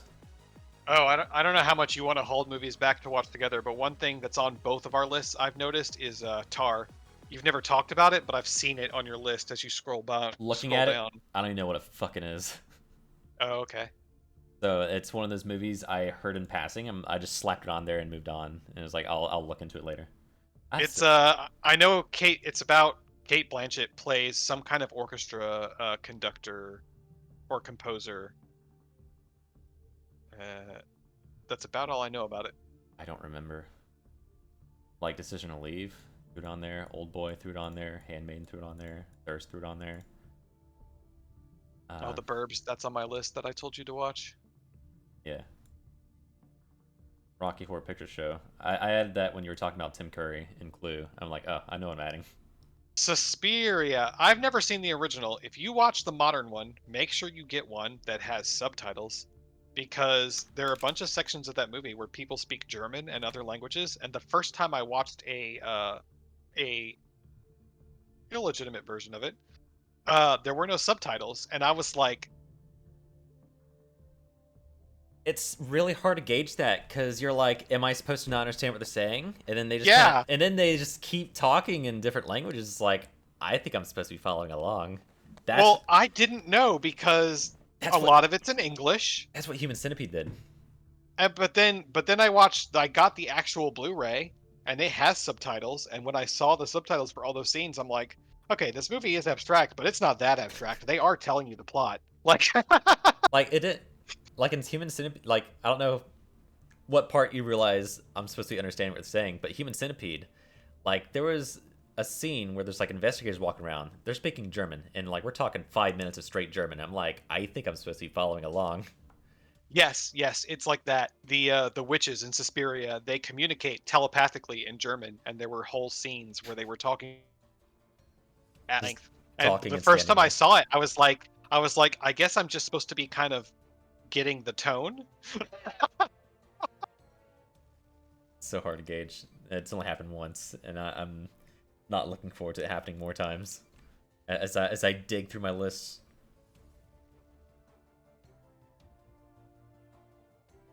Devil Wears Prada, comedy drama. It's a soft spot for me. I really enjoyed that movie. Meryl Streep is fantastic in that movie. The main character is pretty good too. Also, another example where the movie is better than the book, Yeah, which is based on a true story. book writers, pick it up.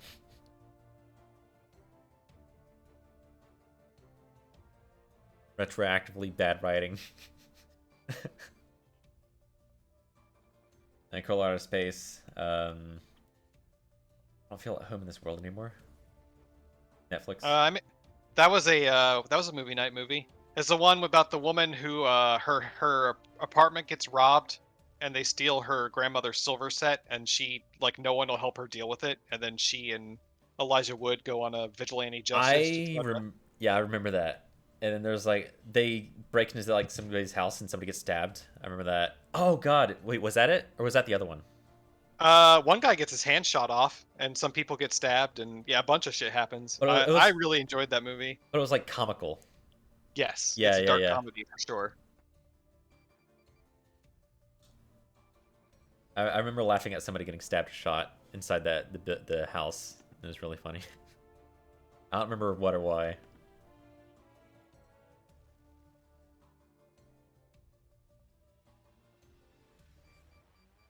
Waking Life. Waking Life is it is an hour and a half of philosophy presented to you as an artsy movie. Um, the movie is a kid who has fallen asleep and can't wake up, and he travels from scene to scene where these people present philosophical concepts to him. And every scene is rotoscoped, which is where they draw over. Ooh, They film real people, but I then like they that. draw over it. Yeah, And every scene has a different artist, which really helps with the whole dreamscape feel of it because the whole movie never feels consistent from scene to scene. I have a soft spot for rotoscope. It's like such a cheating way to animate, but honestly, it just looks so nice. Also, the reason that movie I was talking about, the trilogy I was talking about before with Ethan Hawke and Julie Delpy, before Sunrise, Before Sunset, and the other one. Yeah. One of the scene, it's by the same director, and one of the scenes in Waking Life happens to be the characters from that movie, just in their own little one-off scene, which I really liked. That's cool. They just kind of cameo as their own character. Also in that movie is one of the scenes in that movie is Alex Jones before he went completely off the deep end. Wow. 2000. Oh, 2001. I may have to watch that. It's good. Is it? It's real philosophy. Like it's all. Yes. Like it's not a movie that you should watch for a cohesive plot or to feel some sense of fulfillment when it's over, unless fulfillment is just I have a bunch of things to think about.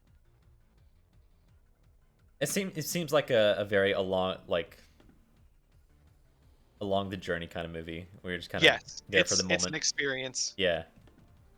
I mean, one of the scenes of the movie is literally you watch the rehearsal of the group that is doing the soundtrack of the movie that you're watching. I might enjoy that. Yeah, I got to see the director of that orchestra when I went to Austin, Texas. I got to see him perform, and he was playing like very conservative. You haven't seen the movie yet. The movie is like this very eccentric tango music, very modern. And I went to see him at this restaurant called Texas French Bread, where he was playing very classic tango music. And I talked to him during one of the intermissions, and like, oh, this movie's why I found, like, how I found you, and like, I'm so glad I got to see you in the city that I'm like visiting a friend in, and randomly saw you here. And after that, for the rest of the presentation, he mixed in songs from the movie Oh hell yeah. that no one in that audience wanted to hear, and I'm just like, oh, sweet. That's really cool. He was in Austin, Texas. Was he just there? Was he like? No, they have a regular gig there. That's why when I went to visit my friend, I was like, "Do you know this restaurant?" And he's like, "Oh, I've heard of it before. It's on this street." And I'm like, "I want to go there on this night because apparently this tango group plays there like regularly." That's cool. Lamb. Lamb, A24. Yeah, watch it if you can. I don't know what you'll think of it. It's a slow movie, but it definitely has a finish. It definitely has a finish. Sounds like I'll like it. And a midsummer moment. Oh, speaking of, so in movie nights, do you remember my friend Taylor, the black chick? She Yeah. kind of stopped coming. So I don't know how many times you would have met her. I remember. Before you started coming, when we watched A Dark Song, she was so vocal during that movie, like because the woman in A Dark Song, like, she's, you know, she's very dedicated vengeance for her son. She's paying a shit ton of money to get this ritual done, right? Yeah. Every single time she second guesses what the guy tells her to do, or is like, do I really need to do this or whatever, Taylor's just like, bitch, you paid this man $75,000. Do you want to talk to your son or not? Like, like, through the whole movie, it was fucking hilarious. She's just like, clearly you believe this is real. You're paying $75,000 for it. Drink the fucking blood. Like,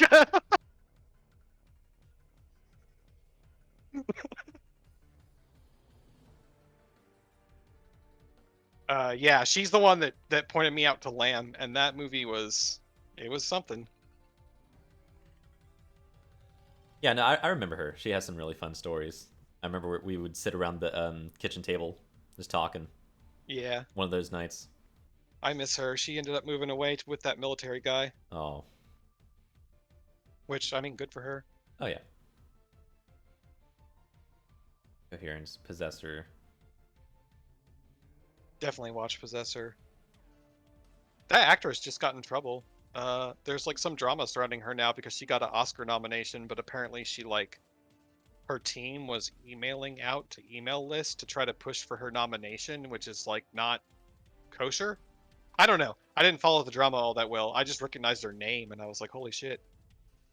Oh no, there's no comments. So there's like comments. You know what crossed my mind is you know, I clicked on actors and I would check for like a rating, but that'd be a little too harsh. It's like, hey yo, this actor, 4-star actor. Like, it's a fast pass to get people to fucking. I mean, I'm surprised they don't give you like an average score of the movies they're in. That'd be interesting. I mean, you have known for. But then again, I mean, you have people like Margot Robbie who are famous, amazing actors, but then every movie she's been in has been a flop. But it's not her fault. Like. So something I noticed. So John Goodman, you know who he is.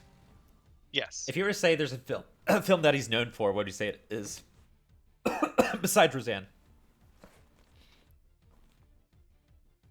If I were to scroll down and see like the 4 films that he's known for, what do you think would be in there? I feel like he's done a lot of voice work for random cartoons, which I wouldn't be able to list off. Was he in True Lies? I don't know. True Lies? No. I don't think so. I'm not sure. Because True Lies was Arnold and oh, what's a girl in there? Hang on, I'm gonna scroll down a minute. Jamie Lee Curtis. Yes, Jamie Lee Curtis, and she did That movie was good. I need to rewatch that so I can rate it. Yeah, I like True Lies a lot. I love True Lies. I don't know. I can't think of what he's been in, to be honest. I just know who he is. You might be thinking Monsters Inc. He played Sully. I have not seen Monsters Inc. Okay, well, Scroll down. Argo, 10 Cloverfield Lane, Barton Fink, Flight. I feel like, I don't know. I didn't see any of those. I just assumed that he'd be the most known for The Big Lebowski. I've never seen that. I Me- didn't even know he was in it. Me neither. But I guess he doesn't really play main character. But it's always his character I see whenever it's mentioned. Apparently in B movie. Did you see the Lego movie? No. You should see the Lego movie. That movie is absolutely better than you think it is. You know, I've heard that before. It's just the Lego movie. Chris Pratt, Will Ferrell. Yes. Okay. Going in.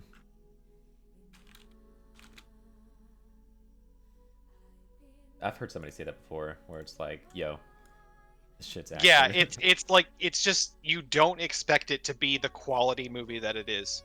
Bolt. Yeah, I know. Cause I don't think I explained, but I only watched Bolt because it just happened to be on TV, and like I started watching as he was getting taken away from Hollywood. He like fell in the box of styrofoam. I'm like, I guess I'll eat in my room with this tiny ass TV, and I just watched through it, and I'm just like, yo, that was kind of solid. And it came on again. Like, I didn't even decide to watch it again. It just came on TV again. I'm like, hey, yo, how about a fucking encore? I'll watch it again. And that's when I was like, this movie. I think this movie's special. And it just happened to be on TV. Adaptation. You saw that. That was the movie with Nicolas Cage where he's writing the movie that you're watching. Oh, fuck. Oh, I don't remember. I remember it, but I don't remember how it went. He's like trying to do an adaptation of Meryl Streep's book about flowers. And his twin brother is like learning to be a film writer also and getting a ton of success while he's failing miserably. There's way too many scenes of him masturbating. Like, I remember them in a car. I'm trying to remember how it ended, though. That's completely lost on me. He goes to see the screenwriter that's been helping his brother, and he talks to the screenwriter, and the screenwriter like tells him that his movie has no conflict and no drama, and he needs to find the conflict and the drama. And then he goes back to investigate Meryl Streep and finds out that she's been living with John LaRoche and she visiting him all this time, and they're drug addicts and they've been snorting the orchids. And then they find out that he knows, and then they have a big conflict in the swamp. There's a car chase, and that's when the chase starts. yeah, and then his brother dies. I remember that. I really like that movie. But it also starts on the set of the movie being John Malkovich, which is why I showed them together. Yeah, I remember that. I remember you showed Malkovich first because you're going to show this. I love both of those movies, and I was really disappointed in his third movie, which I loved the book. It was an adaptation of a book, and I just thought it was slow and boring. Toni Collette is in it, and as always, her performance was phenomenal, but everything else about it was kind of eh. The Void is good. It's like, if you love practical effects, it's The Thing turned up to 11. The Void is a hospital with a bunch of people. A group of Cthulhu cultists surround the hospital. Everyone that tries to leave, they stab and kill. They just keep everyone in the hospital, and then they open a portal to Cthulhu world inside the hospital, and shit goes crazy. That, like, practical effects everywhere. It's just... Sounds like a spectacle kind of movie, where you just sit down and enjoy the show, right? Yes. It's one of those movies. It's kind of like The Mist, as far as, like, there's no character that you're supposed to root for. Like, everyone's kind of being a shitty human being, you know? Yeah. Like...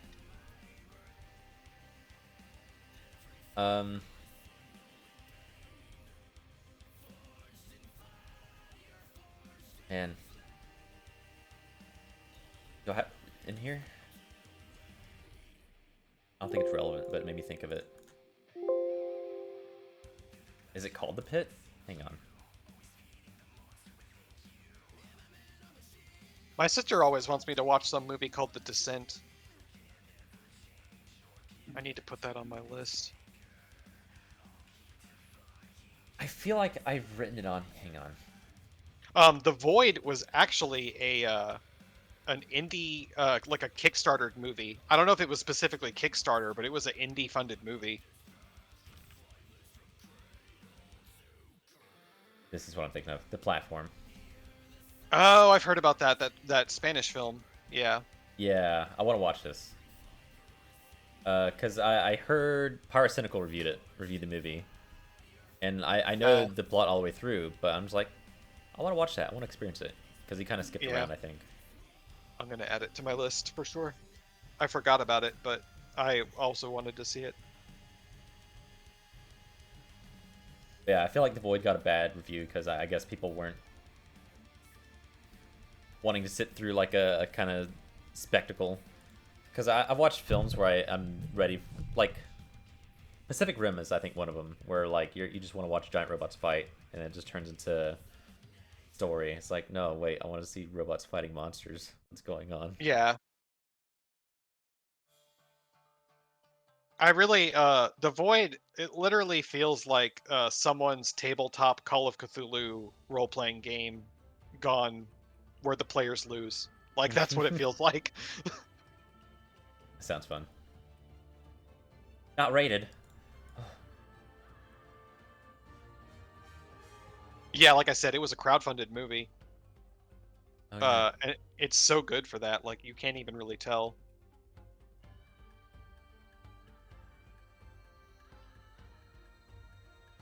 And you got Puss in Boots at a very low 7. I mean, you don't even have it at a 10 yet. Right. You know what I was gonna say? I'm like, raise that up to an 8. It'd be at 8 stars. And I saw my 9. I'm like, I better not say that. I'd be trapping myself in a corner and just serving you an easy rebuttal. I mean, I'm kind of interested in seeing it again. Who knows how I'd feel about it on second viewing. Watching it again, I enjoy the music a lot more. It's kind of it's another one of those. It's at a 7 because Bolt is at 8. And it's at a 9 because I'm having come to terms with putting it next to Bolt and How to Train Your Dragon. I'm just like, is it that good? So I'm gonna keep watching it until it's good. And Bolt is another one. Like it's been on my it's on my wish list to get the DVD. I just never have pulled the trigger on it. Like I do want to see it again. I'm conflicted about watching old animated movies on Blu-ray. Is it out for Blu-ray actually? Yeah, that's what I meant. I meant Blu-ray. I said DVD. Yeah, I know. But... I don't remember if I had it, but like watching Lion King on Blu-ray, it's kind of rough, honestly. Like you can see the draw lines. It's very weird. Interesting. Yeah, it's a surprised 94 movie. They don't touch it up. I think they to be did. honest. I think they did, but it's still a little rough sometimes. Not distractingly, but if you really focus in at like their feet, and you can see the rush lines of like, let's get these body parts moving. That's only if you like hyper fixate on it and you're just like, I want to look at the lines. If you're just watching the movie, you're not gonna notice it, I can see it looking bad with The Incredibles. Like if you watch Incredibles Blu-ray, it'll probably look really bad. But I don't know. I haven't watched a whole lot of Blu-ray animated films. Gattaca. You remember that one? Let me look at it.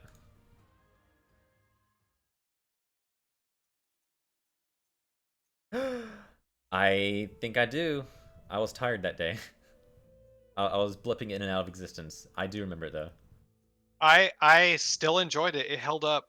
It's kind of an old movie, but I still liked it. And it's another one of those where I just go back and listen to the main theme, and the main theme like just hits those emotions for me. What I would have never expected it to be a 97 film. I thought it looked good for what it presented. I would have assumed 2010 minimum. I think. I was tired. I couldn't think that just because of how young Ethan Hawke looks. Oh yeah, I guess. Who is he? Oh, Before Sunset. Oh fuck, Glass Onion. Any films I know him from? He was in Glass Onion? Apparently, The Efficient Man.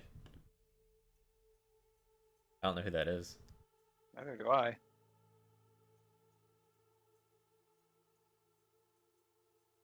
He was in The Northman? I didn't even recognize him. Pass it.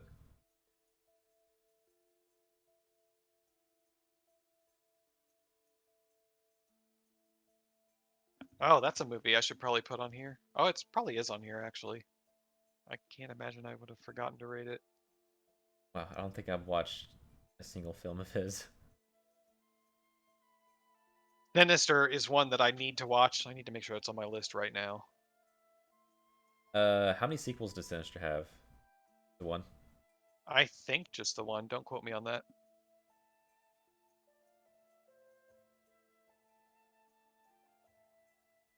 I don't know what I was expecting. I typed in Sinister, and they had a whole bunch of movies with Sinister in the title.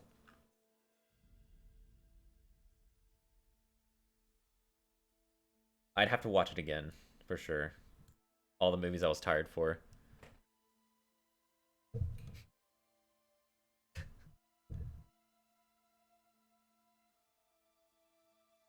You know, conceptually, movie night's a good idea, but in practice, I think I'm not built for it. I think it was At least you were tired and want to watch them again. There were a couple of times that I'm just like, wow, I really fucking whiffed with Alan on this one. Like, I just assumed you were just bored out of your mind. Oh no. It was definitely just like I need to stay up. I can't focus. I'm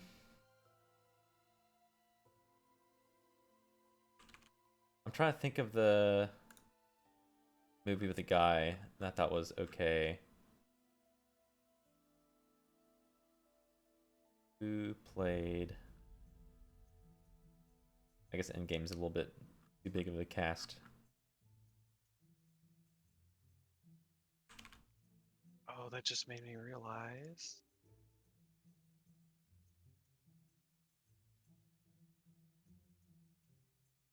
Speaking of Paul Rudd, another movie that This is way better than you think it is Clueless. What do I want to rate this? It's at least a 7.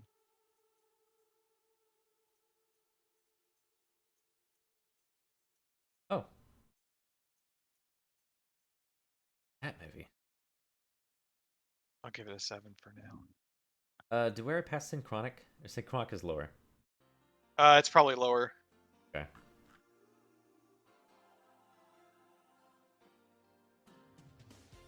Because that was another one I was tired for, but I don't think I was so tired that I couldn't remember, because I was following along pretty well. I feel like this is gonna sound weird. I feel like Synchronic is the Justin Benson and Aaron Moorhead movie for you instead of for me. It had such a like clean emotional plot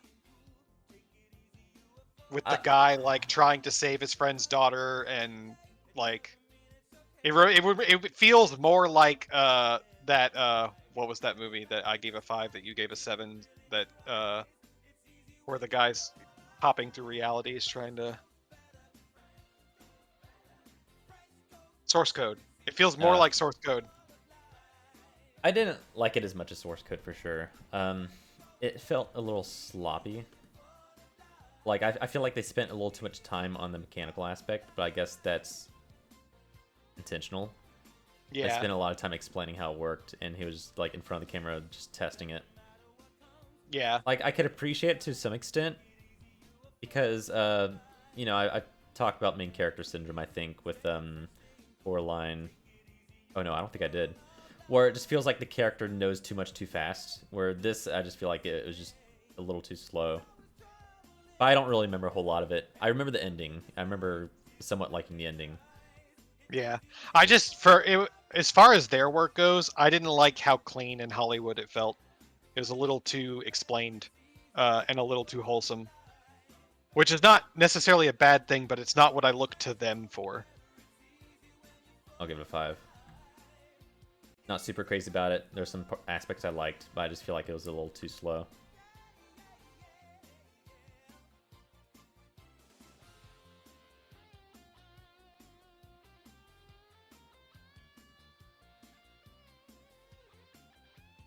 Did you remember Tragedy Girls? I did. That's that horror comedy. Oh yeah, with the girls on social media. Yeah, and they're trying to kill someone or kill people. Yes. Well, they kidnapped the serial killer.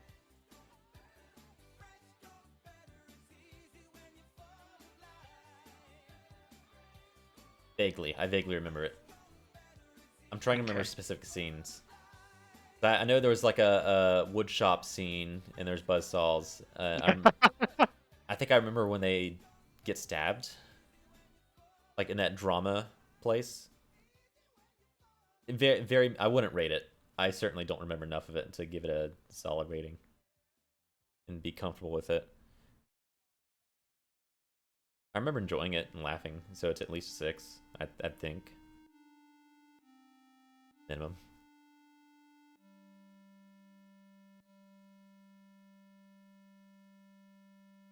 Suspiria. Drama, fantasy, horror. I want I want to love Suspiria more than I do. It has some amazing scenes. And it also has some really slow parts. And the ending definitely overstays its welcome. Some people disagree, but I don't know. It's still really good. I'm glad I saw it. It definitely gets a 7 at least. But it could have been an 8 or a 9 if it had just been tighter.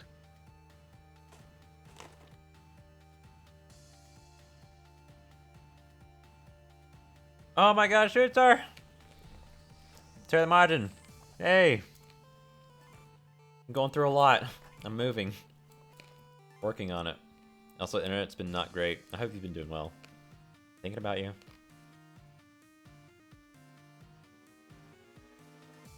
It took me way too long to process that name to figure out who was talking. Yeah.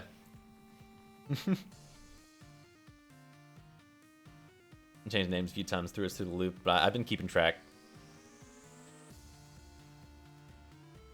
And yeah, once I move, I'm gonna try to get it like a kind of normal job, computer job, get a little more stable. And hopefully the internet isn't as spotty, because like we've had guys come out multiple times. I think right now it's kind of it wants to drop. I see it. I see that green box turning yellow. I'm like, don't you fucking do it. Yeah. Well, I'm assuming you won't have like the whole camera thing and all that where you're going, right?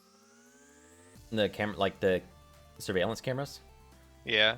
Yeah, all that's gone at the other house. Yeah, because I'm sure that's quite a drain on the. I'm sure it has something to do with it, but like we're just so far from the road where the internet's hooked up.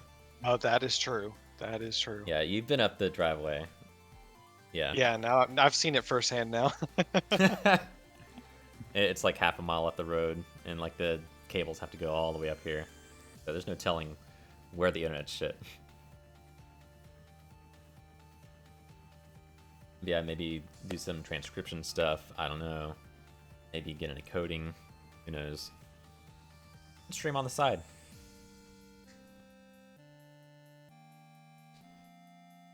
Yeah, I wanna at least get a job so I could get some sort of income. Computer job. I don't want to drive anywhere, because that driving to a job and driving back just honestly knocks me out. Wherever it is.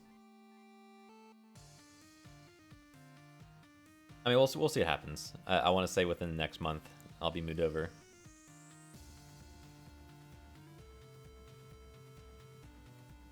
Working full-time, streaming part-time? Fuck.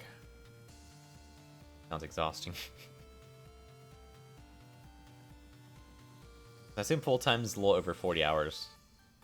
Assuming it's not like marine biology or something. Not really. Marine biologists work for like 90 hours during a week. 60 hours! Fuck! Is it do you have to drive anywhere?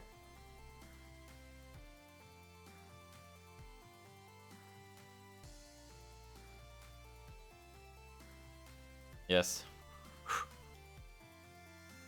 I mean, I imagine if you make enough, you just kind of tough it out. Working at a retail, it's like, man, whatever you pay me on the hourly rate, just ain't gonna cut it. That sounds good. I'm glad. I just need to move and get in a better headspace.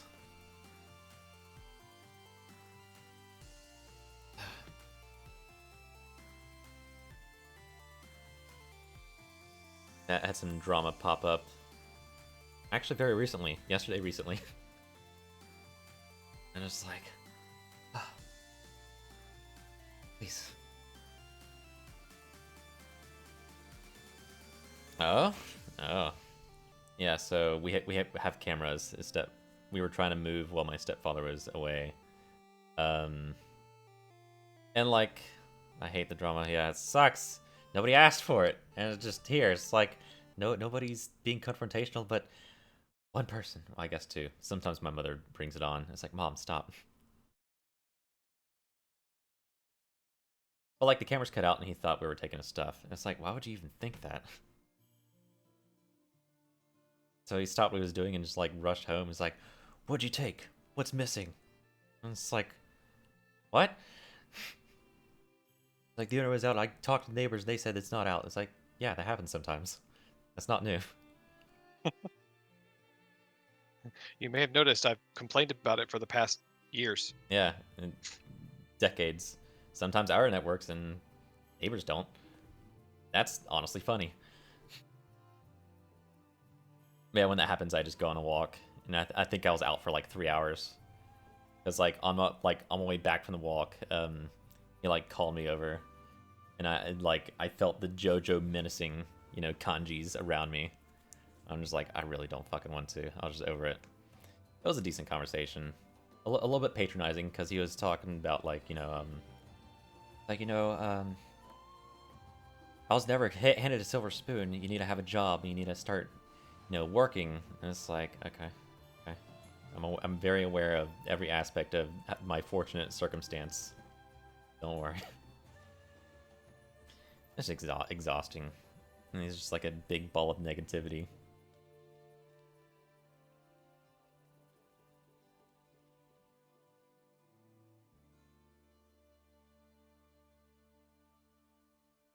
Among other things. Debating, discussing. A little heavy hitting. Keep your head up. Yeah. I'm making the right decisions here. I am resolved. Yeah, I can't wait for you to be moved out of there. Yeah.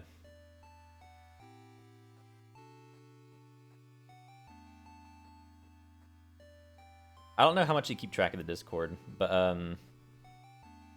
there was a situation with the toilet seat and kept getting pissed on, and there's like no respect of people living around the house. I got fed up because I got pissed on like 3 times in like 3 days within the same month. So I removed it and I threw it away. I took that toilet seat off, walked downstairs to my mother. I'm like, hey, toilet seat's gone now. You can replace it. You can replace it. I don't care. And just stormed my room, sat down. Brother came in and was like, hey, you alright? And I'm like, no. He's like, oh, you want some Wendy's? I'm like, sure.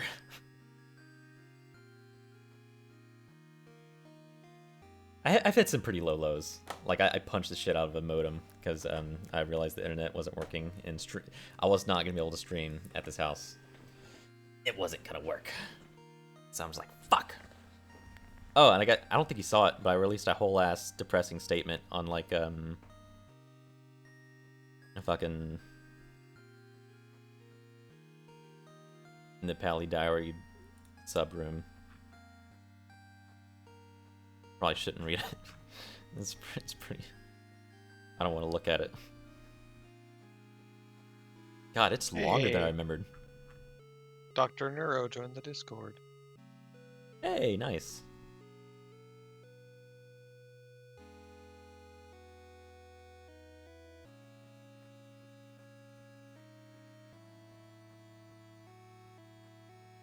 Yeah, the family, the internal family, like the aunts, and my mother call it toilet gate. And I thought that was the funniest shit. And just when I removed the toilet seat, it's called toilet gate. Brother came out as trans and convinced me to put the toilet seat back on. I'm like, fine. You remember what we were talking about with the people advertising in streams? Yeah. Click on Dr. Neuro in Twitch and look at the last sentence of his About Me. No, I don't need custom art / emotes. I will insta-block. Hell yeah.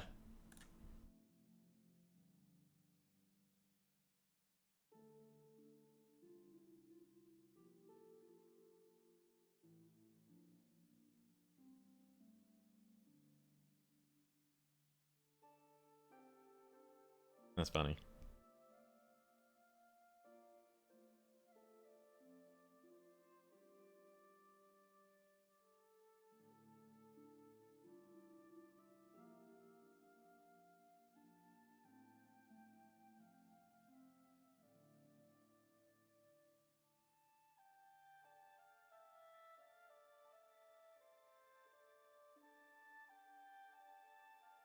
Step away for a second, it's fine. We got distracted. But yeah, I removed the toilet seat because I got so fed up. And threw it away, stored in my room. And it was like, I'm upset. My brother took me to Wendy's, came out as trans, convinced me to put the toilet seat back on. I'm like, fine. And the family calls it toilet gate. Me removing toilet seat internally. I thought that was the funniest thing. Toilet gate. It's a moment of history now. That apparently got talked about a lot behind the scenes. I'm like, oh, that's cool. I It was sparked us legit moving. worried. I was legit worried when I brought you back there, and I was like, I didn't clog your toilet. I'm like, oh god, he's gonna see that. Shit It actually and was. It wasn't clogged, but when I flushed it, it did flush down really slowly. So I just took the plunger. It cleaned up just fine. flip. Okay, it definitely was clogged when I flushed it. And it was like, I don't know how to walk out of this bathroom like this. I thought it was about to start overflowing out of the toilet.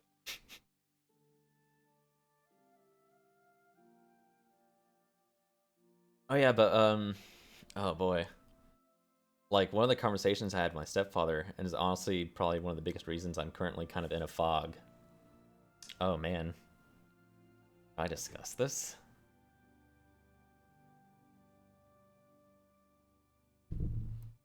Like, part of his frustration is, you know, the divorce, right?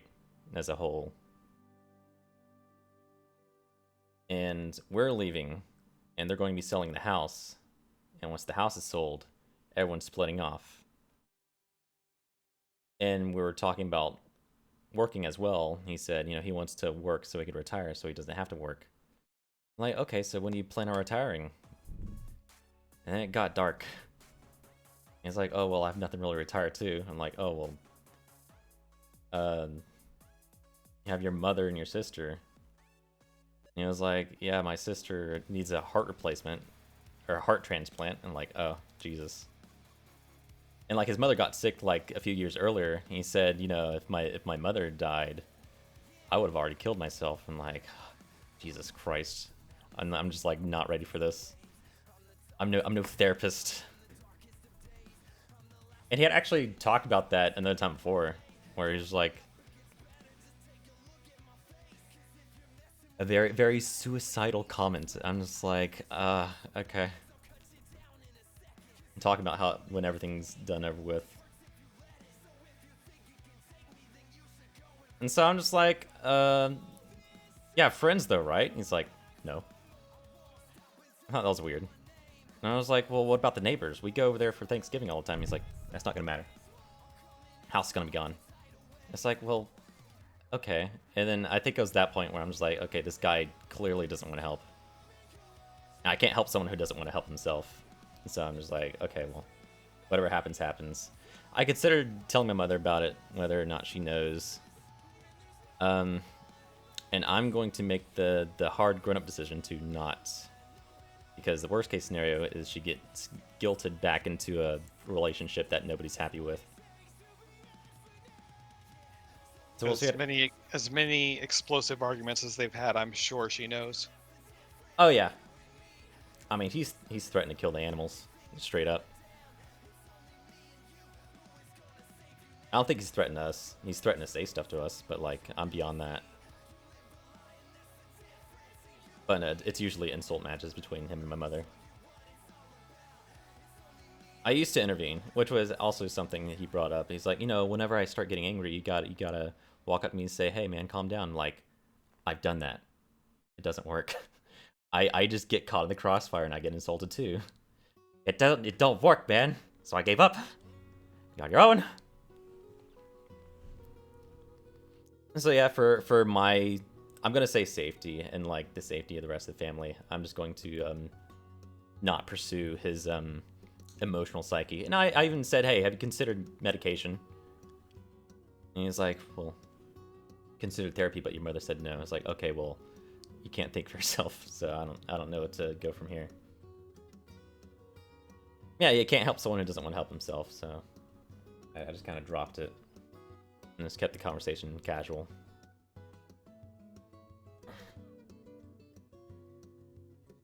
So that happened yesterday. Happy birthday to me.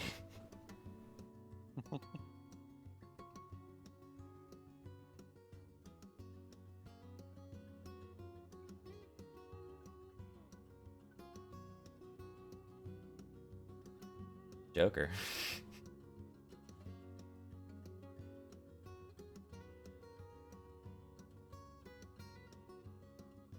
And yeah, and keep in mind this was like after 2 weeks of him not being here, and we're just kind of getting our stuff together. And we couldn't move things to the house because it rained for actually the entire week.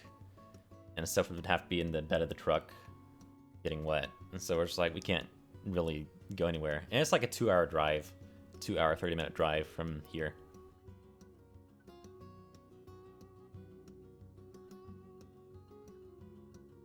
I mean, hell, entire day today, I was just kind of in a daze.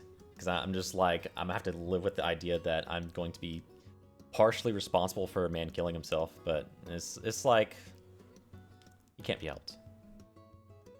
And I have to do what's best for me.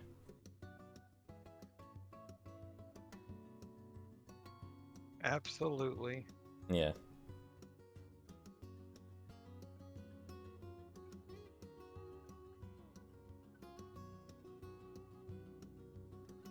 I think I undersold it in the message to you, Dave, where I'm... well, I'm just like, ended up staying out past night, had a long talk with him. It's on okay terms for now. And I definitely am not telling my sister about this unless she's in the chat. In that case, hey, surprise. Wouldn't want to concern them. I would just rather it be kind of like an event that happens after we're like moved. It's like, oh man, that's awful. And then they can carry on. Like, I'm kind of okay with bearing the burden, carrying the cross. I have been for a decade, I feel like. Yeah, once we get moved, I feel like things are going to settle down a lot. I can't wait for it! I'm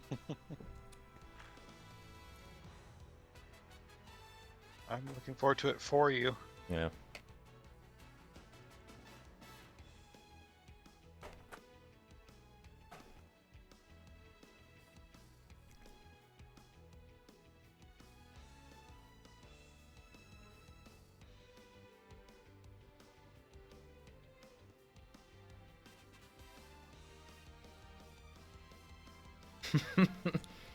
It's a doozy.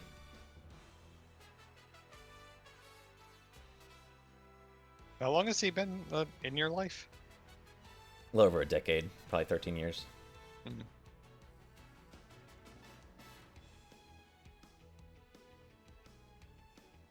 It's been unpleasant for I think 9.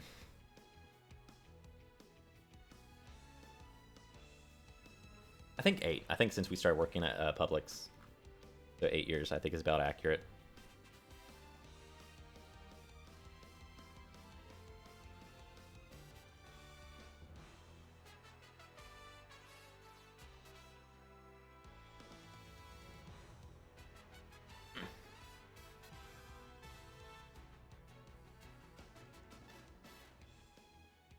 So the Joker, should it be a 6? Should it be a 7? About the Joker. I think it's an okay film. I enjoyed watching it. Like I like the progression of the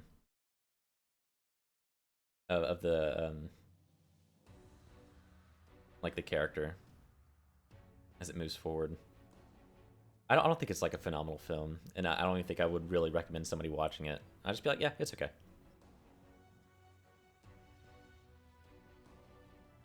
I can't, I don't know. I do remember really liking it. But that's all I can really say about it. Yeah, it's not like something I'd go out of my way to tell people to watch.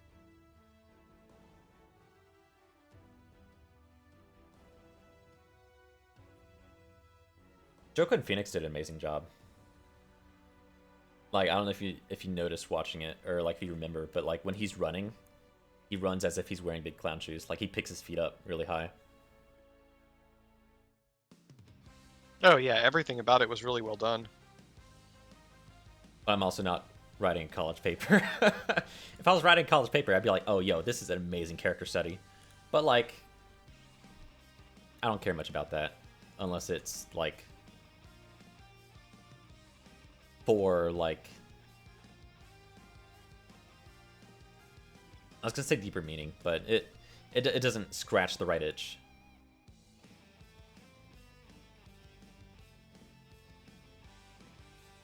The Witch. Oh, The Ditch! That's the one! Yes.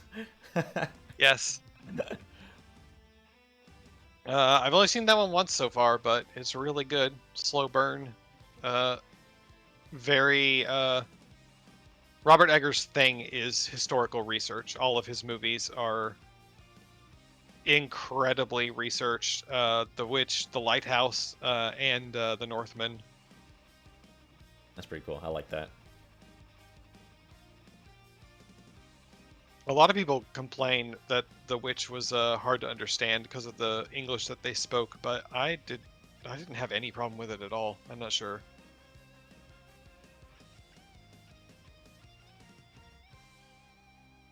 One of my favorite regulars at Starbucks was a historian woman who was specific. She was doing her doctorate in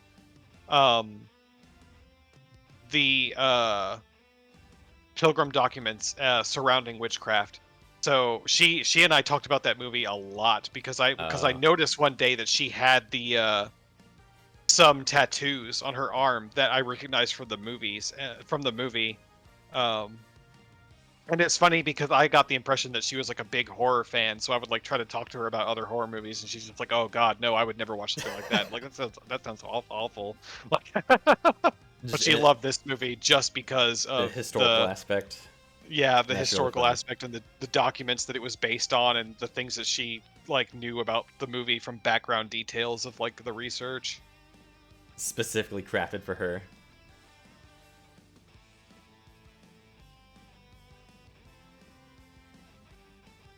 So the only movie you want me to kind of hold off on watching is Before Sunset? Yeah. Okay. Watch the first Blade Runner, and then we can watch the second one together. Okay.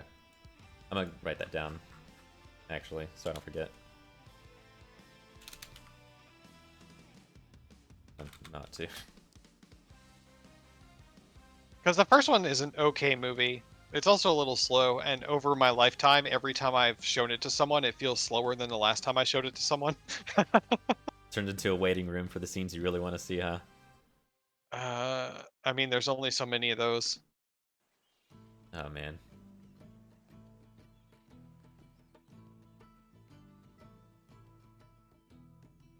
Get Out.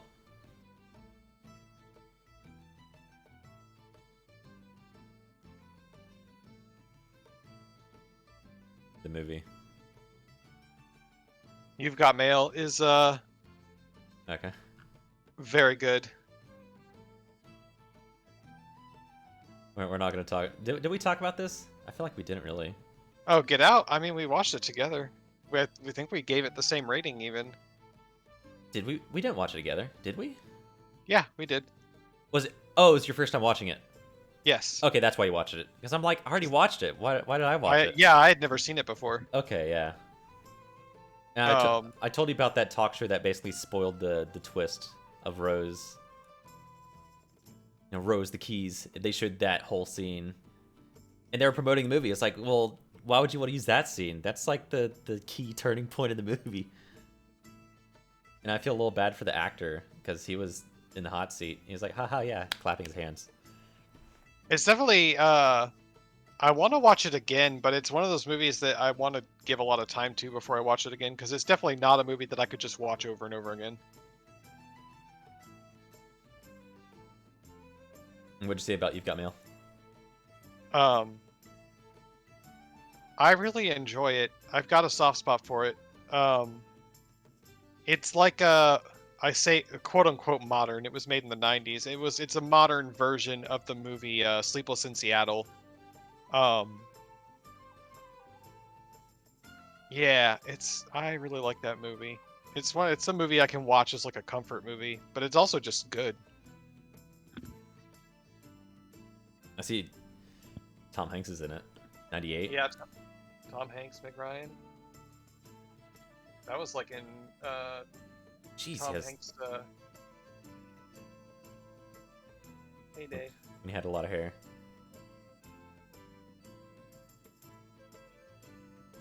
Yeah, I would recommend watching it.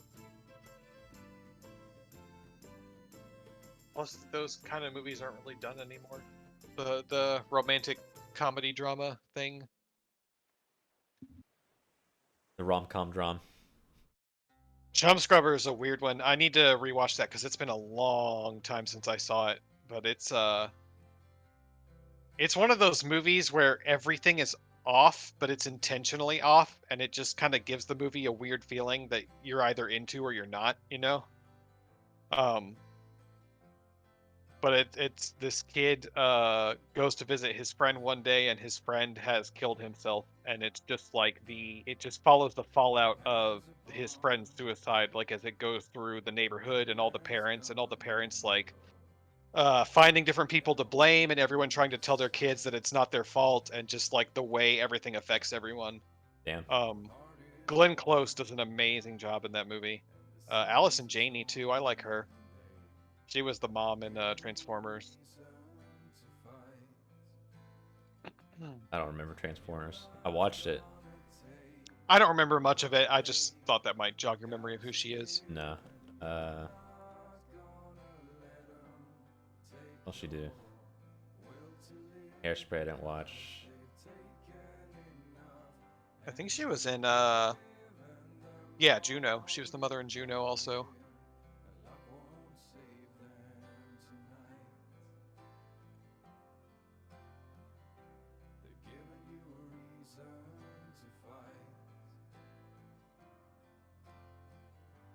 She does a lot of voice acting, it looks like.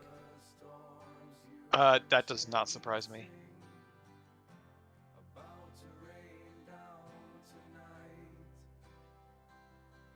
Oh, I need to add to my list because I want to rewatch Little Miss Sunshine to see how I feel about that now.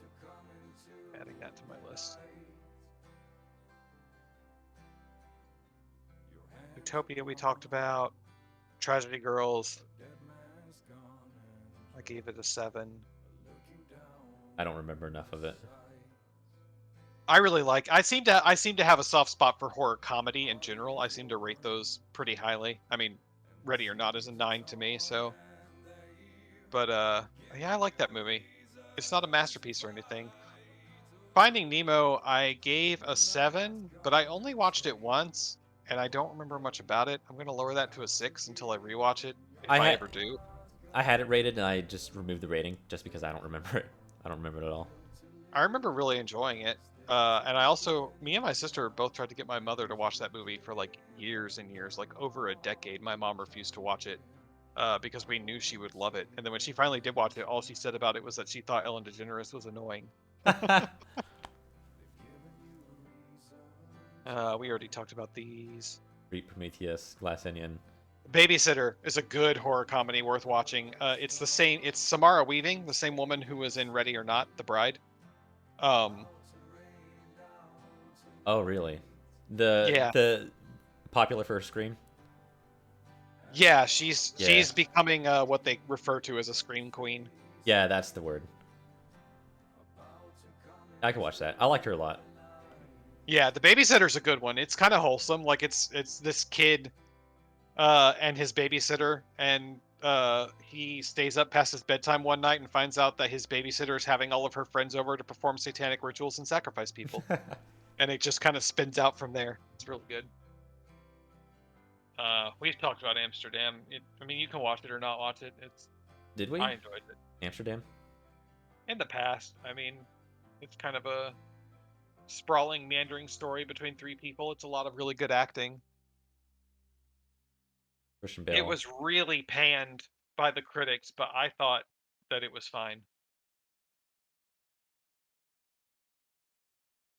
Also, it has Anya Taylor-Joy in it, and I love her. It also has Andrea Riseborough, that same woman I was talking about, who had the Oscar drama. I didn't realize that was her. It makes sense now.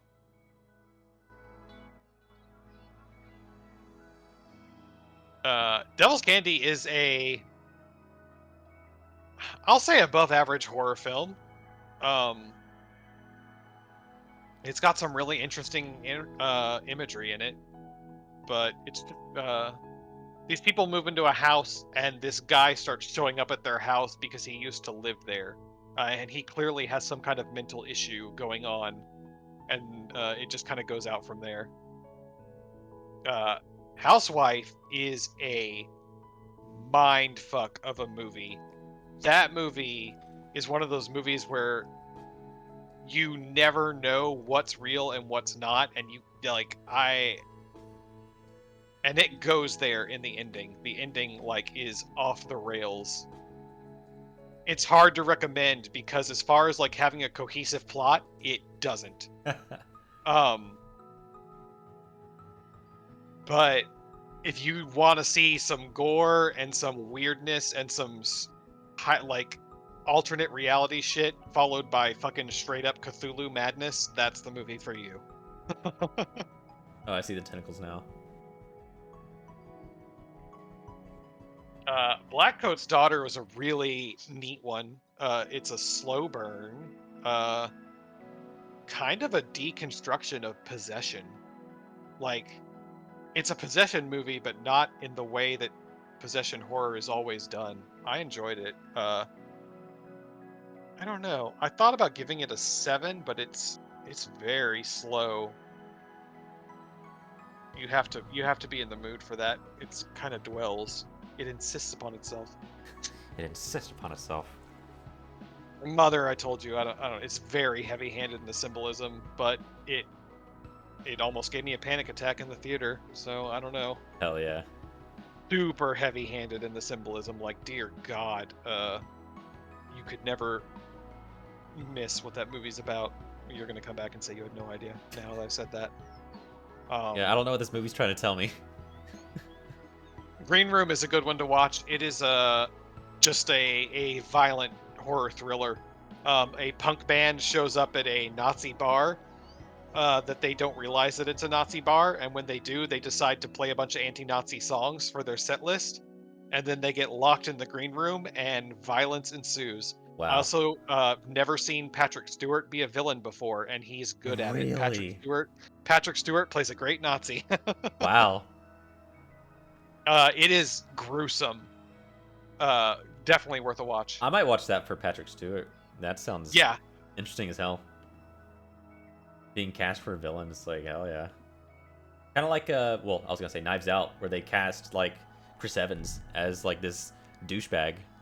And this is, like, hot after the Avengers. Yeah. And Daniel Craig as, like, this southern hick sounding guy.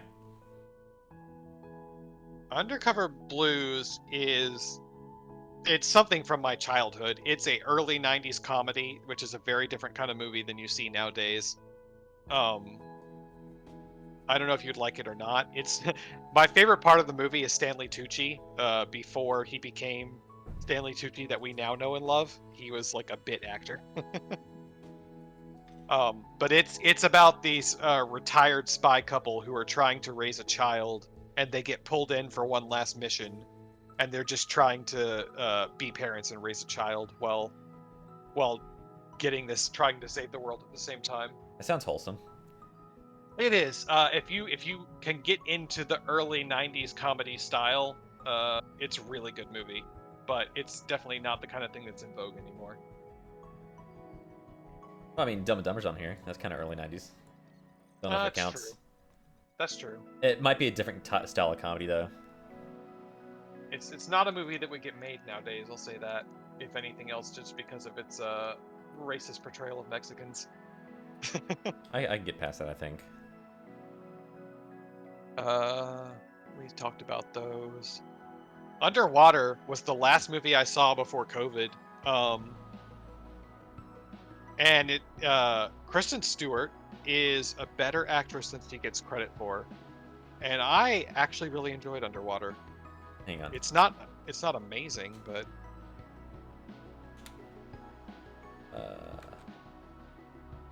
I talked about Slither, how it's like this, I think, gross out horror film.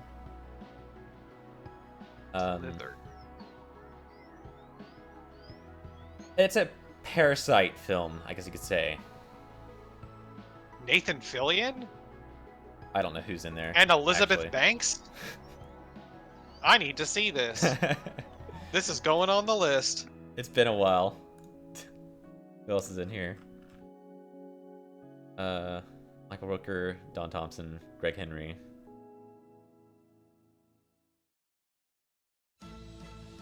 Rob Zombie. Just straight up. Probably a cameo, honestly. Dr. Carl. It's one of those movies I haven't seen in a long time, and that I saw only once. Splice is another one. Another one of those movies. I don't even think I've seen Slither. I've just had, like, in high school, I had friends talk about it, and it was just kind of a meme. You might like Underwater. It's Oh god. a bunch of people in an underwater facility. It starts getting attacked by something. Water starts breaching in, and it just devolves from there.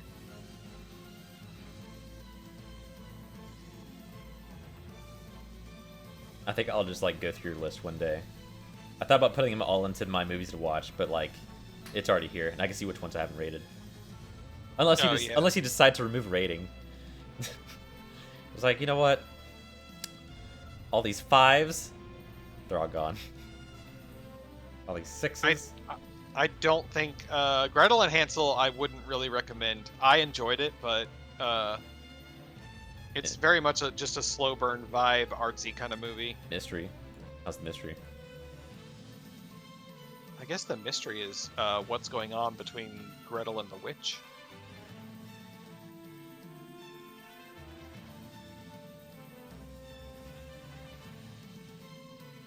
Then, oh, I thought Megan was lower. I thought Megan was decent. It knew what it was, and it was funny. And it was poignant. I enjoyed it. I don't understand all the hate that it's getting. And I do think that they missed a couple of beats with Allison Williams' character, but I don't think she was a bad actress. I don't know. I wonder if people were expecting like a Chucky sort of film. Just They like, definitely were. And like that's exactly the comparison that Your Movie Sucks made, and I'm just like, that's not really what it is. oh man, this movie Yeah. didn't meet my expectations even after I started watching it. What? You- Who said that? I don't know, just like people. Like I always think of Pokemon Sun and Moon, where people are like, "This isn't a Pokemon game. Why are there cutscenes?" It's like, dude, just sit back and enjoy the ride. You catch Pokemon later. I want to catch Pokemon. I don't want to watch cutscenes. It's just like, dude, come on. I guess IMDb likes it more than I did. It's got a 6.4. How's it leaning? A lot of sevens. 7 heavy. Oh, I never look at that. I didn't put it up to 7 because it's a good movie, but it's not something that I would like by my own volition tell people they need to go see. Just like an above average film. Yeah. Just an enjoyable experience. It was a movie, but I had fun. Those are Yeah.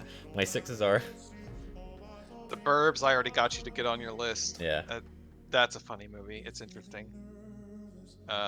Us. That's I Jordan go back- Peele, yeah. Yeah, I go back and forth on it. I really liked. I liked it. You can't take it super seriously. Like everyone says that, like the last half of the movie doesn't make sense, and like, yeah, if you're gonna like break down everything factually and try to nitpick the film, it doesn't make sense. But if you take it as the metaphor that it is and give it some leeway, it's a good movie. I don't know. We talked about Don't Breathe. The The Ruins is a good one. It also gets kind of ripped apart for being not that great, but I thought it was a decent horror movie. It's a bunch of people go on a trip to a Mexican jungle and end up trapped on a pyramid by a man-eating plant. Oh, that reminds me. Oh fuck, what's that live action kind of musical movie that had like puppet plants? You know what I'm talking about. I do Little Shop of Horrors. I'm adding it. The little shop of horrors. Yeah. Suddenly Seymour. I think I talked about How to Train Your Dragon, right? Where I think I enjoyed it more than I did because it's almost technically a musical. Is it? If you really fucking think about it, there's a lot of silent scenes where it's just orchestral music on the backdrop and you're just watching scenes play out.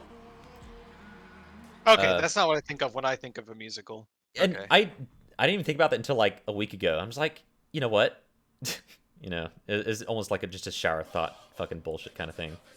Okay. When I think of a musical, I think of people have to be singing their inner thoughts and motivations Yeah. and action. But no, like How to Train Your Dragon has so many quiet scenes with just music. Like you have the forbidden friendship, you have the test drive, you have the romantic flight. Hell, the ending fucking fight, I guess. Though I don't really think of that when I think of the music that I really like in the movie. It's just a lot of music. It's music heavy. The perfection. I don't like the tags they have here. Drama, horror, music. Horror, I agree with. The Perfection is a thriller. It is one of those movies where every 30 minutes the movie goes, "You think you're watching this? No, you're watching this." It's a trip. It's worth a watch.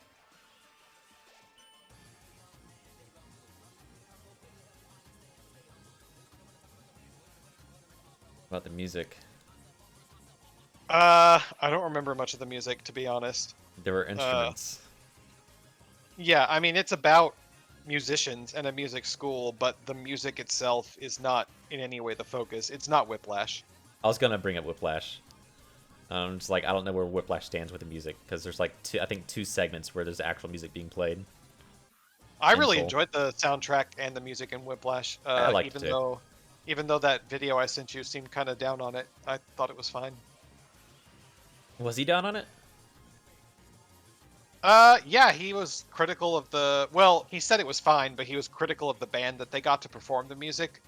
And he was kind of critical of the musical selection as far as like what people would actually be studying and into in a modern jazz setting. Oh yeah, yeah. He said it doesn't really fit the archetype that they're trying to go for, or something like that. Yeah. It's not jazz, is what he basically said. Yeah, okay, I remember that. This ain't real jazz. We talked about those. Don't worry, darling. I thought it was good. Not as bad as critics hated it for. And everyone trashes on it for just being a modern Stepford Wives, but I don't know why that's a bad thing. Especially since the Stepford Wives was kind of garbage. I don't know. While I'm thinking about, what was the movie? I don't remember who I discussed this with, but Soma. It could be something I read too, where like Soma is basically like a dumbed down version of a movie that already did that idea but better. I don't know. When I think of things that Soma is from, it's a book called Permutation City, but the book goes in a different direction than Soma does. A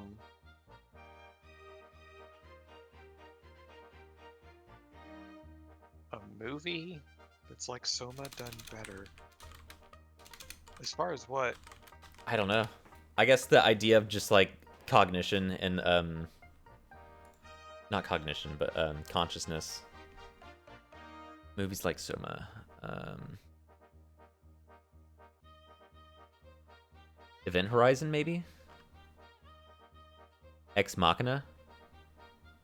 Ex Machina's on my list. I need to see that. I'm gonna add a few of these.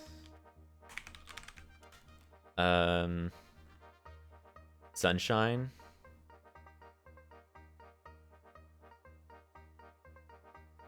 Somebody said Moon's a great suggestion. Sure. Event Horizon. Leviathan, Alien, Prometheus, Event Horizon, Matrix, The Thing. This guy, it's the original poster. He's saying it kind of reminds me of Soma. Pandorum.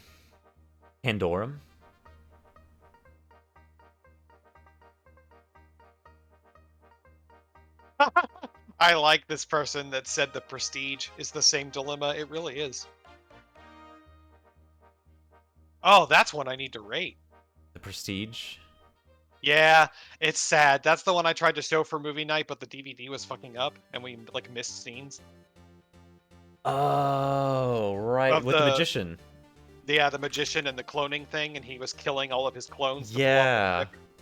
And then the other magician was doing the same trick, but he just had a twin, and he lived totally separate lives. I don't know how it'd be on another watch, but I did enjoy it a lot. I'll give it a 7 for now. Yeah, I'm giving that an 8, I think. I need to buy a clean version of that because I love that movie. It is so good. Also, it is better than the book. Although the Another book is one. decent.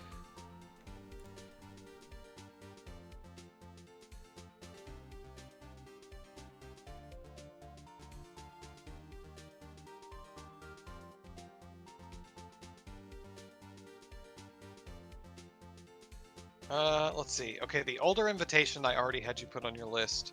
I'm gonna add one more movie just related to Soma. Somebody says Archive 2020 is a good one. Put that in parentheses. I'm just deep diving for these because I don't remember what I read, but somebody said Soma is just a dumbed down version of this movie. Let me just type that in. Soma is a dumbed down version of Unpopular Opinion. Beer. I need to rewatch that. I remember that movie being really good.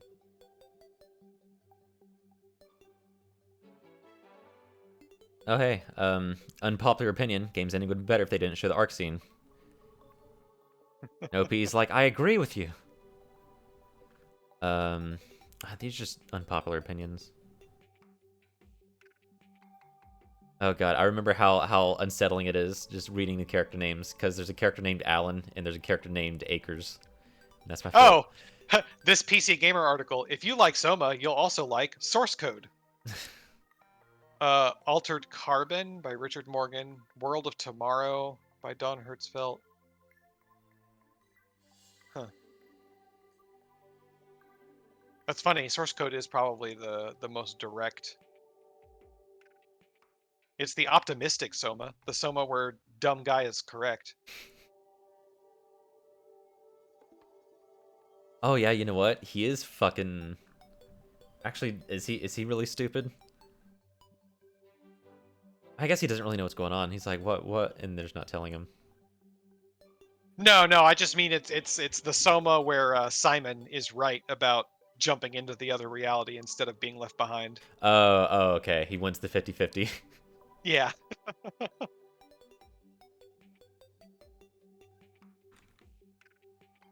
Okay, there we go. I feel like I almost just deleted all my movie lists, but I have it on stream, so it would have been fine.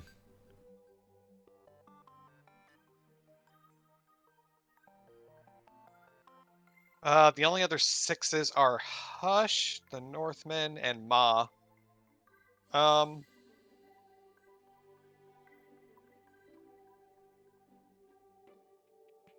what'd you say about Invitation? I already had you put it on your list. I really enjoy it. It's a slow burn. A man and his new wife get invited to a dinner hosted by his ex-wife, and he goes. And you're kind of writing out his mental state over the course of the night as as things get really, really weird, and he keeps questioning the motives of the people that invited him and why he's there. I don't see it on the list.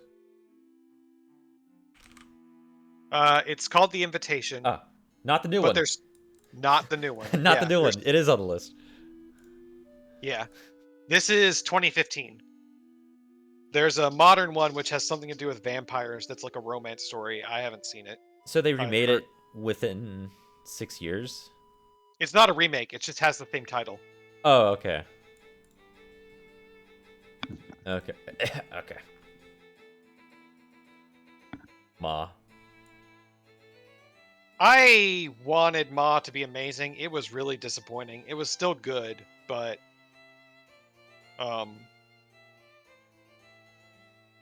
it definitely, when I saw the trailer and I wanted that movie to be a lot better than it was. Hush, you might enjoy. It's a home invasion movie where the woman getting invaded is a deaf mute. I like that. Yeah. Mike Flanagan, he's a fairly good horror director.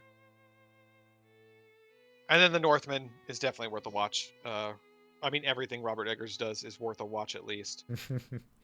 The Northman's probably for me the least of his movies, but that's still a 6. So, have you seen Revenant? The thing that No, I need to add that also to my list. all I know about it is Leonardo DiCaprio got an Oscar for it. I've only for getting chewed up by a bear. Yeah, I've only heard that it's overrated, but I can't speak for it. I have heard people say that the reason he got the Oscar for it was that they were just taking pity on him for his lifetime achievement. But I don't know how valid that is. What I want to see more than Revenant is Annihilation, which apparently also has a gruesome bear scene. That's horribly misspelled. It's staying.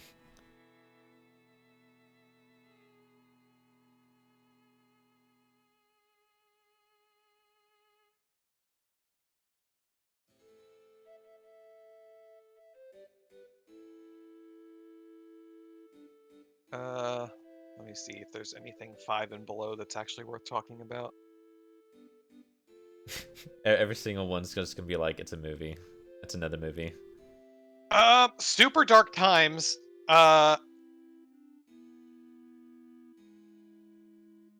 It is a slow burn.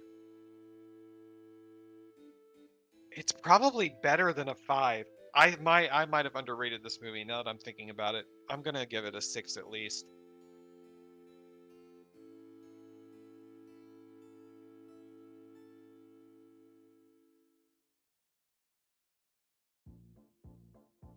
these kids accidentally kill another kid,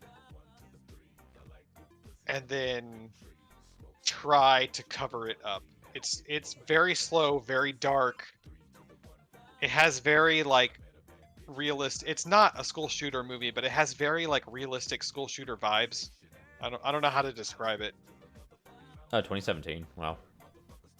Delirium. You might actually like Delirium more than I did. I don't know why I gave it a 5 actually. I guess it's an average movie. Horror thriller, yeah. Also, Topher Grace, I don't know him from anything but that 70s show, but when I watched that movie, I'm like, holy shit, that man got better with age. Oh god, that's him? No, never mind. Yeah, he looks awesome now.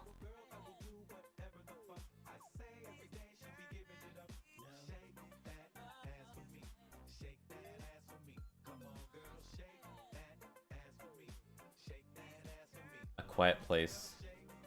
Was that the one where they wear the blindfolds? No. It's the one with the guy from The Office, and they have the monsters that have taken over the world where they are attracted by sound, and they just hunt anything that makes sound and kill them. Oh my god, I feel like I remember what that was or what it looked like, but I keep thinking about what was the blindfold movie called? Something to do with birds, I think. Birds Have Eyes? No. No. The birds can fly. Blindfold Birdhouse? movie. I think it's Birdhouse. Bird Box. Blindfold, 1966. Fuck. Bird Box. Okay, Bird Box. I've never seen it. I've heard it's pretty mediocre, but who can you believe? Who could I trust? I don't know. A Quiet Place. It was good, but it didn't do anything special for me. People love the shit out of it. I just thought it was decent. Oh god, that's right. It's 7.5. Even a 5. Oh, it's got a lot of 8s. Wait, what are you looking at? Birdhouse? That wasn't Birdhouse. That was Quiet Place. No, you just typed in Birdhouse to your list. Yeah. Was that not it? Bird Box. Bird Box. I was trying to think of another bird object, but I couldn't think of one. I was gonna type in birdhouse again. I'm like, no, that's too obvious. Velvet Buzzsaw might be worth a watch. It's a movie about, it's kind of The Menu but for art, and not as good. It's a fancy art gallery, and this guy takes this dead artist's work and starts publishing it to get fame, kind of passing off this dead artist's work as his own. And then the dead artist's ghost kind of haunts the artwork from the grave and starts killing people. And it's kind of parodying pretentious art people and the way that they talk and act. Toni Collette's in it. She's amazing. Jake Gyllenhaal's in it. He's amazing. I don't know why I gave this a 5. I'm gonna give it at least a 6. It's not what it could be. It's not The Menu, but it's still funny. You just feel like they didn't take the right opportunities. They didn't do as much with the whole criticism of the art scene as they could have. They just played it for laughs instead of making an actual Statement. meaningful commentary. Yeah. Yeah. More social commentary. We need it. Scary Stories Tell in the Dark. Is that what I think it is? Yeah. Yeah, I saw it in theaters and it was surprisingly good. It was a decent movie. If you have any nostalgia for it, you should absolutely watch it. I don't know why I don't have that written down.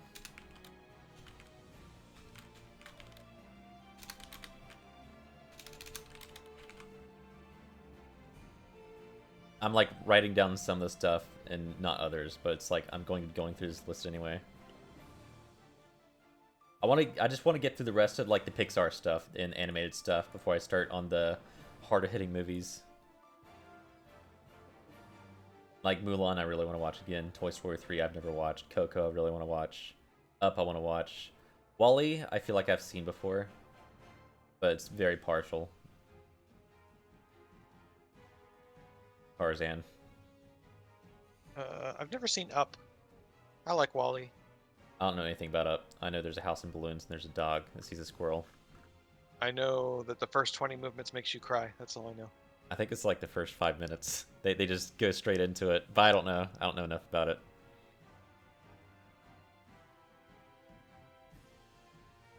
Hey, there's Whiplash.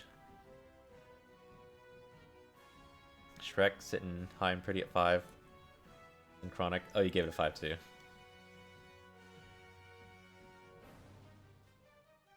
It was a movie.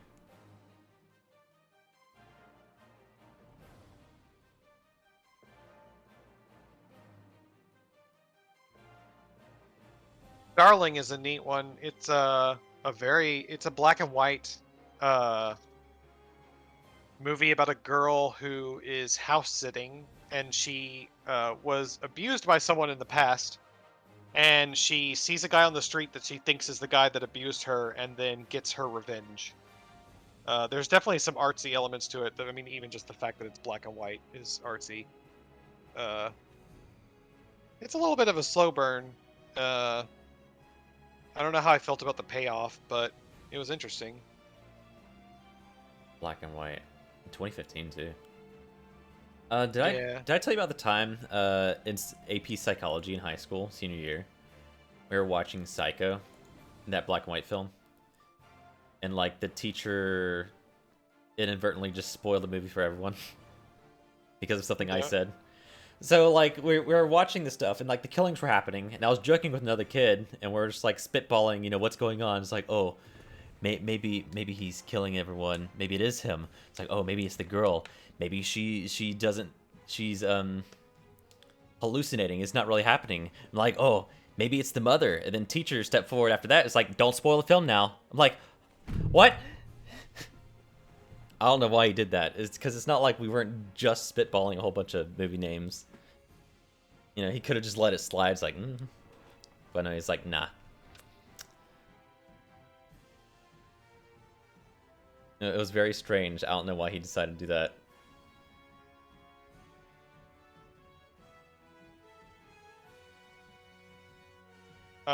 Way down in the 5s. Only God Forgives. That movie's a trip.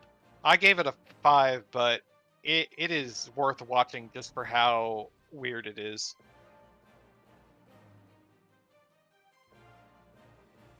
God, maybe I should bump it up to a 6. It is fucking weird though. Ryan Gosling.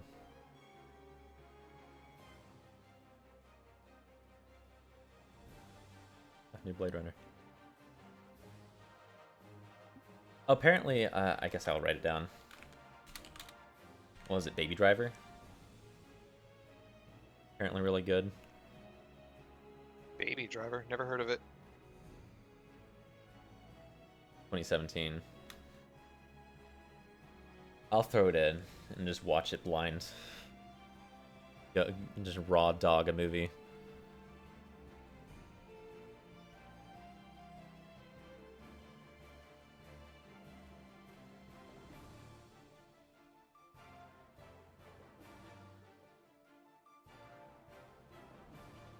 You know what we still need to watch? What? Guns Akimbo. Oh yeah, that's on my list. I have it next to I'm surprised that didn't come up while you were here. let's see. I have it right next to Swiss Army Man. Yeah, right here. And the Kimbo. Hardcore Henry's another one I hear about. Hardcore Henry is like a first-person movie, like you're playing Call of Duty. I have seen the trailer for that. I've seen it too. I thought it was a shitpost, but it's like an actual movie. I'm like, for real? And so it's been on my radar, but I just haven't watched it. Apparently pretty good.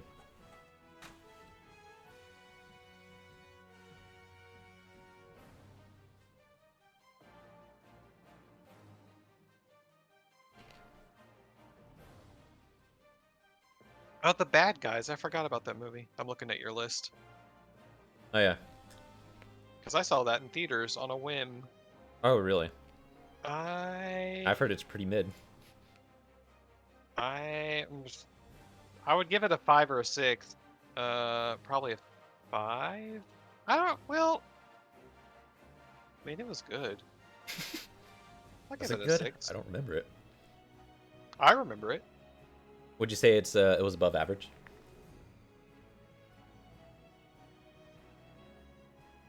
It's like I know the animation is pretty top notch, and they got pretty experimental with it and injected some of that in Puss in Boots, but like the art doesn't make the film. I really enjoyed it. It I've is seen it. not. It is not going to give you your crying Pixar experience, but it's a good movie. And I feel like for me to say an animated kids movie is a good movie, that means it's above average because of who I am. You know what I mean? Yeah.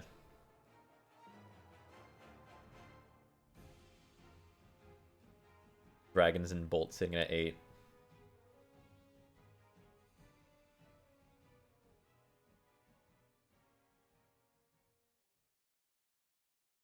Yeah, worth a watch.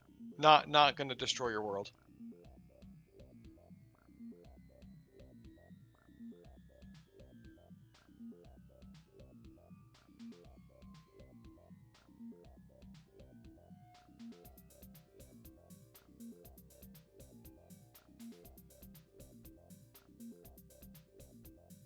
One of the things I found really weird about that movie is that there's no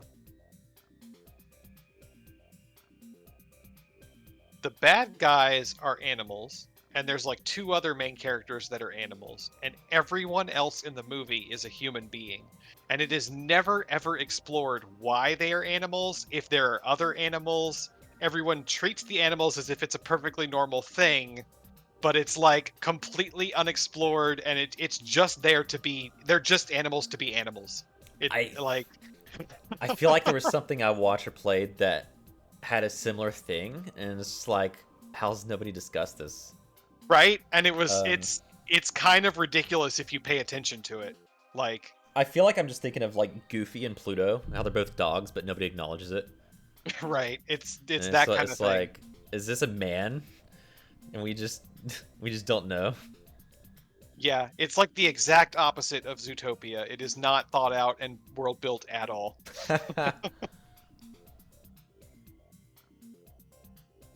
It's just a knee-jerk experience. They were just gunning for a specific audience, I guess.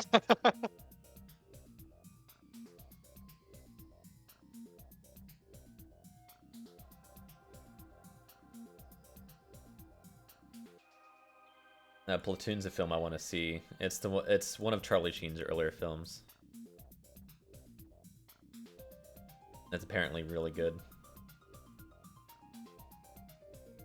Charlie Sheen. Hey, Charlie Sheen. Yeah, I know. I'm trying to think. I don't really know what other films he's done other than 2.5 Men, but that's just a series. I guess Scary Movie 4, and I think 3.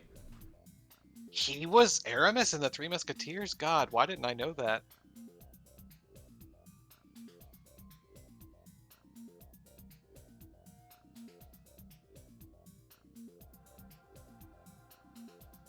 Oh, I forgot there was a 9/11 film. Charlie Sheen's in. They're just stuck in an elevator. He played himself in Being John Malkovich. Oh Forgot yeah. about that. I totally forgot about that.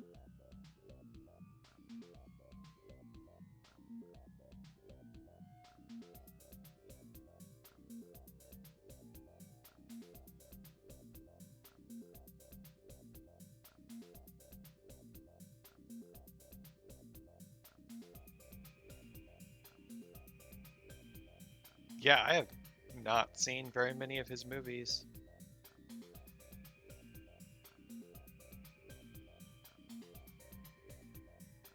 Nothing really sticks out at me.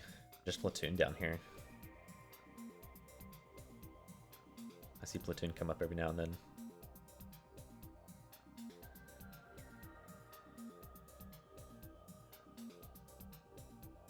William Dafoe.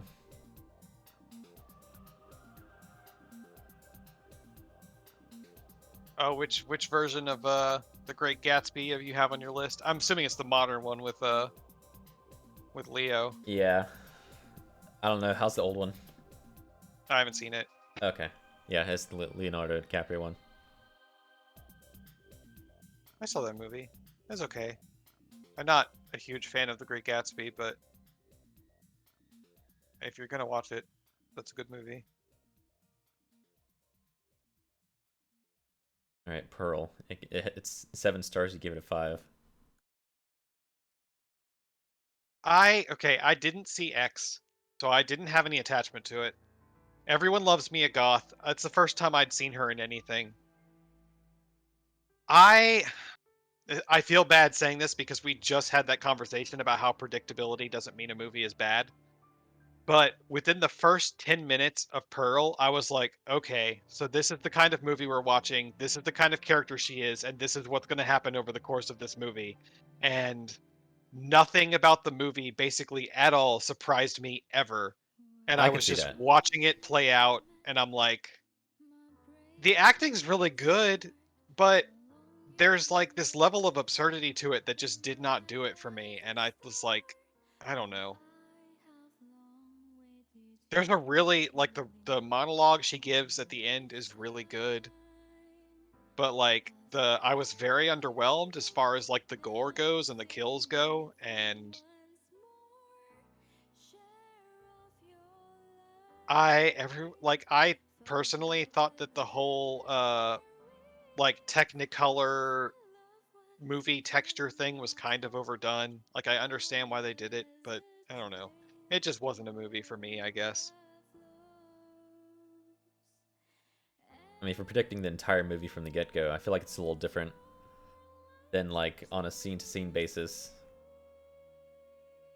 It's like what I was talking about is like when a scene happens, like you kind of know a character already. It's like, oh, this character's gonna react this way, that sort of way, and then they do. It's like, yeah, because that's what that character is, you know. I mean, I don't mean that I predicted every single plot beat of the movie from the word go, but it was like, I don't know, like from the very first scene and then the twist at the end of the first scene, I was like, okay, I know exactly what we're working with. But it like not in a good way. I don't know. I also feel like that's kind of why I'm not as much of a fan as with horror films, and why I like the kind of more emotionally hinging films where like if you know it's gonna happen, you can still kind of really vibe with it. I don't know. Yeah. I saved myself It that just- I don't know at the end, in case I it just sounded really wasn't- stupid. It wasn't my kind of thing. I mean, I'm wrong. Everyone loves it. That's apparently a 7 movie. And there's a third movie coming out already. They filmed an entire trilogy in 1 year. I mean, there's reviews, and you can read it and be like, yeah, these are way too fucking long. 9 out of 10, 7 out of 10. Warning spoilers. Warning spoilers. Mia Goth's performance. Mia Goth's uncut 5-minute monologue is a standout. It Goth was a good gives monologue. an Oscar-worthy turn. It's all about the acting, I guess. I mean, it's a character movie. The movie is all about her. Okay. And it's a prequel to the movie X. So you're just watching her character go from where she is at the beginning of the movie into becoming who she is in X. Okay. And I never saw X, but I mean, I know the premise. I know who her character was.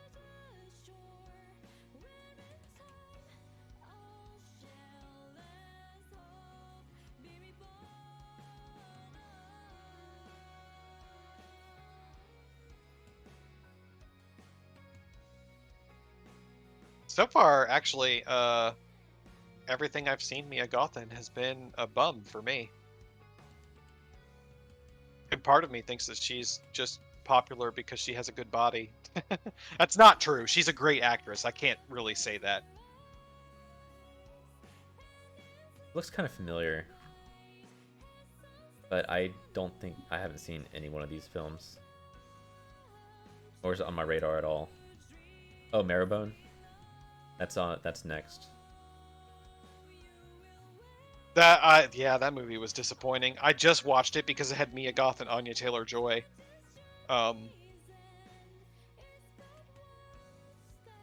You might like it more than I did because it's I don't know. It's definitely an ending movie. For 2 hours though. Is the payoff good enough for 2 hours? I didn't think so. I may not think so either. I don't know. Maybe if I get experimental. There's I'll throw it plenty in. on your list before trying that. Yeah, I'll throw it in there so I can kind of bolt into it. Because I don't think I'm gonna get on here and look at the 4s and 3s and be like, yeah, I want to watch this. I'm probably gonna go all the way down to like the 6s.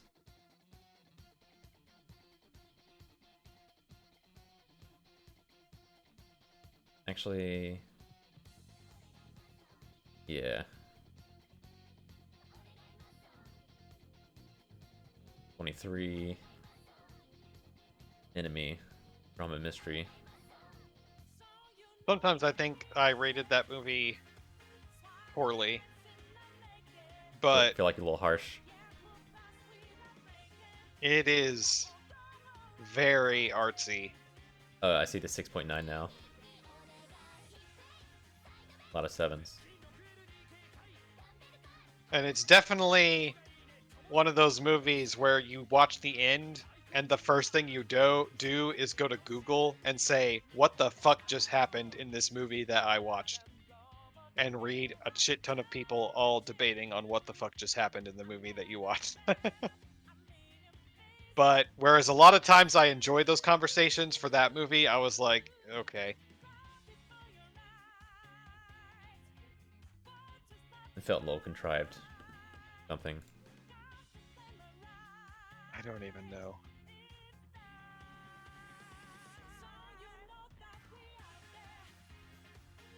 The Thing. Talked about. Oh, that's why I watched it, because it's directed by Denis Villeneuve. And he's the one that did the new Dune movie and Blade Runner 2049 and Call Me by Your Name, and Suspiria, I think. Arrival. And Cindy's. What he's apparently known for. Those two as well. Yeah, Dune and Blade Runner in here. I didn't know Dune had an 8.0. I thought that movie got shit on. Depends on which Dune you're talking about. The new one? Yeah, the 2021. It has 8.0. Oh, I haven't seen it yet. I mean, from what I heard, the critics loved it, but it was kind of a flop in the box office, which is kind of how all his movies have been. It could also be another case where someone's like, well, this version was better. I don't 'Cause I think think there's... Dune has a very mass market appeal.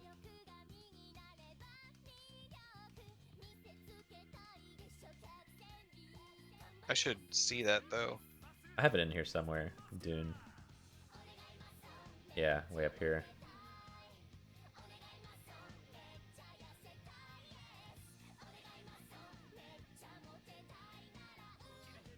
Also, I need to add "Call Me by Your Name" to the list because I feel obligated to see it as a gay man.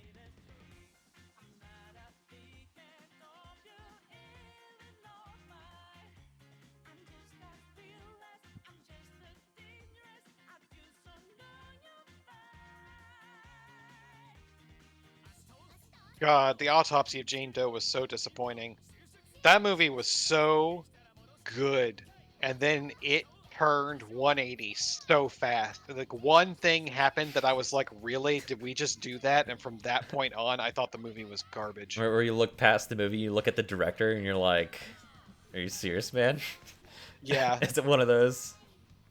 I just they did a twist that I was like, no. Are you kidding me? We're doing this? And the worst part is the characters got over it so fast, and I'm like, what? I just that movie was so promising, and just no.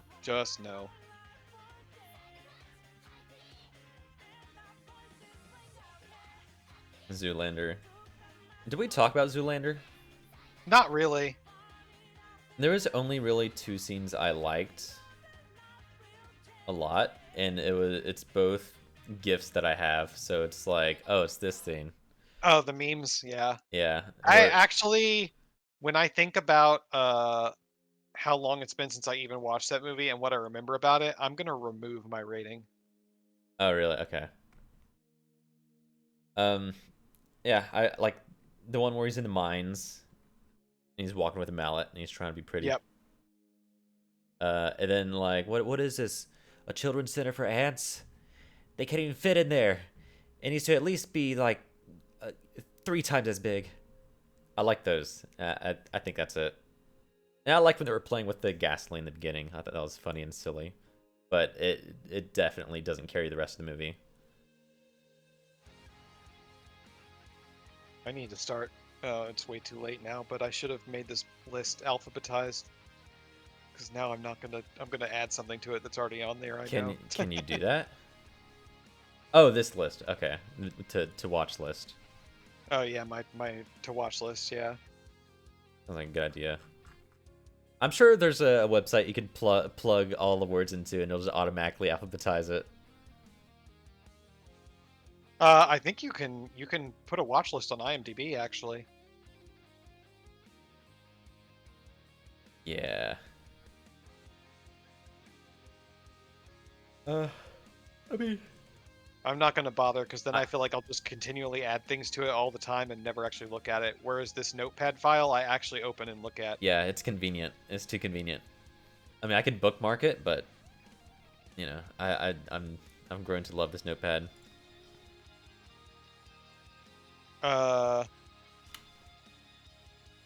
Sort my list. Does this work?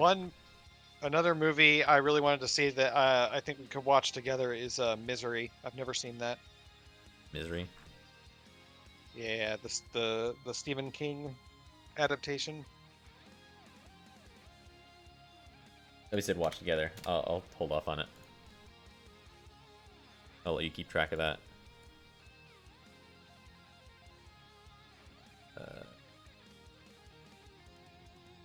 Separated. I don't want to separate it. I want to have it alphabetical. Alphabetize list generator. Have you been playing anything? I've been sitting on Fortnite, but not really playing it. I would just like do maps to grind. Grind. Oh, they have a new battle pass, don't they? Yeah, grind battle pass. What's the theme now? Hold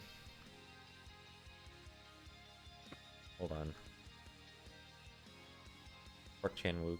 That's it. Well, that's why I had that there. There you go. The.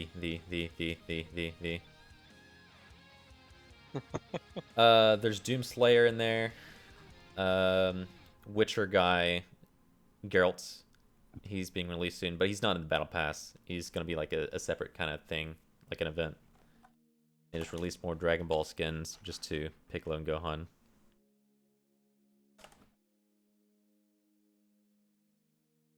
Yeah, the battle pass doesn't really have a theme.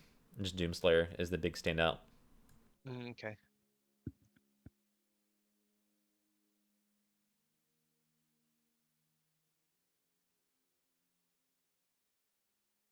I'm actually excited for the new Overwatch season next week. I really hope they tweak Sombra enough that I feel like playing her.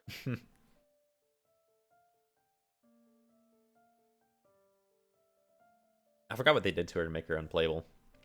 They dumpstered her damage. That's it.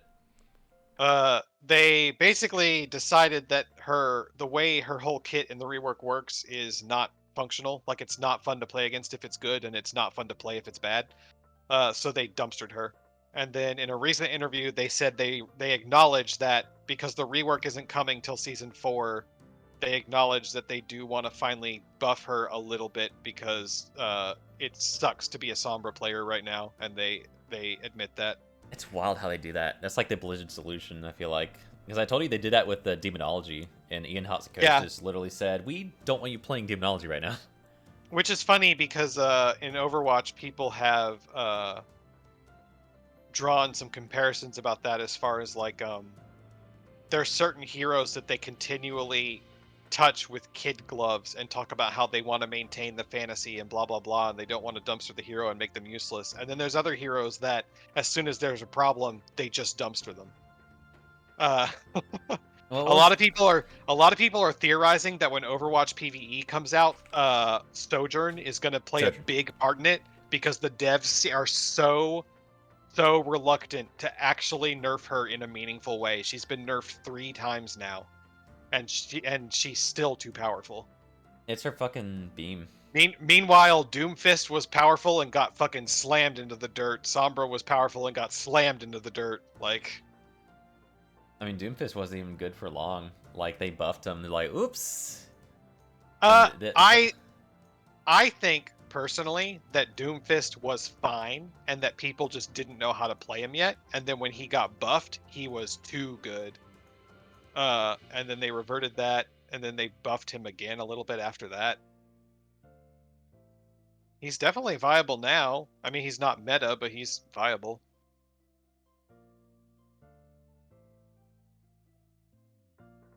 Overwatch. I don't know if I'm going to play Overwatch. You should. It's good. And I think they're making a lot of changes in the right direction. I'll consider it. Also, it's something we could do together. Resolution. I mean, you can watch it if you want. I don't recommend it, but Another slightly underrated, or I guess overrated. I guess you should watch it, if only to see how it ties into the Endless, if you're going to rewatch the Endless. Oh, okay, that one. There's frequency. There's mirrors. So why'd you hate Mandy so much? Um, That was the one where you thought it was gonna be like that other film.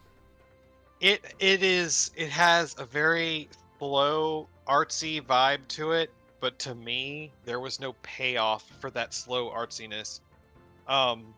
It was like an hour of slowness followed by 30 minutes of gore, and it just wasn't worth it. 2 hours of it. Goddamn. I don't know. It's a movie made for someone that's not me. It's a lot of like slow, artsy shots with weird red lighting and droning guitars. More like this. Color out of space. Just straight up. Wow. A green room as well. There's almost no. I don't understand why it's related to either of those movies. There's This almost this no. is just literally your list. I think it's just pulling up because I clicked on them. Honestly. Suspiria, The Void, Neon Demon. It's like, oh, you've looked at these before. These are all horror movies with slight artistic bends. Watch them. I see the Reaper fast approaching. 1,000 reviews. 8 out of 10. Very metal. 7 out of 10. Good revenge movie. 7 out of 10. Entertainingly insane. 9 out of 10. A brilliantly bonkers, trippy revenge horror. Color B. Dead. Dave Lynch meets Hellraiser meets Rob Zombie. Absolutely mental. Really not for everyone, but something unique. Acid trip. Hypnotic fever dream. It's definitely a movie you have to be on the wavelength for. It is a vibe movie, and I am not on that vibe. On that wavelength. This one's another fucking really low one. Oops. Cam. I feel like we talked about this. Oh my god. I don't think I've ever talked to anyone about that movie. It was so disappointing. It is about it's a movie about a cam girl who a doppelganger of her shows up and starts camming as her, and she's trying to figure out who the clone is and what it's doing. And I found the ending to just be utterly stupid and to not actually solve any of the problems the movie presented, and I was just horribly disappointed by everything in the movie. Hell yeah. It was so promising, and it doesn't deliver anything.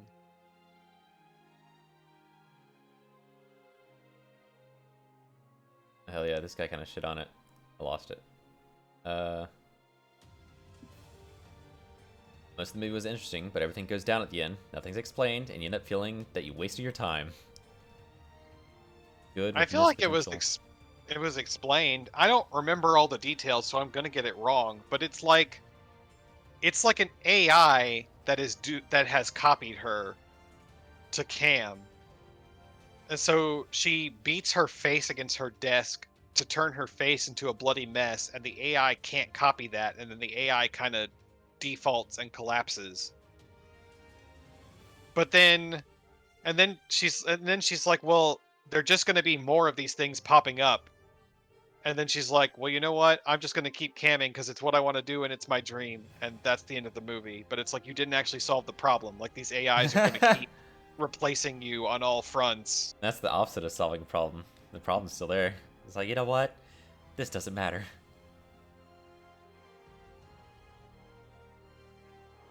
The cams we grilled on along the way. Oh man, that sucks. The film is very similar to 2013's Enemy in terms of story, but is also very different to that film in the sense that this film had a definite purpose, reasoning, and plot. Enemy is that other movie we were talking about with Jake Gyllenhaal that I was like, the Oh ending yeah.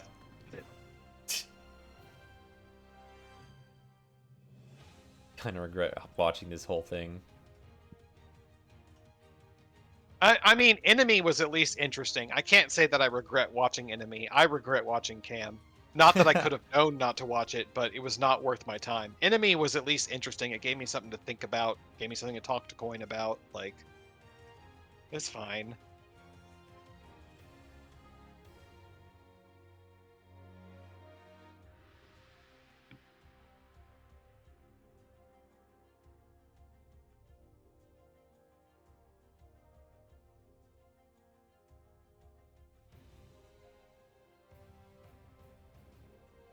Did you play League of Legends, or was it just about winning the war?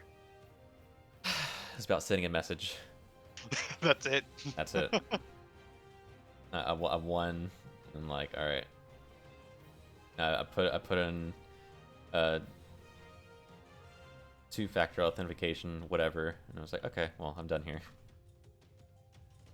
Looked at my stuff, realized I didn't care. Well, I didn't realize it. I knew I didn't care, and I was like, okay, well, that's it.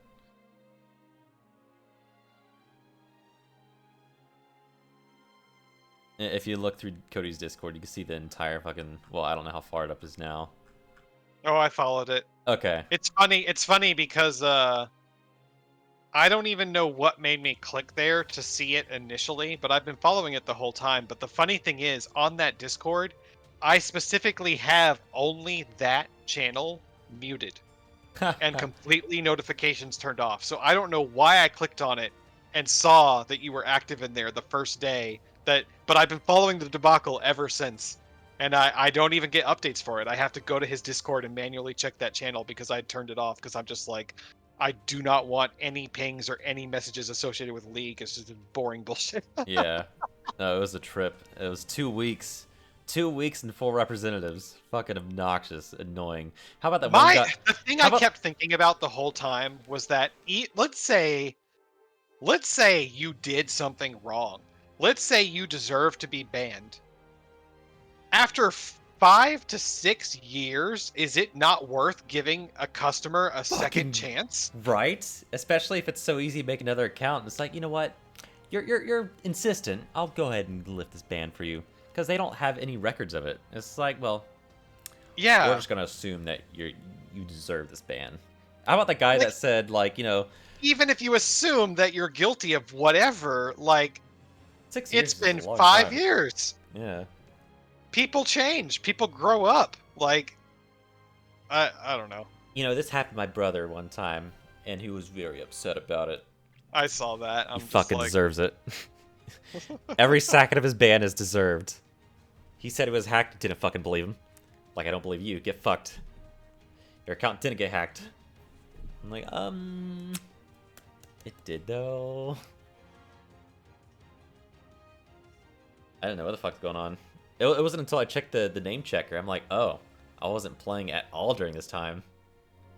I thought it was a little weird that somebody would play my account, like, get it muted, keep playing it, get it muted for 14 days, almost like keeping a calendar. It's like, all right, 14 days are up. Let's get back on that account. I thought that was a little weird. And that's really the only point of contention I had with my theory. It's like, did somebody really just like go the extra mile just to get this account banned? Because they had a 1 month time frame from when I stopped playing to get it banned. And It's also just weird that like multiple people were like, we don't have any records of this, we can't check, we just have to assume that you were banned for a good reason, and then one person is like, oh yeah, there are records, I looked, you were hacked. Yeah. It's like they don't have chat logs, but they can see where I signed in from. And it's like the other guy didn't even check where I signed in from. It's like, no suspicious activity. It's like, what do you mean? See you in a week. Okay. But yeah, that was really my main. I mean, part of me gets it. Like, if you're being banned, like part of the punishment is that you're losing the things that you invested money into. Oh, but at the dude. same time, I'm just like, it's been 5 years. Just give them a second chance. I bet they get so many tickets of like, I didn't deserve this ban. It's like, you said the N-word 5 times, my dude. It was after the match, but we have those. I can just imagine a whole bunch of bullshit they have to sift through. And I can understand that. But after 4 representatives, I feel like you have to start thinking, okay, well maybe we need to look into this a little more. Yeah. I had a whole file just for my League of Legends responses. I had a response ready for when I got permaban. I was ready for the last guy to be like, no, you're staying. It would have been this, and I would have said, it's over, boys. Permanently banned. I'm not playing League.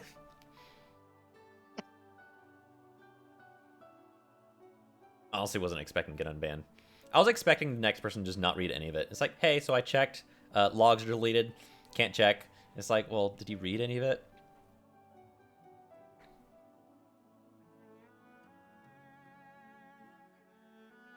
Yeah, I beat the system. I'm fucking super stoked about that. I beat Riot. For something I didn't do. Congratulations.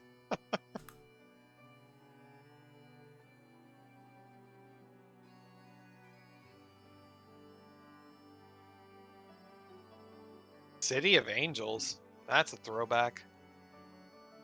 I think that's the Nicolas Cage movie, right? Yeah, Nicolas Cage and Meg Ryan. I saw that in theaters. I only put that on because my mother liked the song, Iris. That plays, I think, at the end. And we used to listen to that all the time. Like in the car. She's like, yeah, it's from City of Angels. Okay. I threw it on there. Don't know anything about it.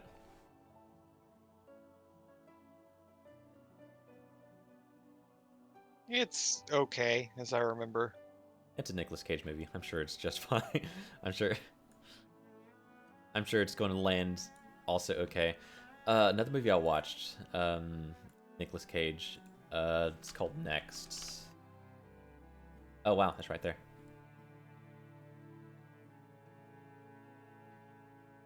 This was an interesting movie. Because Nicolas Cage's character has the ability to basically rewind time. Rewind time? Yeah. He can rewind time, but only up to 6 seconds. And like stuff happens, he gets chased. And there's a really stupid clip where he's dodging a sniper rifle shot. Oh, it has Julianne Moore. I like her. How easily can I find it?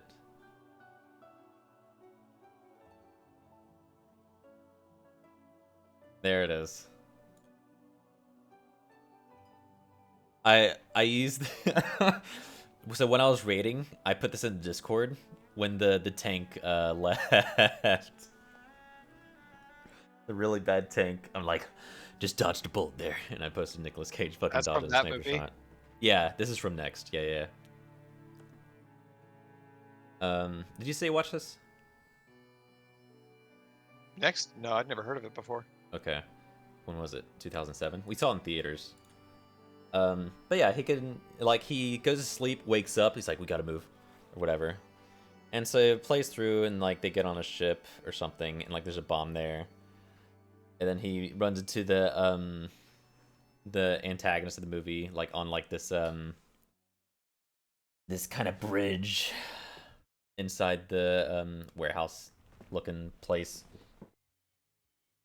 And it's like metal railings. And Nicolas Cage's like, there's 6 moves you can make that you can beat me with. And like it does a really cool scene where it shows Nicolas Cage running forward. Honestly, it kind of made me think of Arcane with Echo when he was fighting Jinx.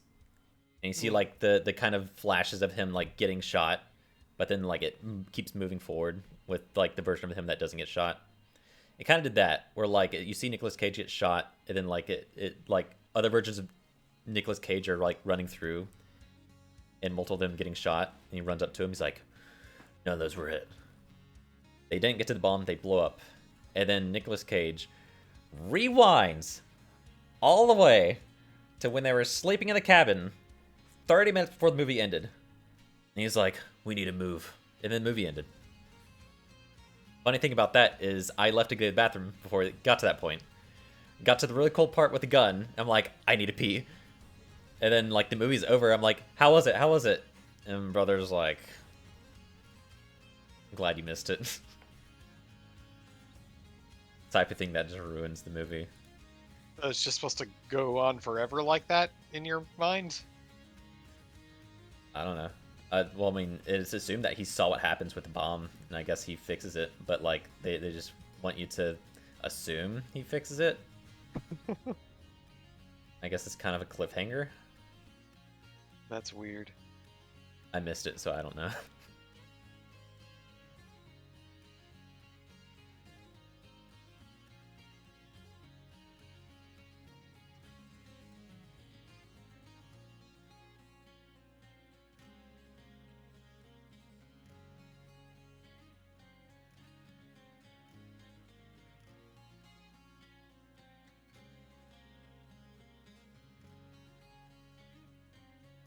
I feel like I need to watch Prestige again.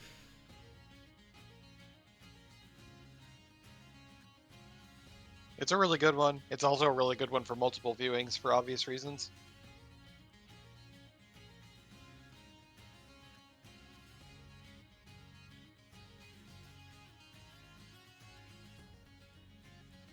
Oh, I never rated Uncut Gems. That's another A24 movie.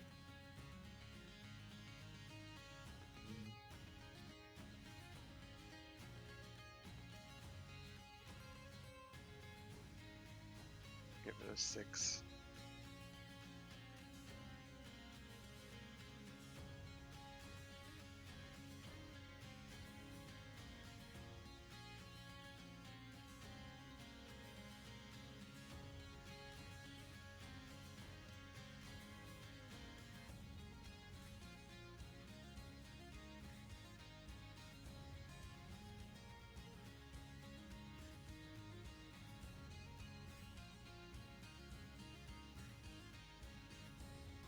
So incredible how the third movie just made its way down to 4. I didn't think it was that bad.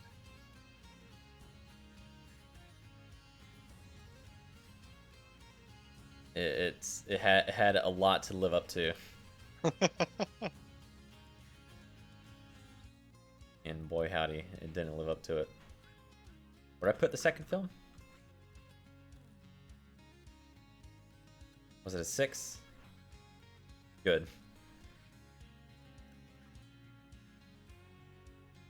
I think I went down. I think it was a 7 earlier tonight. It was a 7. I brought it down to 6.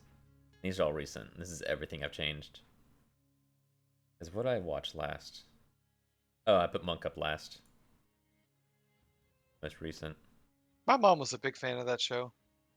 That's the only reason I've seen as much of it as I have, because it would be on in the TV in the house. I'm sure if I watched it now, I'd find some episodes I disliked, but watching it at the time, there wasn't a single episode that I hated. Maybe when it showed him as a kid, but Because there's an episode where he was a kid at school, and it showed like, oh, here's where he got all his phrases. It's a gift and a curse, said the lunch lady. And he nodded. He's like, huh. And I thought that was just stupid as hell. I forgot about this movie. I wanted to see it. Onto the list. Devil All the Time. Devil all the time. Yeah. I saw trailers for it and I thought it looked so interesting, and then I never actually saw it whenever it came out. 2020. Tom Holland. Yep. Wow. Glad he's finding work. I mean, that was before his huge takeoff, I think. Oh, I didn't realize he was doing stuff before the Peter Parker stuff. Damn.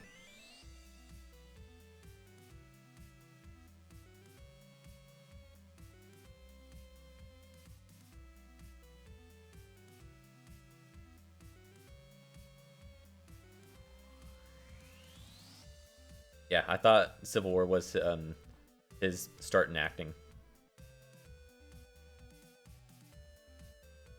I'm looking forward to this weekend. I want to go see M. Night Shyamalan's new movie, Knock at the Cabin, because it's based off a really incredibly highly reviewed horror novel called Cabin at the End of the World. And I know how the book ends, and I'm interested to see how M. Night Shyamalan fucks it up. I was gonna say, I'm like M. Night. I don't think he's got a good track record right now. No, he sure doesn't.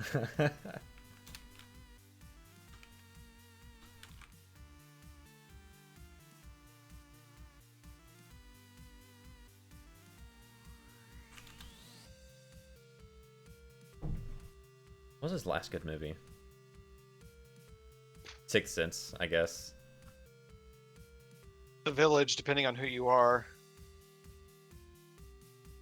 Would you say 6.6 is good? I mean, I guess. Above average.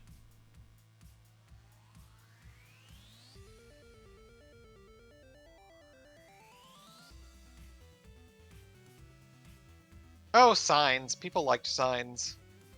Signs was 2002. Unbreakable.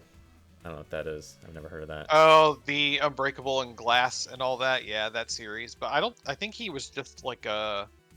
Oh, no, he did He direct directed, Glass. directed, wrote it. Oh, Bruce Willis is in here too. I saw Sam Jackson. I mean, all of his movies do decent. That's why he keeps getting...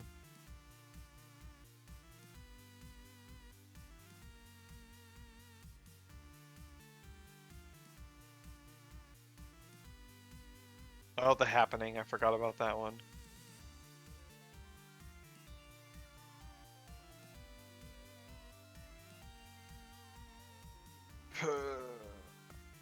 And The Happening was Oh. that fungus movie.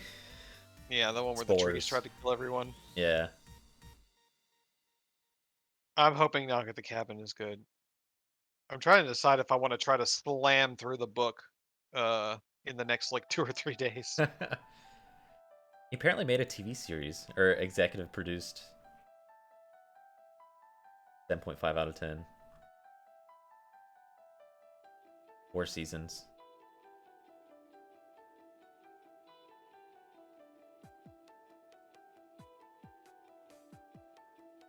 What is Henry Cavill doing now?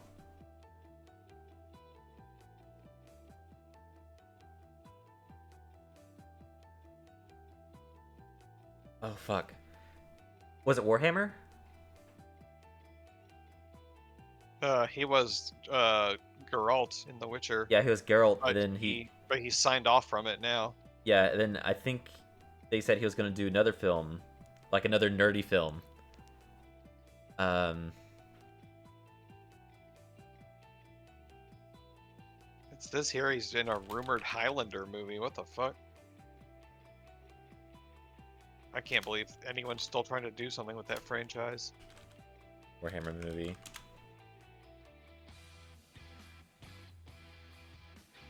Film and TV series. Yeah, okay, it was Warhammer.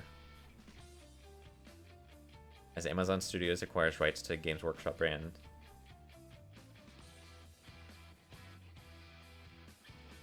And he's not doing Superman Interesting. anymore. How are they gonna make a TV show out of Warhammer? It's so funny how much of a nerd Henry Cavill is.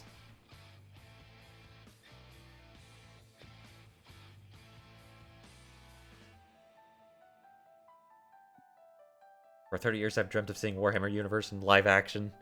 God, such a Chad. After 22 years of experience in the industry, I feel I have the skill set and experience to guide a Warhammer cinematic universe into life. Wait.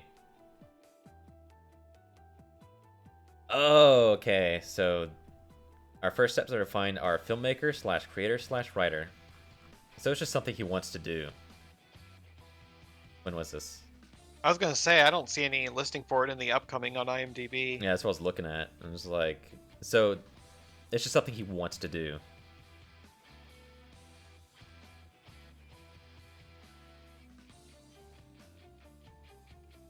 To star and EP. What's EP? In and EP. Warhammer 40k.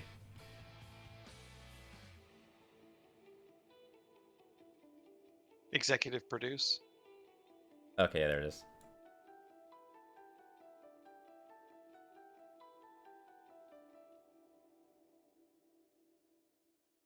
I don't think I've seen him in anything.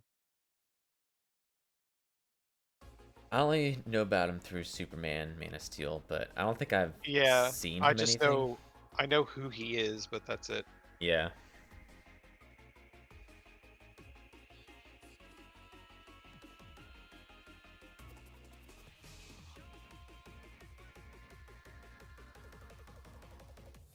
Oh, projects in development. Warhammer 40k. The data is only available in IMDb Pro and is subject to change. Oh, there you go. There's your incentive. You want that juicy info? I am not incentivized. I could live without it. But you know what? I wasn't that curious.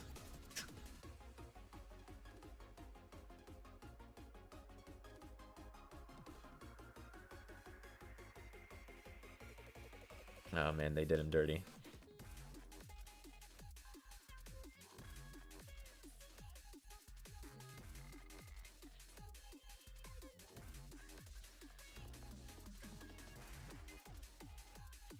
Go get a snack and get ready for bed.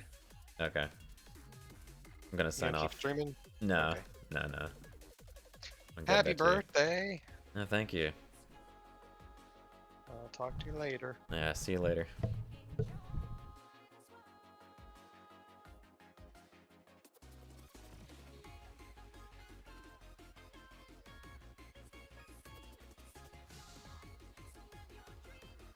That's fun. I like that. We need more content. We need to fucking slam through more movies. Faster, faster, faster! This is a movie discussion stream now. It's a book club.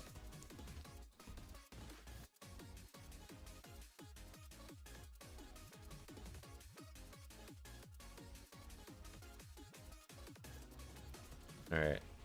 Signing out.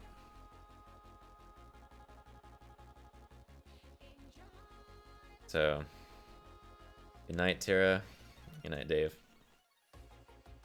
Well, we'll see what the upcoming weeks have in store for me.